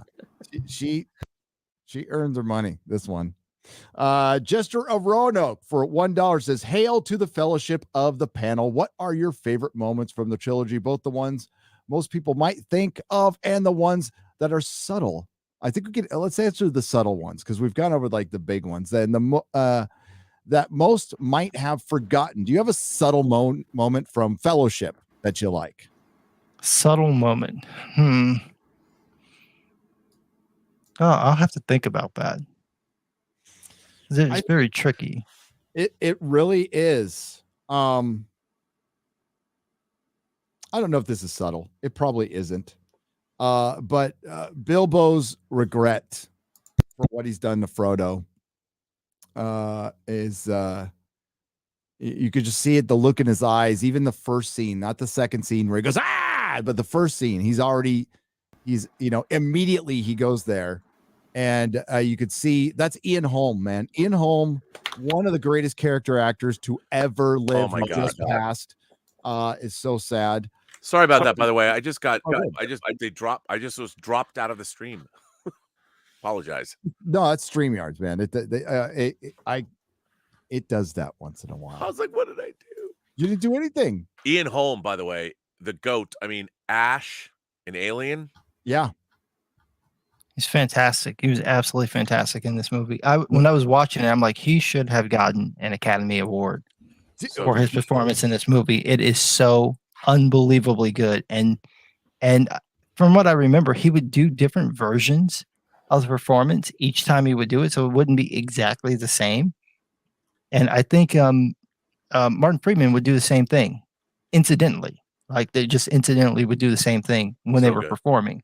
So you're getting various takes of these instances of how he's saying hello to Gandalf or how he's reacting to Frodo. You get all these little subtleties that happens so that Peter Jackson can come in and go, I like this version, I like this version, put them together and create his own version that is based off of the performance. It's just a really brilliant way of performing. Mm. And he sells it. I mean, you really believe that this dude has been corrupted by this ring very subtly and that he's starting to notice it, but he doesn't know what it is. And he's not sure what it is. And when he's struggling to get rid of the ring, when he's trying to drop it, that is like dead on. You can see the fight in him of wanting to let it go, and that is who he is, wants to let it go, but the ring is like, no, keep me in your palm. That moment was just perfect. If I would have to pick one that was subtle, I would say that was subtle because his acting, if you watch it the first time, you might not catch it, but if you pay attention, you can see that he already suspects in all these different scenes, it's the ring. He already knows what it is, but he doesn't want to admit it. He doesn't. You're right. Oh, that's good. That's good. One thing I could recommend highly, I've talked about it a lot. It's been a while, but the BBC audio version of Lord of the Rings, where Ian Holm plays Frodo. Yep. And Bilbo is played by John LeMessurier from it's Dad's Army. John LeMessurier. I always mispronounce his last name. And I forgot the guy who plays Gandalf. He's God in Time Bandits, where Ian Holm plays Napoleon. Who plays? I love that. Give me the map. And oh my God, yeah. Love Actually, last name is Nye, plays Samwise. Bill Nye. Yeah, he's and you wouldn't recognize him. Listen to your Uncle Bill. Yeah, Christmas is all around us. Fucking the BBC audio version is, and it's done like stereophonic, so they do it in a sense to where a lot of the audio stuff is overproduced today, but you can tell like when somebody's outside, when somebody's inside, they do a lot of very subtle things, and it's just distance from the mic. It's really fucking cool how they do it. Yeah, and I highly recommend it, and it's on Audible. You can get it on Audible. I have to do dip that. out, by the way. I have to go. Okay. I apologize, but this is like the greatest stream ever. I'm leaving this stream with a big smile in my heart, Gary. Hey, thanks for being on. It went way longer than it was supposed to, but I'm glad. Just some guy. If you need to bow out, dude, it's all good. I'm gonna be. I have nothing to do. So it was such an honor to be here. I want to thank you for inviting me. And just some guy. I mean, I can't tell you how much I love your videos. Well, I can't tell you how much grateful I am in all seriousness for the work that you and your team did, because I am not joking when I say that it absolutely changed my life watching those behind the scenes. It just completely redirected everything that I was doing, and I would be missing something very dear to me if I didn't have that. So thank you very much for all that. And if you have some of that footage, if I should make my way over to your way, I didn't control the Lord of the Rings. But I have to say, I mean, I appreciate that. And I want to say from everybody, from Jeff Curdy and Michael Pellerin, and to all the people I worked with, it was an incredible bunch of people. It was so much fun to work with them. And I mean, like, we got paid and flown all over the world. I mean, they flew me to London to talk to Christopher Lee. That's awesome. I mean, we got paid to do this. It was insane, and it's hard to explain to people how amazing it was to document the work of so many great talented people. I mean, I almost felt like, it was a gift. It was amazing, and that they're paying us to do it.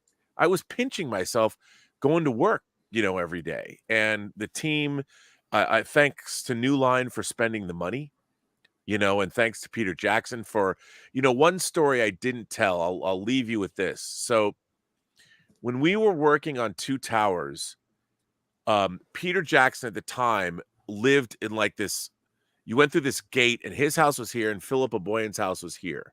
And he had bought Philippa like a new flat screen TV. And I said, we're at Philippa's house and we're setting up the TV. By the way, Philippa Boyens is like the coolest woman ever. And I said to her, I go, do you have, I asked her if she had the X-Men 2 DVD I'd produced because it had a THX optimizer on it, which allowed you to balance your TV out with color bars and everything. She's like, well, no, I don't, but Peter does. And she goes, well, let's go get it. So she takes me to Peter Jackson's house. And we go in the back door and I'm sitting in the kitchen. Now, I have not actually met Peter Jackson yet. I'm sitting in his kitchen. Then Philippa goes off to find the X-Men 2 DVD. And I'm sitting in his kitchen. And then 5 minutes later, Peter and Fran walk in. And they're like, oh, hello. Looking at me like, who the fuck is this? Yeah. And like, am I some crazy fanboy? And I'm like, and I'm like, oh my God, I'm meeting Peter Jackson. I'm like, oh my God, no, this is on Two Towers. So Fellowship, we'd already worked on Fellowship. And I put my hands up. I said, listen, Peter, Fran, my name is Robert Burnett. I'm working for Michael Pellerin's DVD team.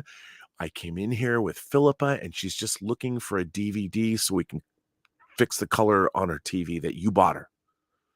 And then Fran walks up and she goes, oh, you're here with Philippa, are you? Like, I'm like, no. It's not like that. It's not like that. It's not, even though, I mean, she was very sexy in her own way. And I loved Philippa, but so they both sit down at the kitchen table. And I'm just like, what am I going to do? I was totally starstruck with both of them, but they're so nice. They were so sweet. And then thank God Philippa comes down. She's, I found the DVD. And I'm like, great, let's go balance your TV set. And I was like out the door. And it was just across the way. But it was for a moment there. I could have been the psycho fanboy crazy person, which I was. I just happened to be working for them at the time. So I've been following you around and watching you sleep, and I just thought we could have breakfast together now. it was just one of those moments where, you're sitting there and they walk in and it was one of those things where you can see, like, I'm a pretty astute dude, judge a character.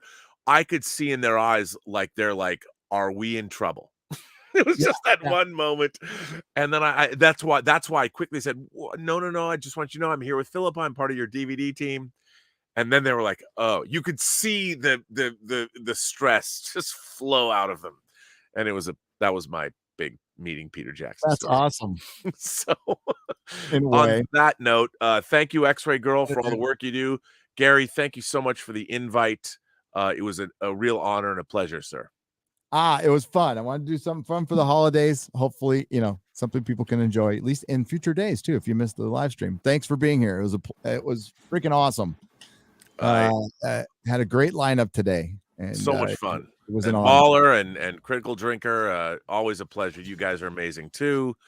And thank you so much for including me. See you later, man. And just some guy, you and I, man, one day. Yes. Gotta go.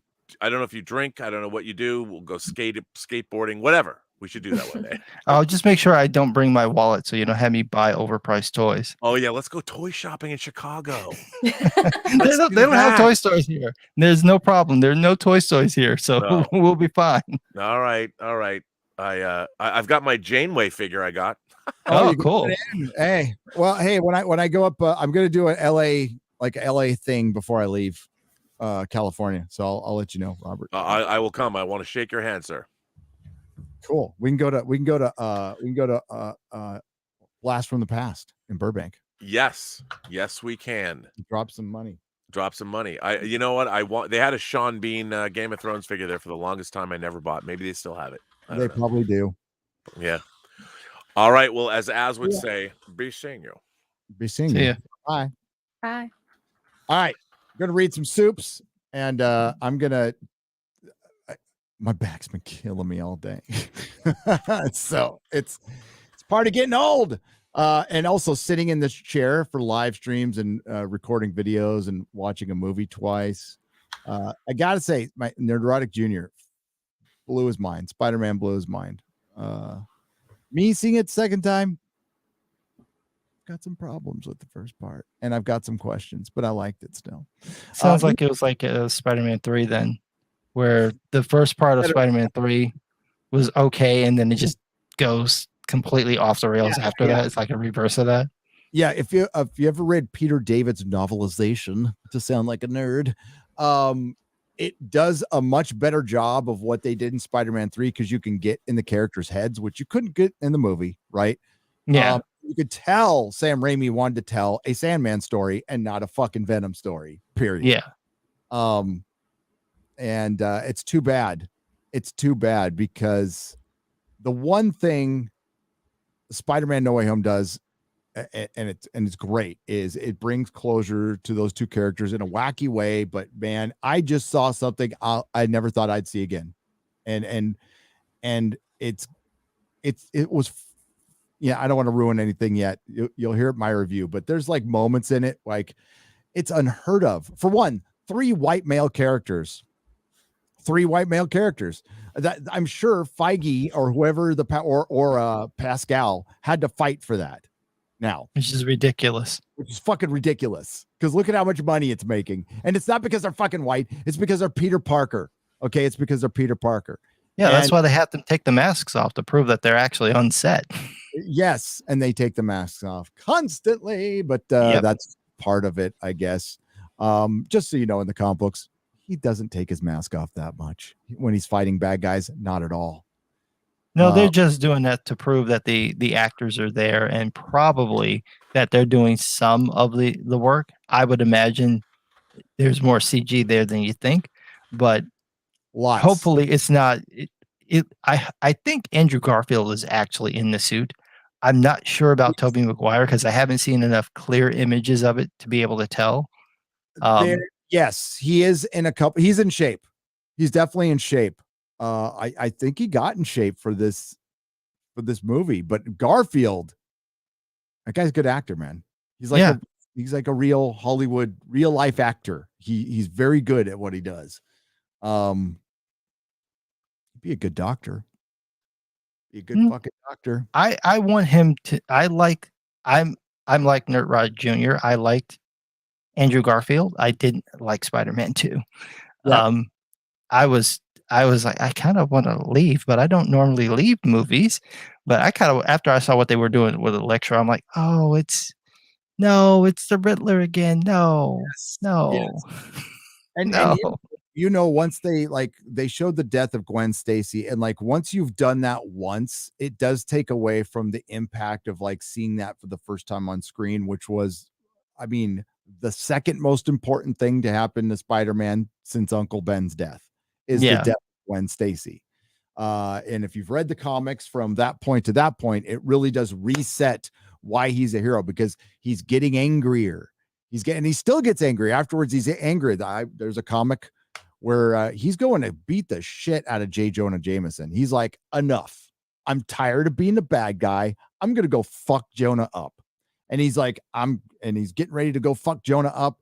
And then he just happens to see J. Jonah Jameson's son turn into a werewolf, and it saves J. Jonah Jameson. But that's back in the 70s. Like there was an arc here, you know, and her death was so to have it wasted, just like we saw the Phoenix Saga wasted now twice. Yeah. Now it's gonna have the impact. By the same guy, by the way. Same guy. Just who just got it. Oh yeah. he got it wrong twice the same way. The same way, isn't it? Yes.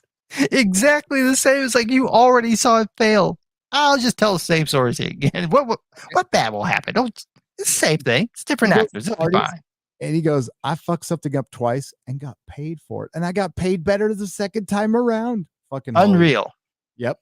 Unreal. Ryan, for 10 British pounds, that's proper money. If Amazon does to Lord of the Rings what they did to Wheel of Time, which that there's a very good chance of that happening, by the way, folks. I mean, just there's a very good chance. Where hopefully the estate of has a legal stranglehold on the situation. Poor Robert Jordan had no such firewall. Well, they gave him $250 million. I don't know if they care after that much money. Jesus. Do you know who the Tolkien heirs are? Have you seen interviews with them? They're like his grandkids, aren't they? They're like his grandkids and grandkids. And one guy, one of the heirs, has never worked. Lifetime artist, has dabbled in makeup and special effects and hair. No. Yeah. He's one of those, is he? Silver spoon kind of. Yep. Okay. Doesn't seem like a dick or anything. He just seems like the kind of guy who would take $250 million and say, do whatever you want to my fucking grandfather's work. I don't give a shit. Frodo Blackens. Yes. Black Santa approves. Hail you guys. Hail to you, Craig Lee Lawrence Experience. The Nerdporial Life Form. What's up, man? For $5 on the Streamlabs side. Hey, Gary, this is a great stream. One of my favorite theater experiences was seeing Return of the King as a freshman in college, and we all screamed when Eowyn delivers the coup de grace on the Witch King of Angmar. The whole theater reacted in such a wonderful way. Yeah, and wow, that story was written in the 1950s. Yep. That was a great moment. When I went to see the movie, I was meaning to try to get there early, so I wasn't able to, and I got really kind of crappy seats because I had to get in at the last minute. So I was between a couple, at the edge of the row, not completely at the edge, but you kind of have to turn your head to see the screen, so it's not a good seat. And I'm sure they wanted me to move, but I was not moving because this was as good as this seat was ever going to get. So here's one guy on one side and the other guy on the other side. And I'm just like, well, if y'all want to talk to each other, this is going to be a problem because I'm only going to switch with the dude on my left. So, because I want to get closer to the middle, not to the outside where I have to keep turning my head. But everybody was calm. People were applauding and crying, and they were really into it. I hadn't seen an audience be that into a film since I saw X-Men, because they were losing their minds in X-Men, especially when Wolverine first popped the claws and it worked. God, yeah. It was like, oh my God, this movie's going to be awesome. They were losing it. They were totally into it. That was one of my best movie experiences. And when it ended, people applauded and they were thanking Peter Jackson. And I'm like, he's not here. So who are you thanking? There's no one to actually thank. But that was how invested everyone was in. Yeah. You know, it's great. Yeah. And honestly, like Spider-Man No Way Home on that opening day, it had been a long time since I've seen that kind of enthusiasm. But Lord of the Rings, especially when it got to Return of the King, that was nuts. That was Return of the Jedi building enthusiasm. Yeah. You know, I was lucky enough to be there, like on the opening of Star Wars, to see people gasp when the Star Destroyer comes over for the first time and just go like a collective, like nobody had ever seen anything close to that. It looked so fucking real at the time. And it look at how far ahead it was. I mean, Gordon, I love Flash Gordon, came out 3 years after Star Wars, and it looks like it was made 5 years before it. Enoch Maman for $5 says X-Ray Girl has just used up all of her words for the next 6 streams, maybe. Fortunato for $5. Have a beer on me, fellas, and X-Ray Girl. X-Ray Girl, you can have a beer. You know nothing, John Snowden for $9.99. I'd love to hear if Gary, Just Some Guy, and RMB have read the Dragonlance core trilogy. I have not. I could see having a pint at the fire of the inn of the last home. Is it good? I saw the length of those books. It's like, it's this massive series of books, and I'm like, nah, it's okay. Yeah, it's too many books. You have a day job, right? So you have a day job and you create content. which is Yeah. I can't imagine how you do that now. Especially with content that's as good as yours, right? I take my time, and honestly I can do it while I'm working because There you go. I have downtime. But they've been having me do video editing, so I'm at the point where like I don't want to open up After Effects again. I'm a little tired of it. So that's why I haven't been making as many videos, is because I'm doing that all day. But I also bought an amp, and it's a new orange solid state amp that came out. So Oh, I'm playing with that. Oh, it's fucking awesome. Orange is the best. They're the best. The guy like who designs the orange amps, he designed this one to sound as close to a tube amp as possible. So he's using the oldest version of the solid state technology that was available. So it has this kind of classicer sound. It's just I spent all day playing with this thing. There you I go. haven't even plugged pedals into it yet. I don't even know what it sounds like with pedals. It's just I'm going to try all 12 of my guitars to see what it sounds like. So I'm like, oh, I should make a video. No, I'm going to keep playing. So I've been doing that. I have another guitar on the way because of Get Back, that the Beatles. I've barely started it, and I put it away because I have too much to review, and that is just purely something I want to watch to enjoy. So I'm gonna do it on the holidays, but it looks fucking brilliant. It is amazing. It's so good. I can't wait to see it. I got an orange amp 8 years ago because it was the only thing that played properly with my Rickenbacker, my 70s Rickenbacker. Oh wow, you got one of those. My God, it sounds, well, it's a bass, but it's like it's so fucking good. It sounds so well. I bought it because I'm a Pink Floyd fan. So yeah. Rickenbacker. Look, you don't have to explain it to me. I got Johnny Marr's guitar, and I'm like, what does he do to his guitar? And I did the exact same thing. Smiths. There you go. I love that. Yeah. Judas Goat Barbecue for $20 says another great scene from the movies Galadriel is offered the ring by Frodo. Also, when Gandalf confronts the Witch King at the gates of Minas Tirith, fall to the nothingness that awaits you and your master. Yeah, that shift between Gandalf the Grey and Gandalf the White, it's subtle, but it's really interesting that you get just a little bit of a different performance. I know that Ian McKellen seems to like Gandalf the Grey more than Gandalf the White because he's much sterner, but it is a nice subtle difference. I really enjoyed it. Gandalf the Grey Gandalf the White's he's more of a badass. Gandalf the Grey is capable still of fear, and he has doubt. Remember, like when he initially was asked to go to Earth in the first place, he's like, I don't know if I can do this. He was scared. Scared. And so he's still that Gandalf, but you're right. It's a subtle it's a subtle twist.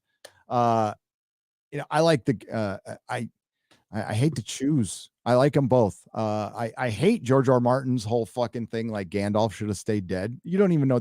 Shut up, George. You're wrong. Yeah, that's. I mean, part of what's being done there is showing the power that's behind everything. So if you remove him, you remove the fantasy. Right. I mean, that's kind of the element there is there's a higher power at play. So if you remove that, you remove the higher power. It doesn't really work. The other thing is that his return doesn't actually improve the situation.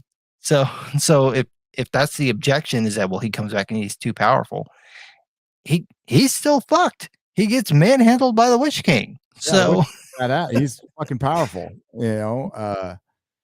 and you're right. They barely fucking win. Okay. They barely win, but that's, of course, why did the Eagles come in, or why can't the higher power just change things? There's a gravitas to this fucking story. There's a weight to it. There's also a complexity to it that really explains that. And it's done a lot visually in the films, and it's explained in the books. If you read all the books, including the Silmarillion, it's very important to read the Silmarillion. So, well, I don't understand if I don't understand his point though. Is it just that he doesn't want the fantasy there? Because that kind of defeats the point. It's a fantasy story. It's not supposed to be completely real. Yeah, you think George, maybe George is just popping off because he understands Tolkien as good as well as anyone. He's a fan. So Yeah. I would say he was probably just saying it in his he was just being cheeky, probably, or glib. Okay. But he understands, like, no, because Gandalf isn't a human. He's not he's in a human body, but and in the books it's taken care of. It's completely different. Like he gets like saved, Yeah. and brought back to health. In the books they make it sound like he died and they brought him back to life. That's I was gone for a little while, and it's left to the imagination. You can still have the same thing that happened in the books happen to Gandalf in the movie, and he just remembers it a certain way. It's up to your imagination. Well, they could have said it, and I have a feeling they may have filmed that, or at least written some, because he could do it in backstory, just saying, because he's kind of doing it, but he's being mystical about it. Yeah, and saying that he's fading out of times and all the days, like a life age and stuff. He's playing with it, but they could say that he's rescued and he's taken back to the Lothlorien and he's dressed in their garb. That is another thing. If you look at his suit, look at the elven designs in Lothlorien. They match. They do. As very, very subtle, and you can't tell because it's all white. But if you get up close, you can see all the different types of intaglios and whatnot matches. God, the costume designing in that movie is fucking second to none. It just all those women should have gotten pay raises if they did, because they were sewing their asses off. Fucking geniuses. They were everybody was a genius at what they did, and like it's a bad habit, dude. But the 1/6 scale action figures, like, get it. They get the costuming right. They get the face, everything fucking about these things. Like, oh my god, Gimli looks so fucking good, and Galadriel looks good. It looks just like Kate Blanchett. It looks like there's a little Kate Blanchett in my room, which is think about it, but don't worry about it. Drunk 3PO says Merry Christmas for $4.99. Merry Christmas to you, Drunk 3PO, and shout out to Drunk 3PO, by the way. That's why I was hanging out with Gina Carano. Yeah, hey, he's always like he should be her representation right now. He really should be. No, but Sindek for $5. Hey, Sindek is brilliant. Sindek does designs and stuff. He did the Christmas version of me, and then the other version. Very good at what he does. I've been a longtime fan of Just Some Guy. Just wanted you to know this, sir. You don't know me, but I love your work. Thank you for never giving up. Hail. Oh, thank you. It's a very nice thing. Sindek's a good person, man. So never give up, never surrender. Never give up. No, this is what we do. We come at it from different angles, different sides. We all have different perspectives, but overall, we want good storytelling. That's what we want. We'd want, like, Hollywood as an institution, organization, industry, whatever the fuck they are now, to stop dividing the country or playing the part in it and just entertain people. I don't know. In a time where we're the most divided I've ever seen in my lifetime, my 50 years going back to the 70s. It's not good. And it's nuts. No. And so the fact that we do what we do, and I think it's really important that we come at it from different angles too. That way we can find a consensus somewhere in the middle of common sense. And I think it's really important. I would like Hollywood to take risks again. Because I think that's part of the problem, is that they're just not willing to just let it. I'm not saying let it fail, but don't throw a $200 million budget at a film, that is not going to bring in a massive audience. Yeah. Don't be afraid to. Deadpool made $800 million on a $50 million budget. It is completely possible to do very well with a small budget, and with the technology getting where it is today. Take what they did on the Mandalorian, the set that they have, where it's this digital background that they've created. That technology is going to start to be simplified. It's going to start to become less expensive. You won't have to build these massive sets, so you can have that. and be able to tell these great expansive stories. Do that. Like they're smaller films, but we need them to be willing to take the risk, and just don't give them a massive budget, and maybe it'll be okay. Totally agree. And when like Ryan Reynolds says, "Hey, I want to play Deadpool and I'll do it for a cut rate," then fucking fast track that shit. And look, you made all that money, and now Disney, it's in their hands, and they can't make it. They just can't. You can't do a PG-13 Deadpool. I don't understand. Like, I don't wasn't either. that the whole point of Miramax? Was Right? that Disney could be able to make their R-rated film? So make another version of Miramax. Touchstone Pictures. Disney made rated R movies in the 80s, and they were fucking good. Down and Out in Beverly Hills, Yeah. Ruthless People. Those were Disney movies. Do it. It's fine. Nobody's gonna, whatever. I just, it's dumb leadership. And Well, they right do that on the Get Back. They have a viewer discretion advised because of the language and smoking. Because they smoke, and they're constantly smoking in the film, but not for the drinking, even though they're drinking all the time. No warning for that.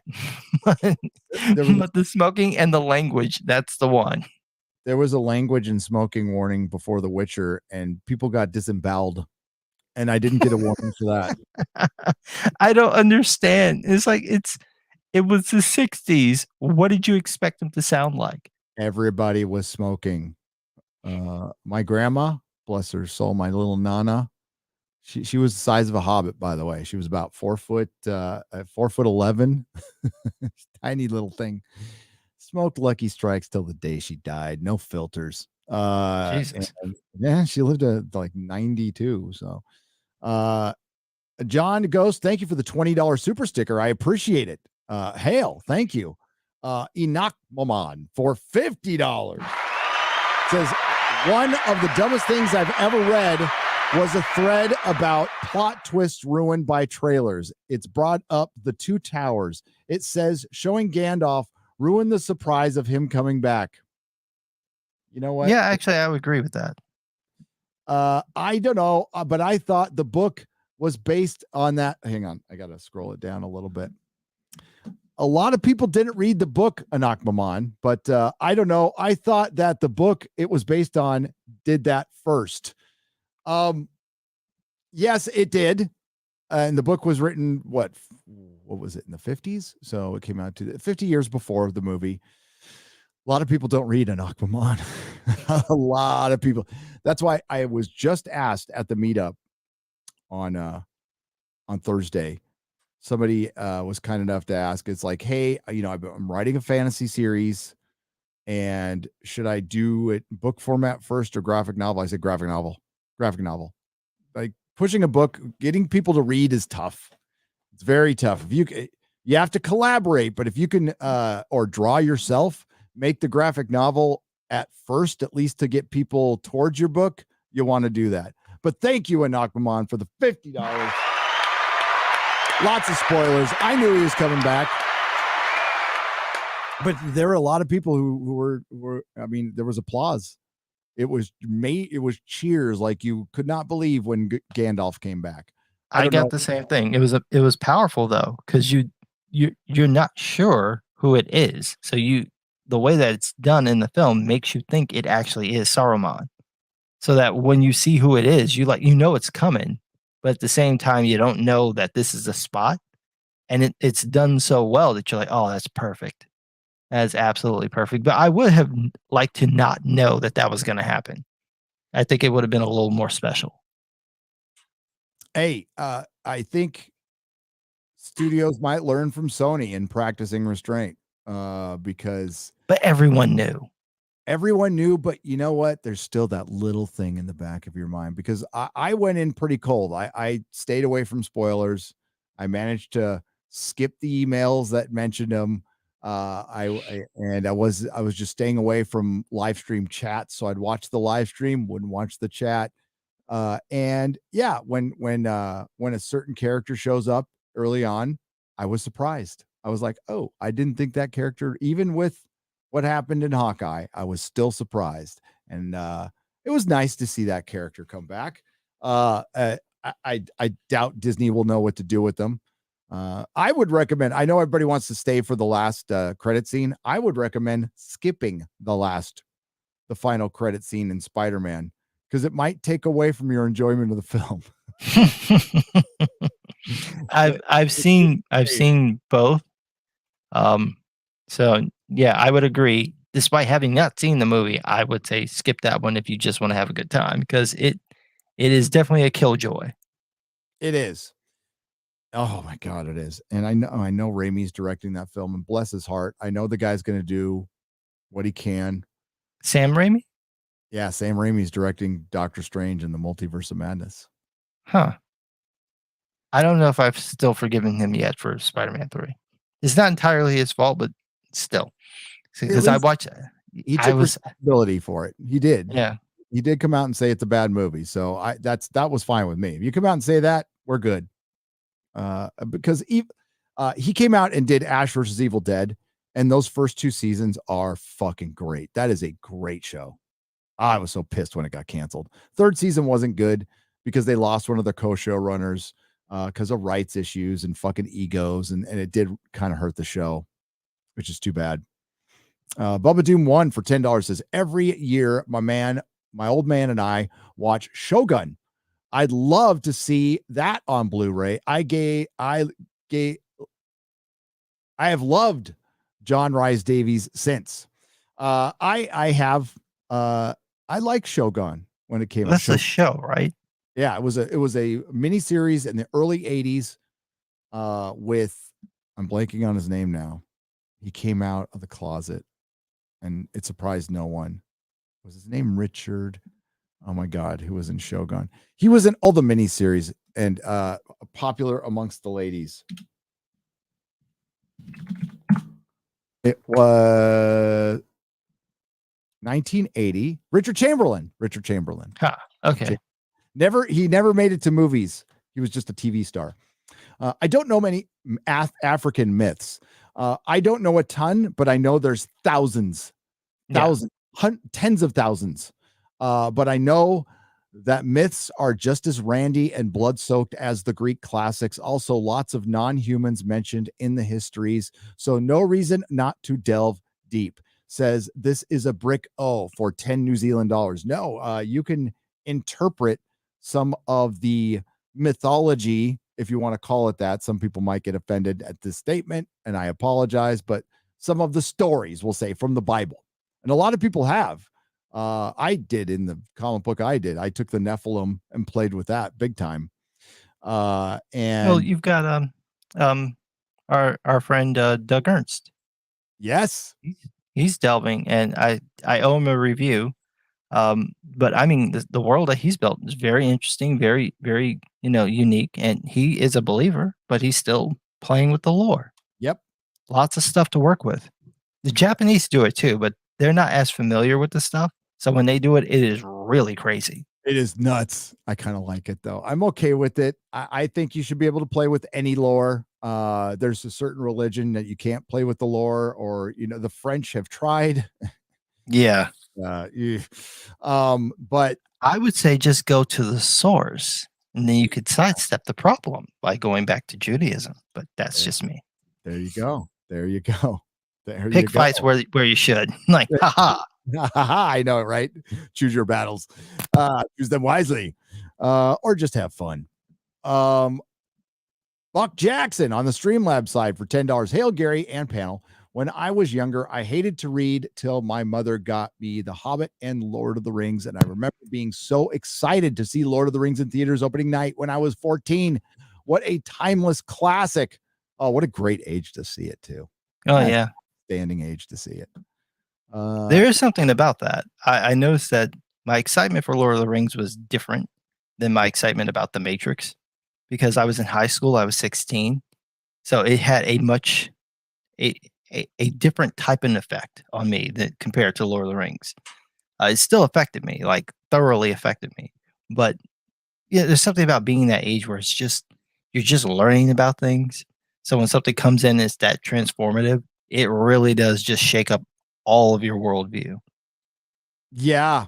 Oh, those are it blows your mind. You know, like for me, it was when I was 14, 15, I was discovering, music from the 60s and early 70s. My sister was just feeding it to me. And I'm like, my perspective on the world completely changed. I'm like, this is the greatest thing I've ever heard. And all I was listening Yes. to was like fucking soundtracks and shit before that. And I listened to, Led Zeppelin and the Beatles and and Pink Floyd. Pink Floyd was the one that got me though. That the Pink Floyd was like, this is great. What is this? And I didn't realize at the time that was a really special time for music that will probably never be equaled. Yeah.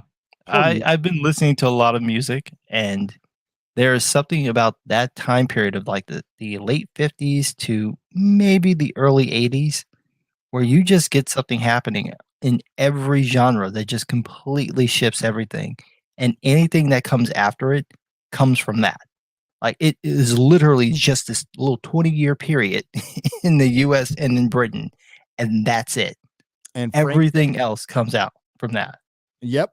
And Frank Zappa had the perfect explanation for it, that it was making money and the people in charge, the people who were running the record companies, were just these old guys chomping on cigars going, I don't understand it, but it's making money. So do what you want. And it was allowing the artists to be creative and take massive risks. And then when the douchey, hipsters kind of took over the record industry, and that's when it started going downhill. Because they thought they knew what was good and what wasn't good over the actual artist.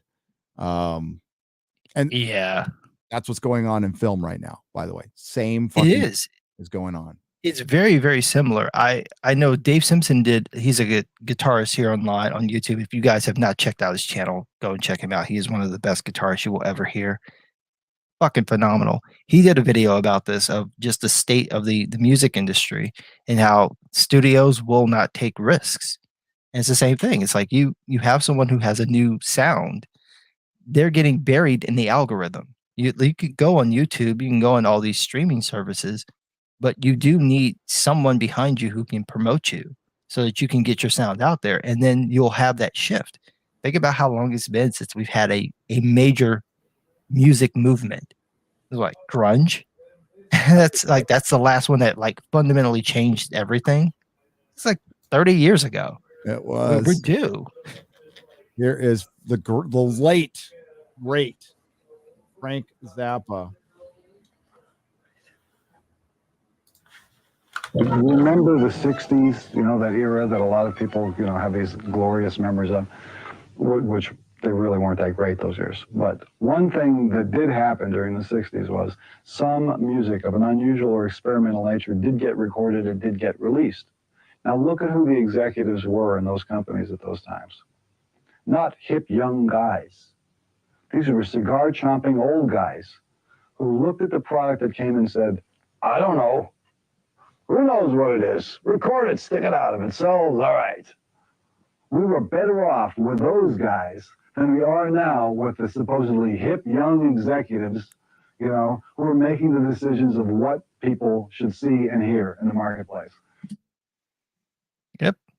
That has been a problem for so long, and everything has been sort of overproduced and whittled down.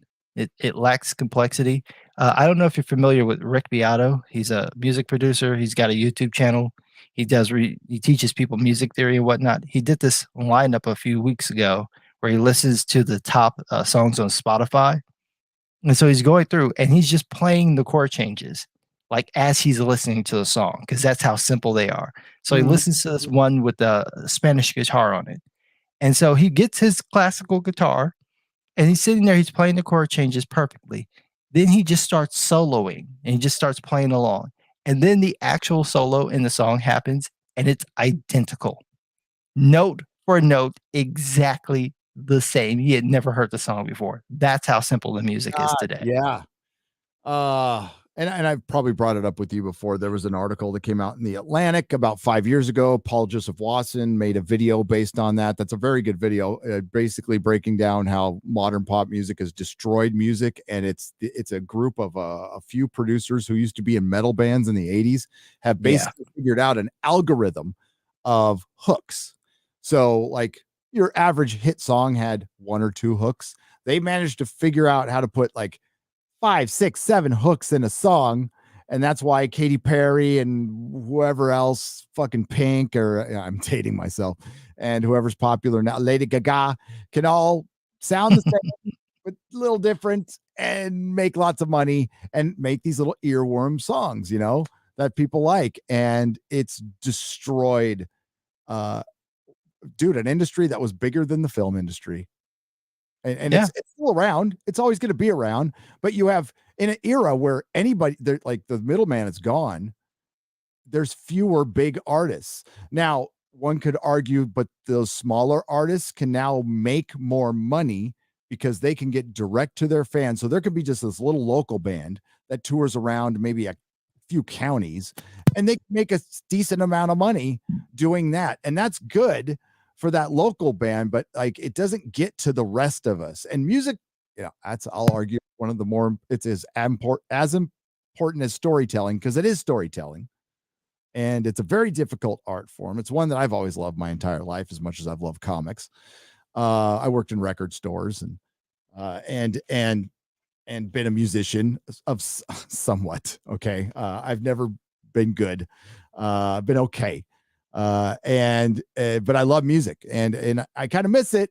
You know, I was as tweeted out earlier today that he was listening to some Muse. I'm like, I haven't listened to Muse in like a decade, man. I used to love that band. I saw them at Coachella. They're really good. Back when Coachella and music was good.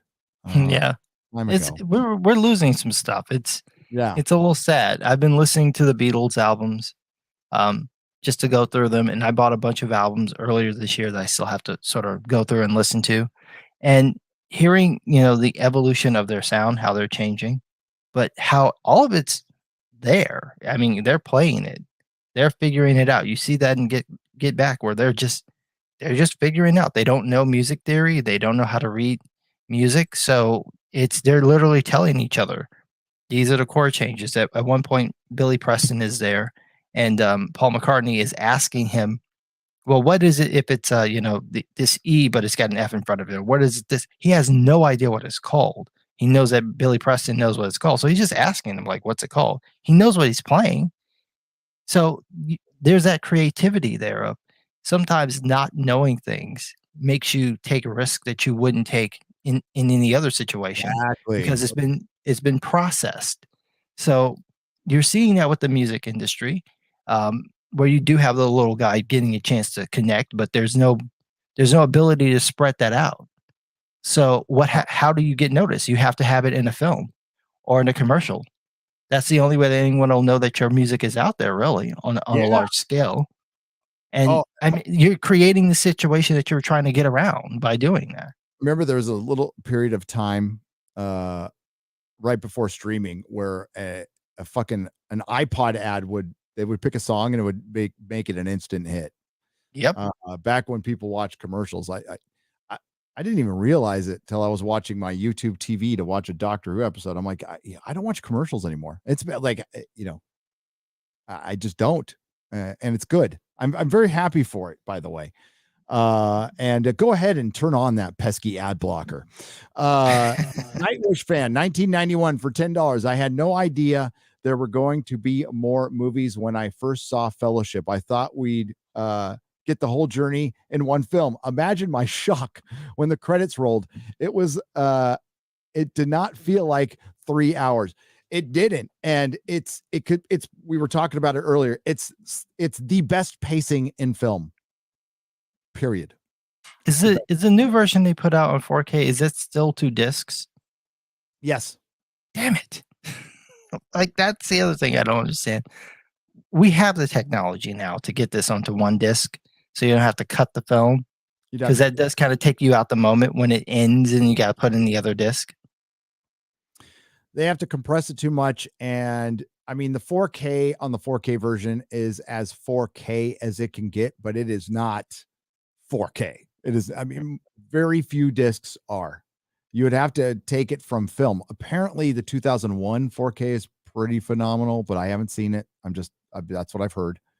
Like that Beatles, the Get Back stuff, the film looked fucking amazing. Like, just unbelievable. Like they shot it yesterday. They cleaned it up so well, man. There are moments in there where I'm like, this looks like this was shot in the 80s. Oh, like, dude, I swear to God that it looked like it was shot in the 80s. You can find it on YouTube right now, that 1906 footage of San Francisco where somebody's filming off a cable car going down to the main station. And it was like 2 days before the California earthquake, and they cleaned it up digitally with 60 frames per second. Holy shit. It looks great. It's somewhat in color, and it looks like you're traveling time, right, to 1906 San Francisco. It's impressive with what they can do. But it took them a while though for the Beatles thing. Oh yeah, yeah. It was like tons. I think they did an 18-hour cut initially, but they had something like 60 hours of footage, and then like another 180 or nearly 100 of audio. So they were cleaning up all of that to figure out what they were going to use. So I mean, that's a long time. With that, I don't know what the story they're telling now, but people knew this footage. I knew this footage was out there. Everybody knew that, but it was from an album that isn't considered their best. And it was from a period that, and the rumor I had heard is there was tons of Beatles footage out there, but it's like owned by one guy who refuses to put it out for some reason, or never got enough money for it. So whatever they did to find it, it's awesome. It's brilliant. And I'm glad and I hope they show all of it someday. I mean, just make series out of it. I am looking so forward to watching this, dude. I have been looking forward. I think if you're just interested in how music is made, it's something worth watching. I watched it in like hour and a half chunks, just because after a while you are just watching a bunch of people hang out, so it does get a little stale. But you get to see, when Harrison quits the band, you get to see that moment. You get to see when Paul starts creating Get Back. Just watch him do this as it, like, in the moment. You're, oh my God, he's making a song. Jesus Christ. And then when they switch venues, you get to see sort of how that changes the way that they interact. You see how Yoko's there and what goes on with that. It's not exactly what people thought, but it's interesting to see. It's really insightful, and I'm not that big of a Beatles fan. So for me, it's just to watch something that's historic. But it made me interested, and I'm watching, John Lennon play his guitar, and I'm like, I'd like to have that. So I went looking and found one. I got the Chinese version because I wasn't going to cough up $2,500, but I found one. Okay, here I'm gonna. Not sure if you have already covered this, but can you each say what you thought, what you first saw for the original trailer for Fellowship, where each member of the Fellowship walk over the mountain? I thought that was epic. That wasn't the first trailer I saw, though. That's not the one. I remember seeing a teaser with different music and stuff, and I didn't think much of it at the time. I thought it would just be a shitty version of a book, because I don't remember the trailers at all, actually. Yeah. I mean, that was 2001. I think the only thing I was concerned about at that point was The Matrix Reloaded. So I probably did see them, but I genuinely can't remember what they look like. I remember when The Matrix came out. I was very happy. I was very high on it. DVD sales really helped the first movie.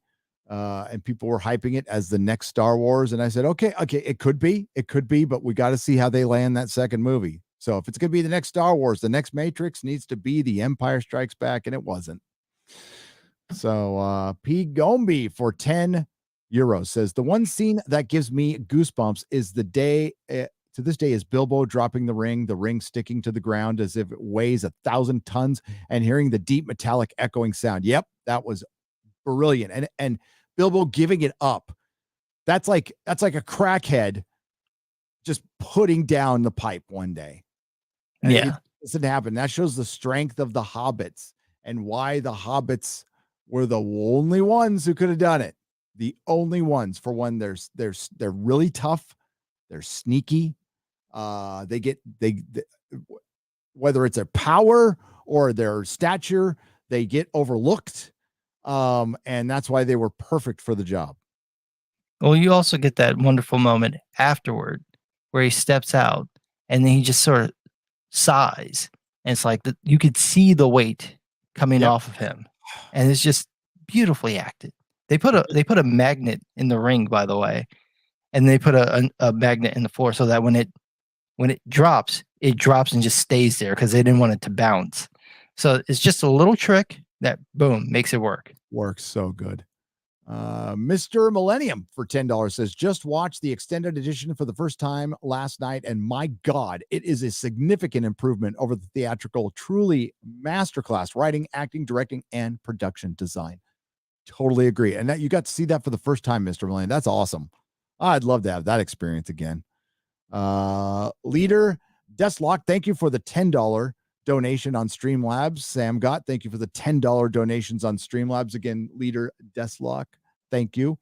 Hail Gary and gang. I heard they hired Elijah Wood to play Frodo because those haunting blue eyes, which were just like the staring into a Smurf's anus. No, he actually he really pushed for the role. He campaigned very hard for the role. Was sent a tape to Peter Jackson. They were looking for an English kid, but this Elijah Wood had a name in Hollywood, and he won the role through merit and fucking gumption, sending, like just staying on it, being persistent. Well, he did a fantastic job.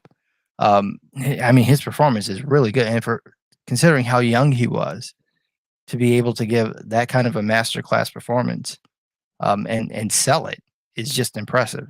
Also, his eyes actually are like that; they're just bizarrely bright. They are. So if you see him like in real life, his eyes really do look like they're backlit. They do, and that's they are Smurf's anus. I would say that. Smurf's anus. Here we go. We're gonna have to wrap up soon, folks. I'm not gonna get to all these. I wish I could, but we've been streaming for 5 hours, and I haven't seen my wife. Jester of Roanoke for $2. Now you've boomered a boomerang. Now you've boomered a boomerang is half the battle. If you multiple boomer, that's just me. I don't care. Mike Hale, but thanks, Jester of Roanoke. Were there only 2 wizards left in all of Middle Earth? Well, only in this story. Radagast actually shows up in Lord of the Rings to talk to Gandalf, give a message from Saruman to tell him that he needs to see Saruman. Then we don't hear from Radagast again. There's lots of speculation that he got killed or he went over to the other side. The Blue Wizards, we don't know what the fuck happened to the Blue Wizards. There is the possibility that they were working with the other side, possibly, but we don't know. We don't know. Yeah, that would have been a story worth telling, since Amazon has the rights to tell anything. Yep. There you go. All we know is that they went south and east. That's all we have. You can do whatever you want, and never have to tie it back to Middle Earth, and you can tell whatever stories you want.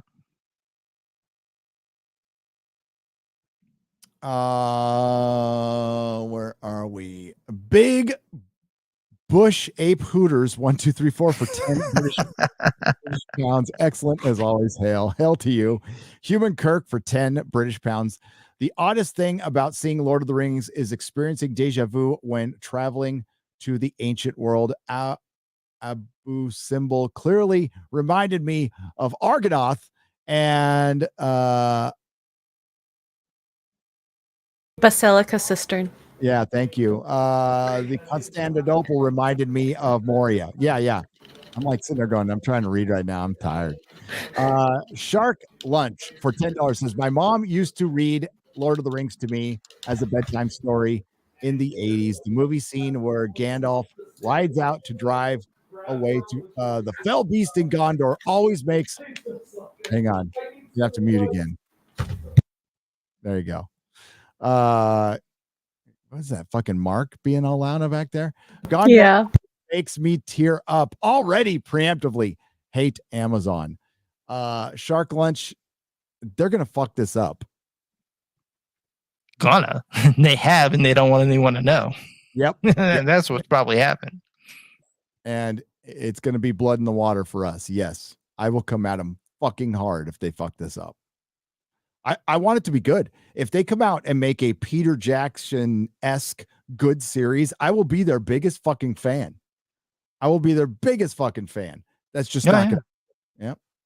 I don't. I mean, the fact that they're not showing anything about the show, even though they were supposed to have it released this year, which would mean you would have to have something done. You're not showing anything but one frame from that you easily could have photoshopped that together. Yeah, there's a reason you're not showing stuff.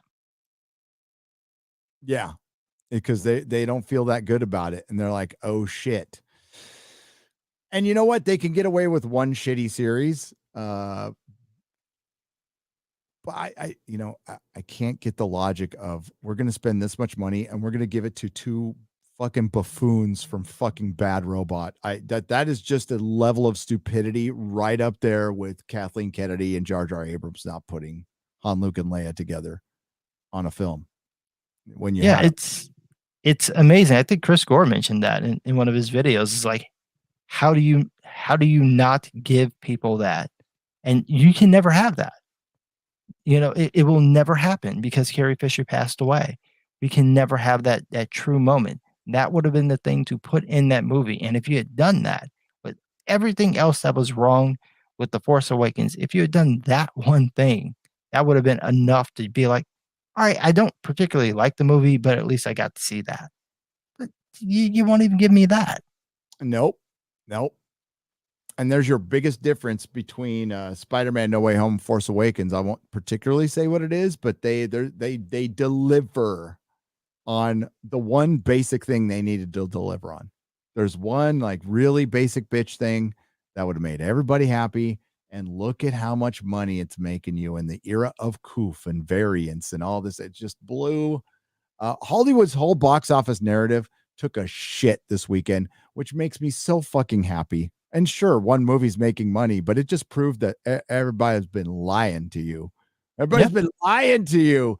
And we have been trying to tell you the truth. And all they can come back with is we're fucking racist and blah, blah. No. Well, racism just won. Because it just made crazy bank.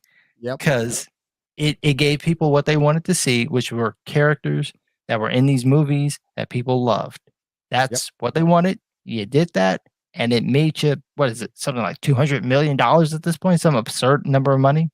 Oh, dude. I think it's at 5. 5? Jesus Christ. It's going to surpass Shang-Chi in a couple of days. The entirety of its run.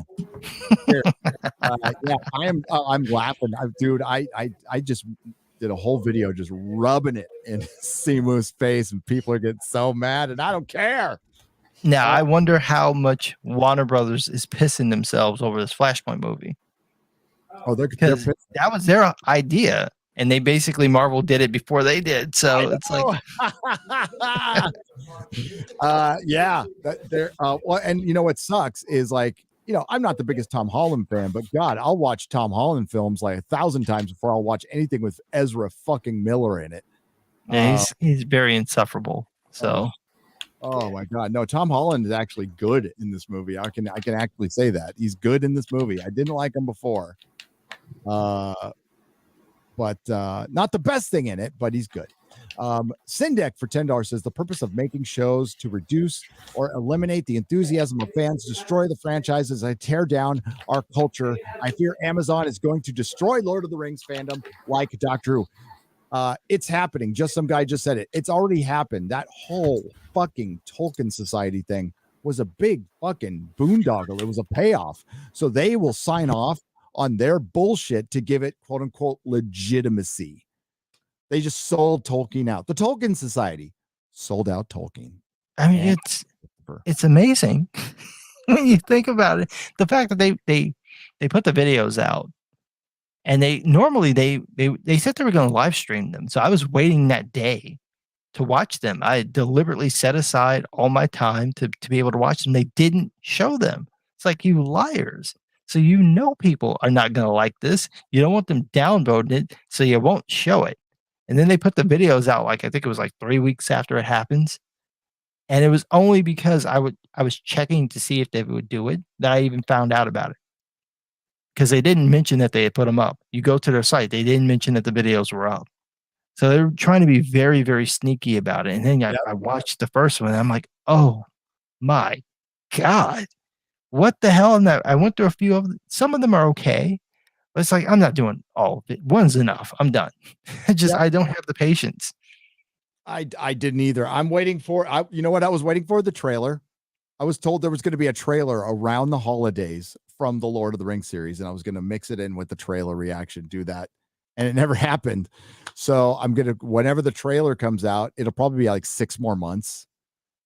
6 more months. This thing comes out in a year. Fucking House of the Dragon was conceived, produced, and it's going to be out in April. A year after, no, 2 years after Amazon announced they had Lord of the Rings. Yeah, but a fraction of the budget. Yeah. It's probably not gonna be good either. But I mean, it's a very similar situation. It's a TV series based on a tale, a history with no dialogue. No characters have any personality or characterization whatsoever. So, although who knows? We'll see. I'll cover it, but it's in April. It's coming in April. All right. The Tudorok for $10 says they don't put out the making of because it's just theirs. It proves that what came before wipes the floor with the modern remake. True. They hate that so much. They hate that so much care went into the project. It is the pinnacle of filmmaking. Hail, one of the best streams yet. Thank you. By the way, we still have over 3,000 people watching. We're 5 hours and 10 minutes in. That's amazing. You guys are fucking amazing. Thank you. And I'm sorry I got to cut it short. There's still a lot of super chats left, but I got to cut it short. I got to go. I got to eat. I got to see my kids. John Ghost, thank you for the $20 super sticker. I appreciate it. Just some guy, thank you for staying the whole time with me. I really appreciate it. And it's no problem. And thanks for having me on. This is one of my favorite topics, and I'm glad to talk about it with such an estimable person like you who loves this stuff as much as I do. It's always great to talk about stuff that we enjoy. So hell yeah. And we will do this again for Two Towers and for Return of the King. Returning, and Two Towers is I guess if there's one I've watched the most, it's that one. Same here. Just because so much good shit happens in it. But please tell the kind, fine people out there where to find you. You can find me at Just Some Guy here on YouTube, Just Some Guy CC. I should usually be the first one to pop up. I plan on doing some reviews over the holiday and when I set up my new computer. So I should have reviews of comics coming forth. And I think I might do a review of The Matrix Resurrections. I'm not looking forward to the movie, which is weird because I'm such a fan of the series. So that's probably the reason why I'll do the review, just to see what's going on there, because I'm not excited at all. I feel nothing. Just weird. Yeah, I feel that way too, because I would have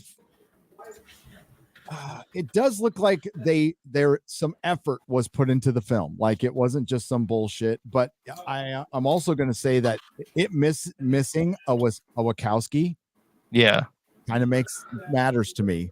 Also, I just don't think that, I mean, it's going to sound terrible. I just don't think they were the filmmakers they were before, quite literally and figuratively. Bound was a great movie. was a great movie. It was a good gangster movie with lesbians in it. Matrix was a great film. I even like I like Speed Racer. It's Haven't weird. seen that one. It's weird, but I like it. I think it's a good weird movie. Don't lie. There's only one Matrix film. So as we say goodbye to Frodo and Sam, say goodbye to Middle Earth for right now. Thank you, X-Ray Girl, for staying this whole time. You're welcome. It was fun. I'd like to thank. Yeah, Oh, go I on. got to rewatch a movie that was way better than I remembered it. There you go. And yeah, this time of year, I always watch The Lord of the Rings because they came out this time of year. There's also films that got me through very tough times. Books that got me through very tough times. So I'm always grateful to Tolkien for that. It is a beautiful world he created. Stuff I'm always finding new things in it, which is lots of fun. That's what we're meant to do. This is why we are fans. And as we spoke to Drinker earlier, it was so nice to just come back from a movie I enjoyed, watch another movie I enjoyed, and just have to remind me like why I do this. I love this shit. And I know you guys do too. And that's why we fight. That's why we do what we do. So thanks everyone who watched this stream. Thanks to the Nerdrotics. Thank you to X-Ray Girl. Thanks to everyone who left a super chat and a donation. The remaining ones will be read in a super chat square up down the line. Thanks to my family for putting up with me not being around the entire day today, which was not planned, but this was such a good stream. So thanks, Critical Drinker, MauLer, Robert Meyer Burnett. Chris Gore apologizes for not being able to make it. As apologizes, they'll probably be at the next one. And thanks to Just Some Guy. Peace out, everyone. Later.